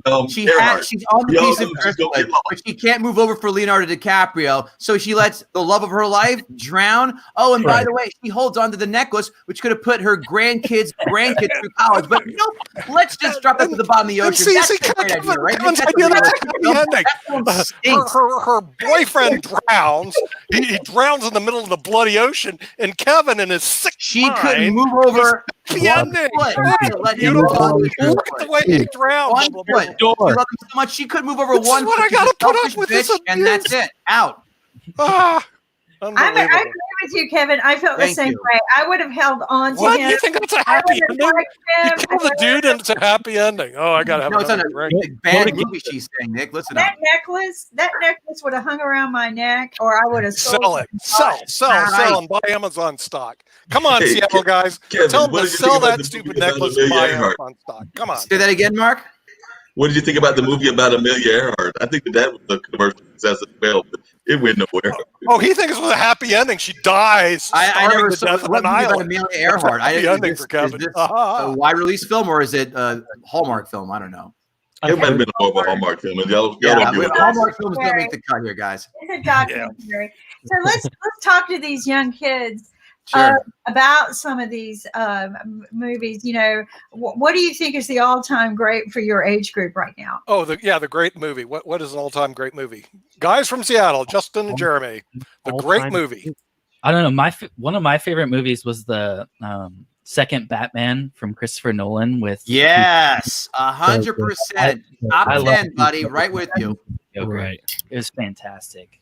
Yeah. Not a sin. The only flaw I had with that was the scene where they're on the boat with the prisoners trying to debate who's going to blow each other up first. Yeah. That was the only slow part. That film is damn near a flawless pearl. It was excellent. Excellent. Yeah, choice. it's a wonderful movie Or on Batman. Batman. Come on, it's a fantasy movie. You guys got to watch real movies. Oh, The and so is Professor and the Titanic, where Madman there's a boat was a sinking great and the woman movie, can't move and you over guys to probably the never driftwood. watched it. Okay, do you guys ever watch The Professor and the Madman? Say no. Say no. No. Okay, now let's see who was in it. Well, Mel Gibson and Sean Penn. It was a great movie because it was based on a real life people. Instead, Wasn't what do you Titanic guys based do? on a real Let's life go event watch too, Nick? Batman. Hi, I'm Batman. I'm Batman. I'm a You can't fantasy talk about a man. movie. You can't talk movies to this guy, guys. You can Come talk on, about no, Chester, because but I not watch movies. good He doesn't know real what he's talking movies. about. You guys watch trash. You eat trash food and you watch trash movies. Hey guys, I watch watch this. Hey Nick, real did you see movies. Avengers? Watch It's it. the number one It's grossing called The film of all time. Professor and the Madman. Great movie on Netflix. Go see Endgame, it. better than Mel that. Gibson, Sean Penn, based on a true story. Everybody should watch it. Instead, I'm going to watch Batman. Yeah. Fantasy. And it's Hey, based Kevin, on in my La La young Land. podcast, It makes me what is the feel worst good. fantasy movie? Like I Come said, we on. know that Batman is a good movie. We know there's some other good movies. I know some folks that actually thought Catwoman was the worst thing they ever saw with Halle Berry. I actually didn't think it was all that bad. But what in your series is yeah, the I cut never bothered. It was looked terrible. worse? It was awful. I've read. I won't bother seeing it. I won't. Up in the Air. I love that one, Ann Kid. That's a fantastic choice Clooney. too. George Excellent Clooney. choice. Love Up in the Air. Yeah. But what's the worst fantasy movie? Am I acting like we know, guys? The need- worst you need to watch fantasy movies film, probably. based Hey guys, on I'm a sure you might true agree. Well, I mean, are we talking specifically comic book or science fiction? Because Comic book. Well, let me Comic tell you book. another good Thor, movie. Thor Harriet. 2 is the worst one by far. Thor 2. Oh Or yeah, two. that was pretty bad. What about the one Yeah, with you guys Al- live in fantasy Oh, land. You should Lantern. watch real That movies. movie was Green Lantern's awful. bad. Green Lantern's Awful. terrible. I'm with you on that. And same with Yeah. I like I'm not a big Infinity- Guardians of the Galaxy Part 2 fan either. I thought that was bad. Yeah, dude, the first one was amazing though. Yeah. This is why I didn't dig it. I get why people like it. It didn't grab me. But 80% of Marvel films are kick ass. I mean, Ant-Man 2 was a little weak as well. But I mean, So, Thor Kevin, 2, did you- Thor 1, I what didn't did- like it. Thor Ragnarok was insane. That was the best one. The whole. Now, what did you first think of the Thor Catwoman battle- with Holly, or did you like the old historical Catwoman? And I forgot that actress, but Julian, which there's a one did you bunch. like? There's Did you not Julian like any of Moore, them? Lee Merriweather with the Batman TV show ones, or Michelle Pfeiffer in Batman Returns, which that's a good one too. It's I thought pretty she good. was Sick American Which culture. one was Val Kilmer? Was that the Val Kilmer? That was a terrible one. That Val Kilmer was awful. Oh, Yeah. no, I like Val Kilmer. You like him, but that film is that Batman film is terrible. You're eating junk food movie. The movie you should see is Harriet. That's the one that should have won the best picture. It was about Harriet Tubman, a real live story, a great We movie. don't need a lecture every time you want to be entertained, Nick. I don't need that. I get that every day Won from the news and Academy reading Award. books. I don't need to be Instead, that entertained. I need to trash have a called historical value Parasite every hour won and it. 45 minutes of my day. So I got Trash. Parasite wins it. Harriet should have Parasite won. was excellent. I'm Excellent. going to silence you guys for a second. Yeah, okay, Justin and Jeremy, remember when you first started talking with us about what you're doing and you said we were learning how to talk together? Mhm. See how we talk? Learning. But Yeah, it's I'm just a lot of what not to do. Too many chefs. What not to do. Listen to this guy. A lot of what not to do. Now we know what not to do. It was interesting when they told me, you know, at the very beginning of our interview, they said we're trying to learn how to talk together, you know, how to do this. But sometimes just talking with each other, but you're going to have to go over each other. Nick and I, we kind of learned that dance a couple of years ago. And it seemed to work. People would come out of the woodwork going, wow, you two are great together. I find we do better when we're sitting next to each other. This has been interesting, but you know, you find your sync, right? You find what works. But what I found with Nick is if I listen a lot more, I can keep up with him because he's the smart one in our team. Listen, see, I've learned what works. If somebody disagrees with me, let's say Kevin disagrees with me, and I found this works. I just get rid of him. It's pretty simple. That's the reason it's good to be the director. Just get rid of him. I mean, you don't have to argue with the guy anymore. Oh, he came back, son of a gun. It must have been Ann Kid over there. But you know, I found out if somebody disagrees with you, movies, guys. Truman, Nate, Tim. Come on, you know, it's a real simple thing to do. But you press the button. Goodbye. Kevin, one of the things that you learned, and sorry, Nick, one of the things that you learned when we did the show this past Monday, and I'm sure that these young fellas will be able to agree, is that one, it helps if you have a good producer like I've got with Dean, and two, it helps if you're able to control, which you're able to do a lot more with radio, by the way. And by the way, I have to tease you fellas about something that you did that I was actually surprised about. But I have to give you just a little tease and just a little playful tease, so don't take it too wrong and everything. But you have a Buzzsprout website, because I know that for a fact, because we've got a Blog Talk Radio website. So Kim asked you had a website. You need to look and see what the URL is for that Buzzsprout, because you actually have a website already, because it tied in to your radio show. So you actually do have a website. Oh, they do have a website. They just don't know they have a website. Okay. Well, we taught these Seattle guys something, didn't we? Besides the fact that your Hawks Kevin's do have a website. For a long time. Thank you, Mark. You young men might not know this, but he also has a fantasy football podcast show as well.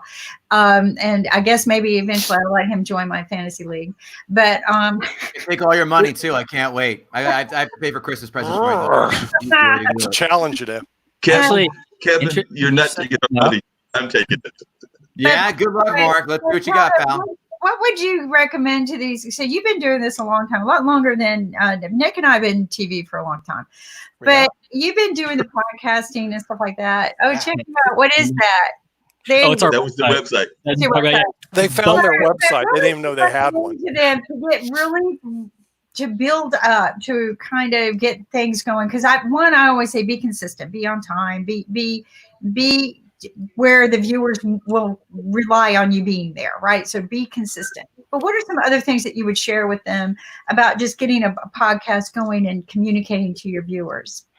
One thing is y'all doing a couple of things that I was really impressed by. And I'm just going to go ahead and say some of the things I was impressed by. One of the things is you are researching what you want to do before you do it. That's always a great thing to do. We try to do that on a consistent basis. When I invite the guests on, I have an idea of what their background is and things of that nature. And we actually do talk a lot to guests. Sounds like y'all are talking more among yourselves, and that's cool. I think Kevin does more of that. Well, he's actually got guests as well. No, Kevin just talks to himself. Come on, but he's got guests. He's got a co-host. I've got a co-host that's my engineer, but he will chime in, as you've learned, Kim, and Kevin, he'll chime in every once in a while. But the fact that y'all are researching what you're going to do is a good thing. The other thing that I would urge you to do, and I'm thinking that y'all are doing this on a regular basis, is have a consistent time that you're going to air. We're on every Monday night between 7 and 9. So if you can have a consistent time, it doesn't have to be weekly. It can be monthly. It can be bi-weekly, but just at least be consistent with what you're going to do. Those are the things that I would urge you to do on a regular basis. So research is key, having the consistent time, and having good, if you're going to get guests, make sure that they're good guests, that the folks that you are already engaged with are going to be interested in. So like I said, if you can happen to get lucky and find Russell or some of them other Seattle Seahawks players, I might not be listening because I'm a Carolina fan as well as a Minnesota Vikings fan, but the folks in Seattle will probably definitely be gravitating to you. Hey guys, so guys, ask Mark how many the Vikings and the Carolina Panthers have combined. Because Kevin's also a great podcaster I'm a big fan of Kevin, not just because he appeared on my show, as did Kim. You were invited, Nick. You didn't show up, so I'm hoping that against you.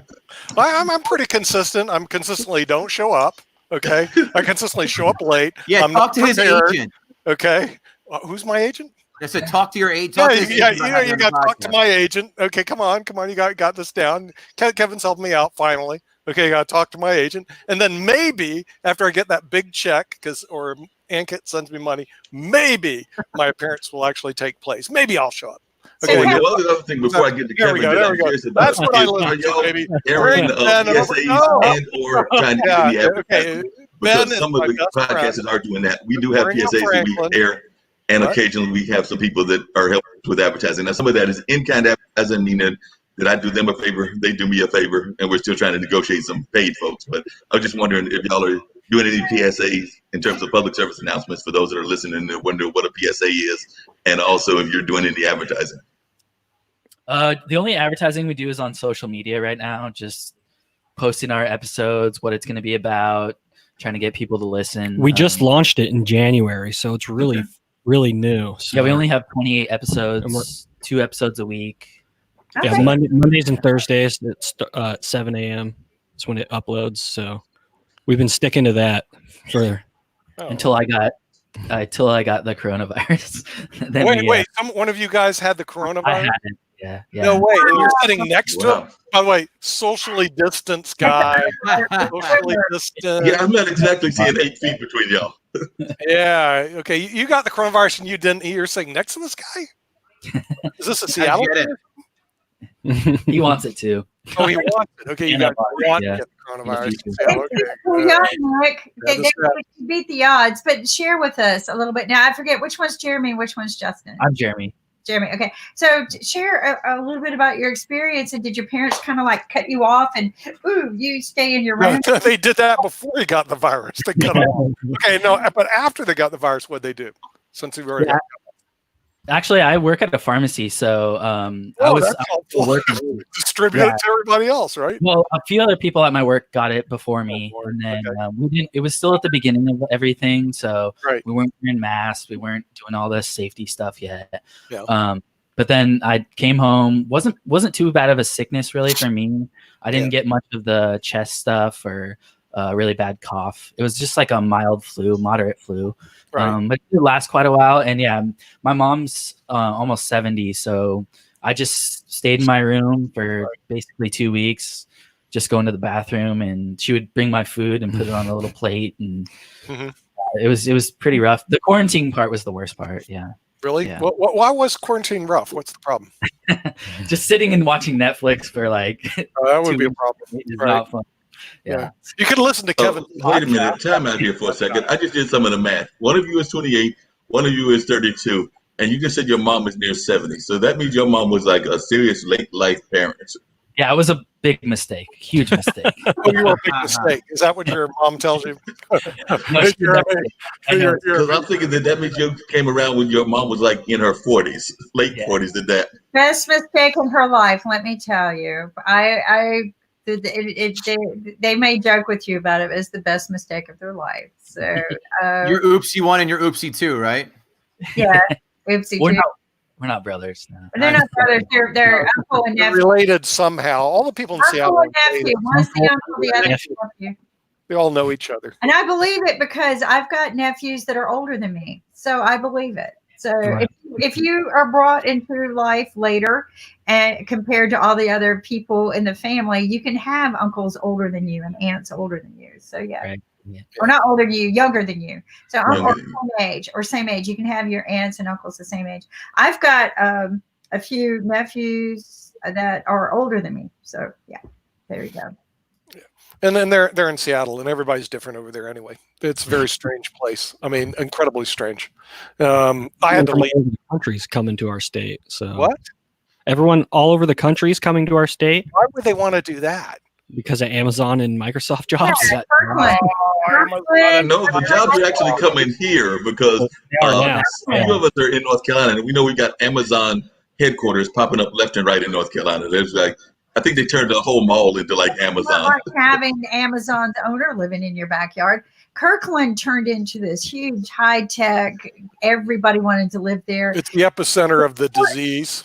Where the boats, where they have all the boats and everything. They have beautiful wells. The boats come in from Wuhan. Yeah. Okay. They land in Seattle, Kirkland. Bill Gates greets them, says, "I've been talking about this for years. Thanks, guys, you've arrived." Come on. That's reality. Right? Jeff Bezos gets good. Now everybody gets to stay home and buy my stuff. I mean, that's really what happened. We all know it's a big conspiracy. You guys in Seattle caused this whole problem. We didn't have this problem until these Seattle guys got a hold of it. And then they spread out through the whole United States. It's a big conspiracy from Seattle. So I'm trying to ask Kevin, I guess, to answer to these two young men. What are some advice that you would give them, given that you're kind of in that younger generation group? He's not that young, okay, guys, but he's there kind of. But he's been doing this for how many years, Kevin? He says 10 years being a stand-up comedian. Last time I heard. Yeah. But how long have you been in this entertainment stuff, Kevin?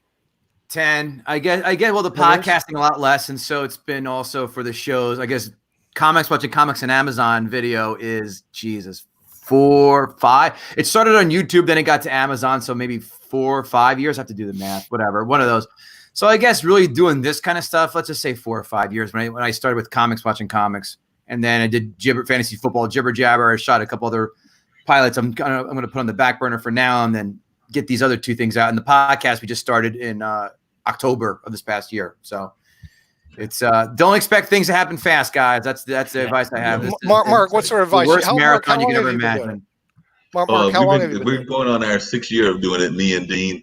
But like I said, I've done radio since I was a teenager, and I'm in my late 50s. Okay, all right. So what advice do you have for these young men other than? Well, I gave a lot of it earlier, which is definitely, and Kevin's so right. Don't think that it's going to happen overnight. Be patient, because it's going to take a while to get things running.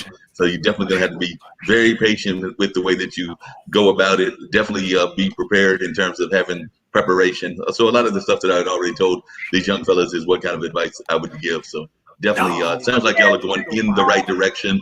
I don't think that you need, and I agree with what Kim and Nick said earlier, sometimes some of the earlier podcasters get too caught up in wanting the bells and whistles and all of that kind of stuff, and it's not that necessary. I think we use Blog Talk Radio. I heard that y'all use Buzzsprout, and there are some other great ones. Anchor's pretty good. So these are all platforms that then will do Spreaker or something else to get the platforms out there. But definitely, I think that you can do it and be very patient, but don't need the bells and whistles. I've seen people try to set up I've done radio, so I know what a mini radio studio looks like, and you don't need that whole studio. I mean, if you happen to win the lottery and you want to get that stuff, fine and dandy, but you don't need it to have a success.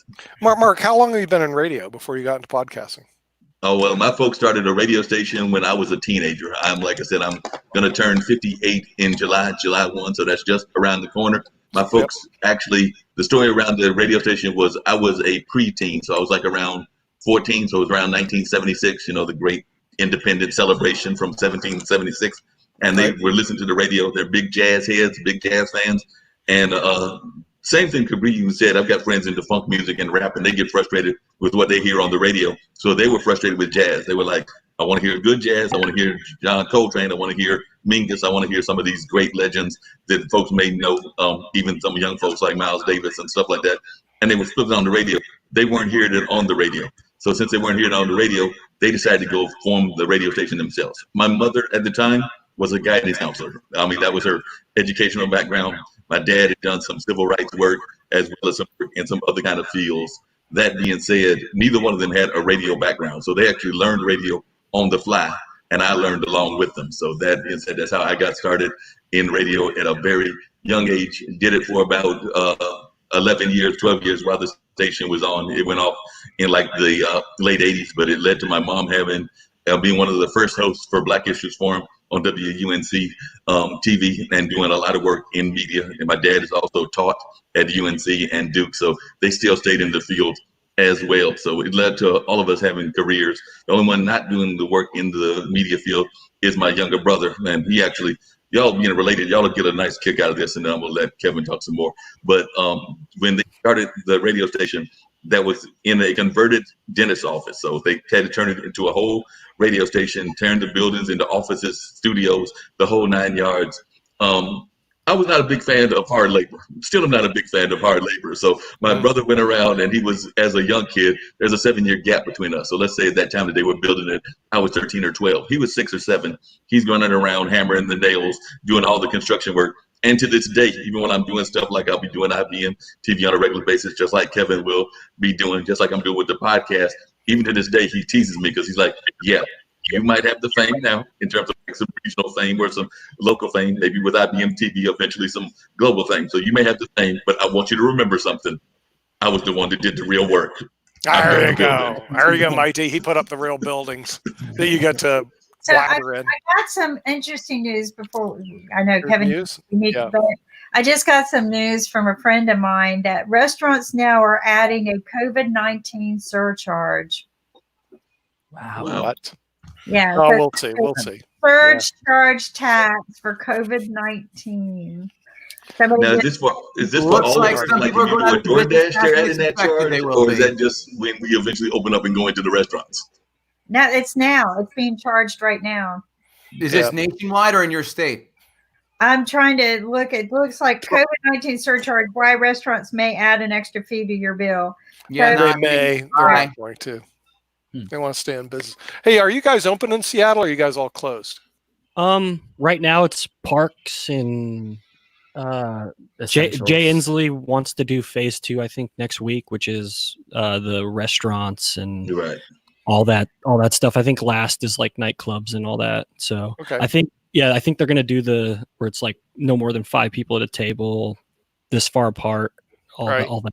So I'm gonna miss the good traffic. Oh, the traffic. Yeah. Well, there's no traffic in Seattle. I mean, it's, Now, Kevin is thinking that sports is going to start. You're in a sports town and also a concert town, because I know that Seattle has a lot of great, amazing concerts. What is y'all's feel as to whether we're going to see theaters, sports venues, and like concerts going on a regular basis? Because like I said, I know Seattle is a concert stop for big major concerts. city, it's definitely a sports grunge stop. city. So what's the feel that y'all are getting as far as sports starting? Will the Mariners start playing baseball anytime soon? they've been waiting for that for like 10 years. Yeah. You know, so come on. 20 years now. The Mariners haven't been playing baseball for the last 30 years. Let's be honest. Yeah, so it's going to be a while. The Mariners haven't been playing baseball for the last 30 years. They're not good. Yeah, we actually had tickets to a couple of shows during this time, and they just got rescheduled to, I think, one's September and one's October. So we're just hoping by then everything's kind of fairly back to normal and things will go on as they would have. I think it'll be different though. It won't. I don't think it's going to be the same. It won't be exactly the same, right? Yeah. But I hope so. I think they said that they're going to do probably nobody in the stands for baseball. It's probably going to be the same for like basketball and all that stuff too. So I don't know. We'll see. But for concerts, they'll probably do they'll try, because I know like Mississippi did where it's like half capacity. They want people to social distance in a concert. It's like, good luck. That's not going to happen. Like, Hey, I got an idea for that though. It's we're gonna go back to the old clothing where the girl wore the big bell hoop dresses. And that's what you guys do. What everybody That wears. could work, Kim. the big hoop skirts. That it works. I'm gonna tell you what. You learn how to sway your hips right. You don't kick people, right? But no, but there are ways. I was actually coming up with a fashion beam, right? That kind of goes and beams out from you. And so when you guys cross over too close to each other, it kind of alerts or zaps you a little bit and says, hey, you're too close. But no, I think you guys are just going to have to build your immunity. You know, that's what the doctors keep saying. Where did they go? Where did my boys go? Where did the young guys go? There you go. Oh, there you go. I moved them closer to you, so you guys to be socially more. There we It is go. Socially socially distant, right underneath you. Ooh. For the actual, like we know, folks, what kind of music do y'all like? Because y'all had concerts that y'all want to do. I'm into blues, but I'm also into rock. I'm into R&B. I know who Dr. Dre is, so that'll tell you that my brother's into hip hop and actually know some hip hop folks. Don't sleep on us, 58-year-old. Actually started when we were young. The hip hop generation started when we were young folks. Yeah, I pretty much like everything. Not a huge fan of country. But nope. Yeah, I like classical all the way up to EDM. So yeah. Yeah, I'm the same way. It's just wide range. He actually showed me a lot of the music that I listen to, so our tastes are pretty similar. Which makes it easy to talk on the What were the podcast. concerts you were going to that got pushed back? One was Joe Coy. And the comedian. Yeah. And then Rage Against the Machine in Portland, and then Tool. Yeah.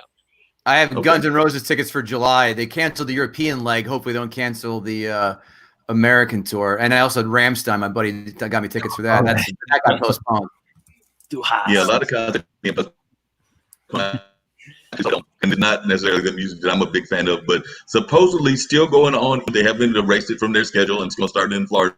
Is that tour of heavy metal that stars Motley Crue, Def Leppard, Poison, and Joan Jett. So they haven't canceled. So they're saying that that's still going on.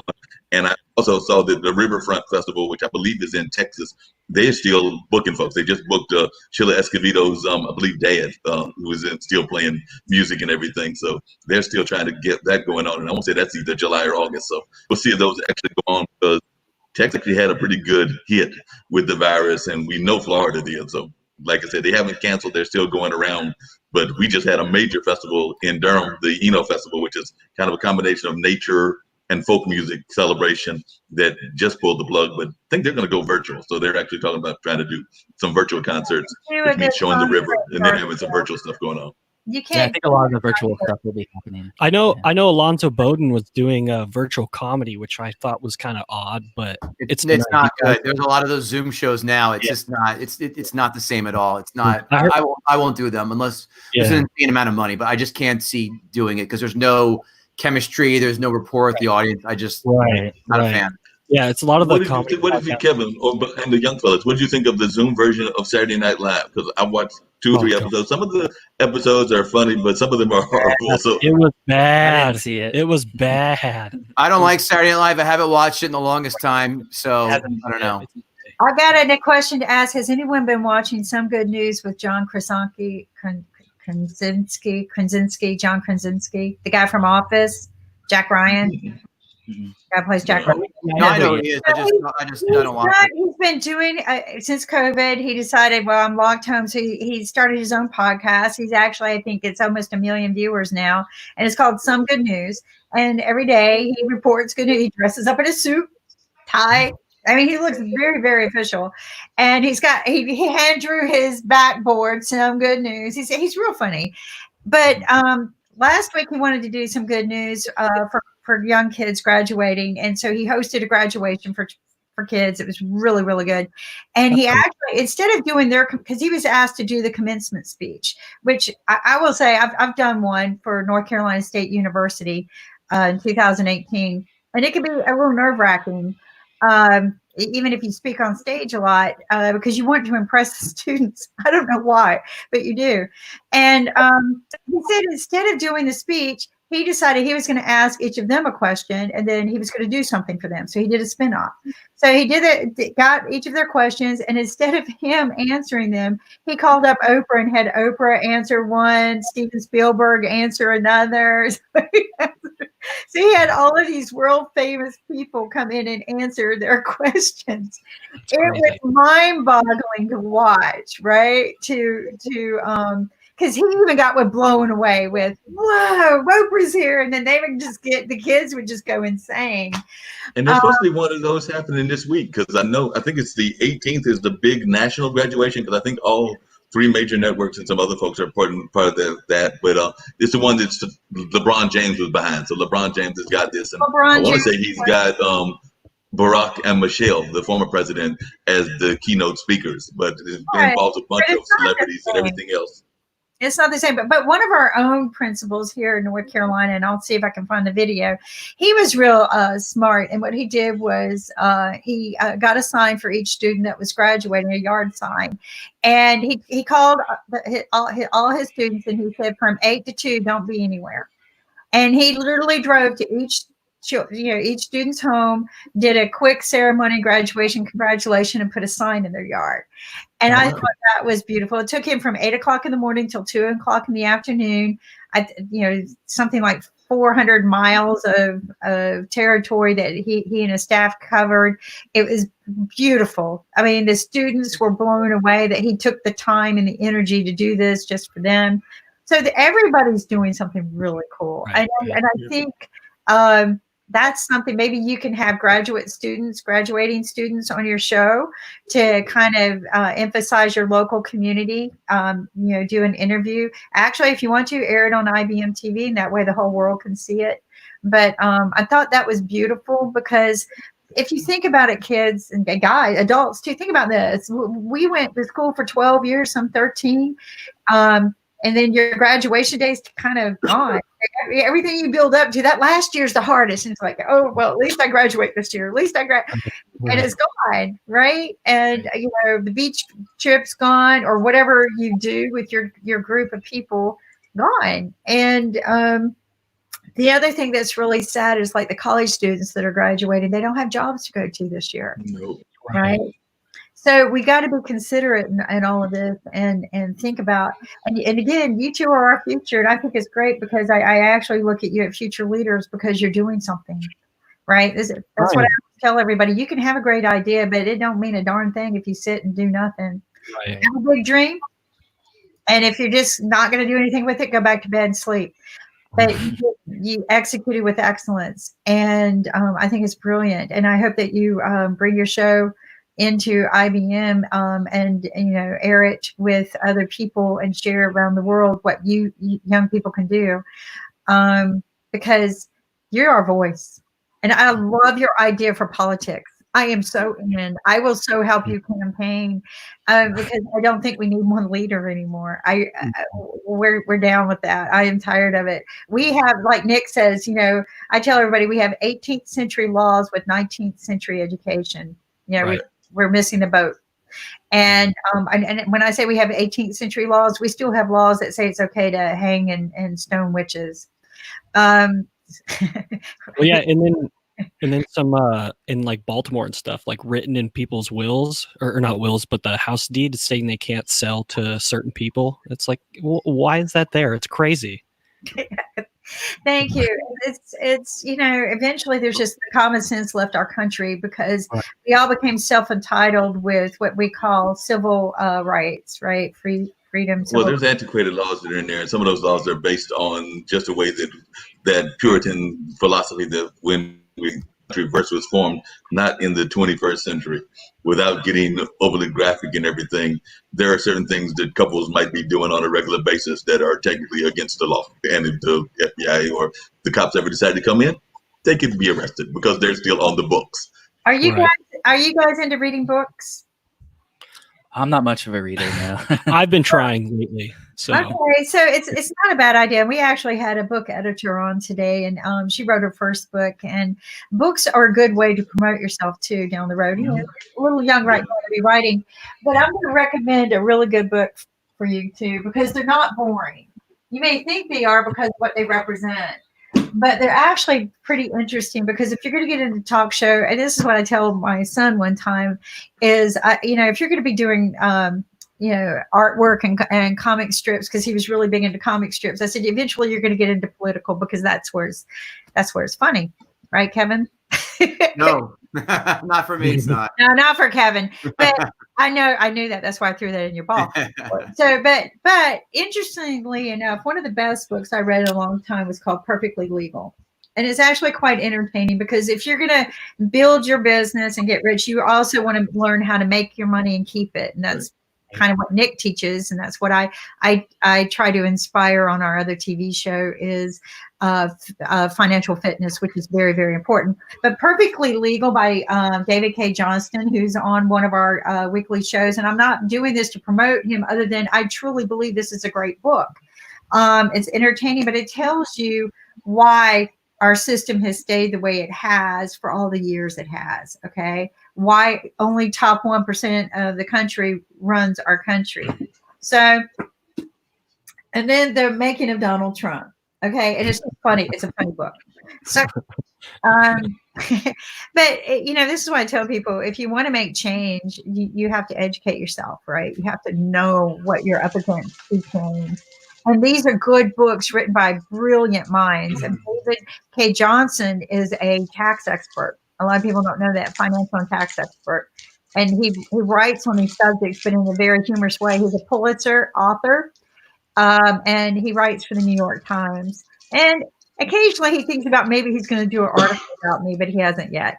But we have a lot of fun when we get on a show together. I think the reason why he wants to do a show on me is I have an invention, a patented invention, and he wants to get that going. But I just want to say, educate your mind, because one of the things I tell people is education is very important, right? Going to school and learning, right? And it's very valuable.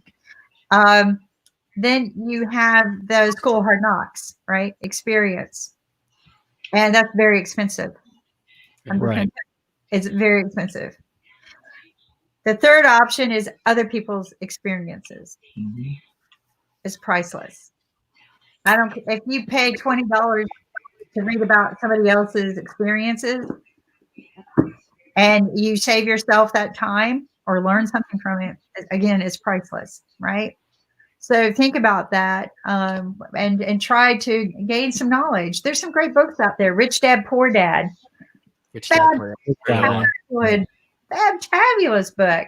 I kids hate me. I give that away as a graduation present. What they don't know is there's a $100 bill stuck in there as a bookmarker. So I bet my nephew's going through and looking for his book now. Now you just revealed your secret.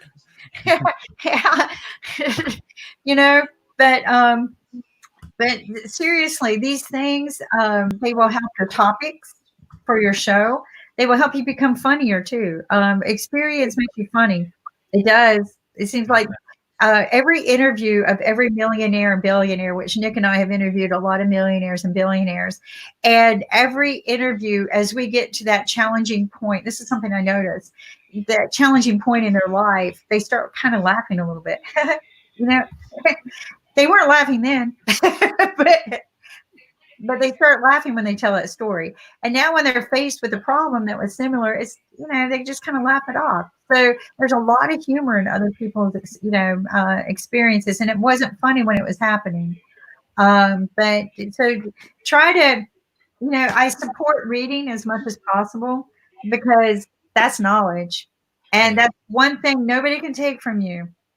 Nobody can take this away or this away. You've already got these two things because you're sitting here. That's right. You're sitting here when people our age aren't even sitting here. Right. Think about that. So I was just wondering, to the younger podcasters, how much putback did you get when you tried to start your show? Because I do know that sometimes, even in our age and other ages, there are folks that are what I call the dream stealers that are trying to tell you why you can't do what you're trying to do. So did you get support from your parents and your peers, or did you get like a lot of folks that were looking at you like, this is crazy, y'all don't need to do it, you're wasting your time? No, actually, we have a pretty large family, and we're all really close. So we're extremely lucky. We got great support system behind us. No one, didn't want us to do it or talk bad about us doing it. Everyone was very supportive. So we're very lucky for that. Yeah. Right. It's the sad thing is most people that I run into, like my friends, they say they don't like their family, and I just cannot relate at all. Yeah. It's sad. It's your support system, So family sometimes are people that you're born with that you didn't get to choose. So friends are your family that you get to choose. So kind of remember that not everybody has the perfect family. So appreciate the perfect family that you get. I want to ask you guys: are you into technology? Yes. Yeah, of course. Oh, hey guys, I got to bounce. Good catch up with you guys. I'll see you later. All right. Come back. Hey, appreciate you, Kevin. Oh, Kevin, before you get out of here, just real quick, and it was along those same lines. Do you do a lot of observation humor?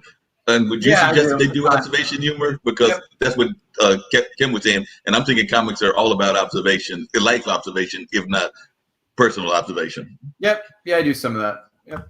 That's my favorite humor. Same. All right, guys. Take care. Watch Kevin shows. They're funny. I got it. Bye now. Thanks, Kim. Bye. Bye. Yeah. Anyway, so there's a tech show called CES every year. It's one of the world's largest. 170,000 technicians get together. Wow. Techies. I'm talking Star Trek techies or Star Wars techies. I mean, we're talking techs of the world get together. The gentleman who runs the conference, his name is Gary Shapiro, and he wrote a book called Ninja Innovations. It's another book I would recommend that you try to read. It might be a little beyond you because it talks about things that we had to go through in building the tech industry, and it talks about, but it talks about the history of it, and that's what's important. And he gives a lot of good tips. But what I would recommend, given your age, how old are you really? Us? Yeah, really. 32. Okay. 28. So maybe we can make them badges and get them in. Maybe they would let us bring them in. But if you could plan one day to go to the CES, if they ever reopen it, it managed to get open this year before the shutdown because it happens in January every year, the first week of January. 170,000 techies get together, but it's all the greatest technology of the world that they're introducing for the year. They even had, actually, because it's not quite ready to come out, but there is a flying car. They've been working on it. So all kinds of innovation, all kinds of, but what's great about the show, the reason why I'm recommending it is it makes great talking points after you leave, right? Because everything that you see there becomes this fabulous talking point. And that's what you want to look for is content, right? And which I'm sure neither of you run out of at your age, but no. We have a whole Google Doc that we just keep adding stuff to for our show. It's so like 12 pages. Yeah, I keep forgetting that. You guys have got Google. Back in the day when we had a date, we didn't have Google giving us ideas on what to say on a date or. It's basically like Microsoft Word, but it's stored on a cloud. So. Okay. Yeah. See, we didn't, and I hate Microsoft on a cloud. Ankit knows that. I just cannot work it. I am still old school. I want my Microsoft on my computer. Right. Although I actually built one of the first spreadsheets. See, I'm an engineer by trade. So I built one of the first spreadsheets that you can interactively report with. Like I key in the data at the same time somebody else was keying in the data, and it was online, and it was before Microsoft. But Microsoft has more money, and Bill Gates had more money to put into his marketing. That's how it works. Yeah, that's how it always works. It's rare that you'll come up with an Uber. Uber was founded by a young man, and he had this great idea, but he also had access to a really rich man. But there are very few Ubers out there. But I think the very rich man only put $50,000 into it. Yeah, I think he was on Shark Tank, wasn't he? Who? One of the investors for Uber? Well, I don't know if he's been on our show. Yeah, he was. John Fanning. John Fanning was one of the founding investors.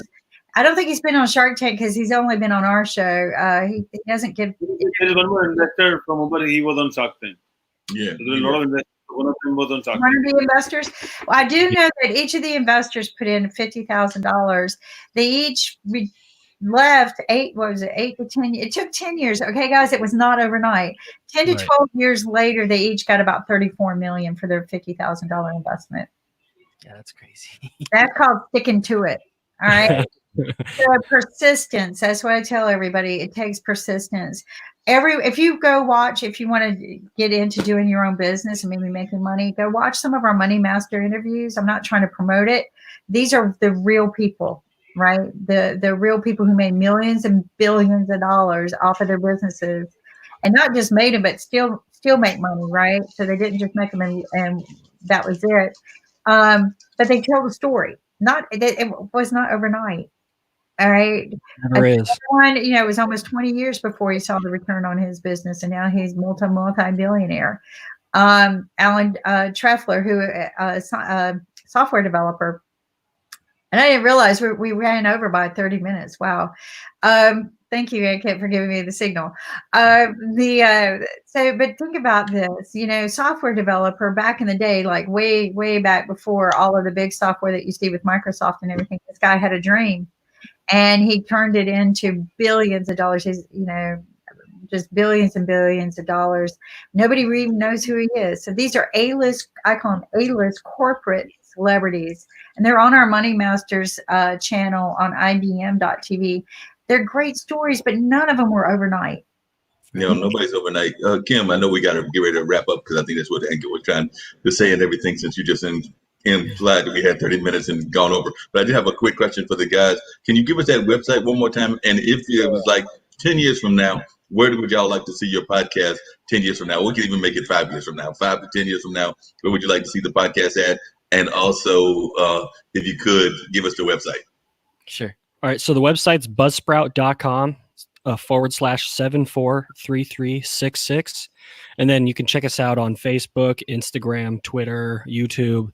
And me personally, I want to be an independent company, definitely, with our podcast. Eventually get our own studio, all that. It's Producers, just right now. It's just staff. starting small. Like, we're doing all the editing, we're doing all the content. We're not hiring anybody to do any of it so far. So it's just all us. But I guess I just want to have my own independent podcast company. I just want to have fun, and even if it doesn't pan out and we can do this as a full-time job, it's a good hobby, and we want to enjoy bringing entertainment and comedy to whoever we can. So that's really important to me.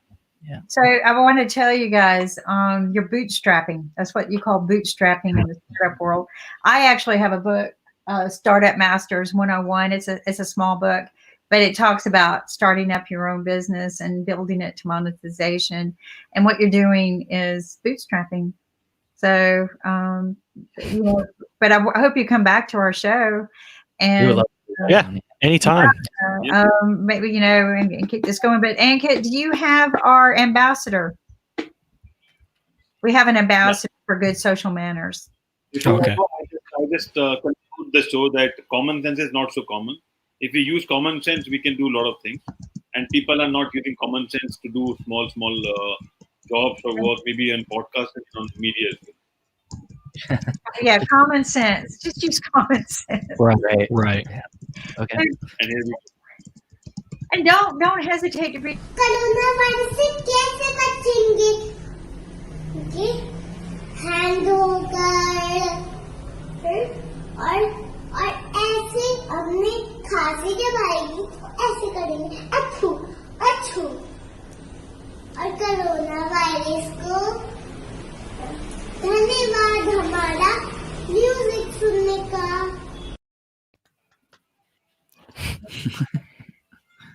That's our ambassador for good social manners. I see. Makes sense. We have to sanitize our hands, and there's the right way to do it, right? And sneeze, cough, and we're going to do this and not hug each other, handshake anymore. Namaste, right? Yeah, everybody does the elbow. I personally, and this is how we say love. We love, okay, hugging. And this actually came from David Copperfield. Unite and as one globally. Cool. So unite as one globally. Namaste. We love you. So cool. Right. So thank you guys. Yeah, thank you for the opportunity. We really, really appreciate it. No, thank you. We'll see you again. Thank you, Tony and Justin, and we're looking forward to see you soon on IBM TV. And thank you, Mark. And so it's time to wrap up. And thank you for the audience around the world joining us. And we'll look forward to see you tomorrow as same time, 10 a.m. EST. And tomorrow is Medical Friday with doctors. So let's see how the day goes. And it's time to wrap up. Bye-bye. Thank you. Bye.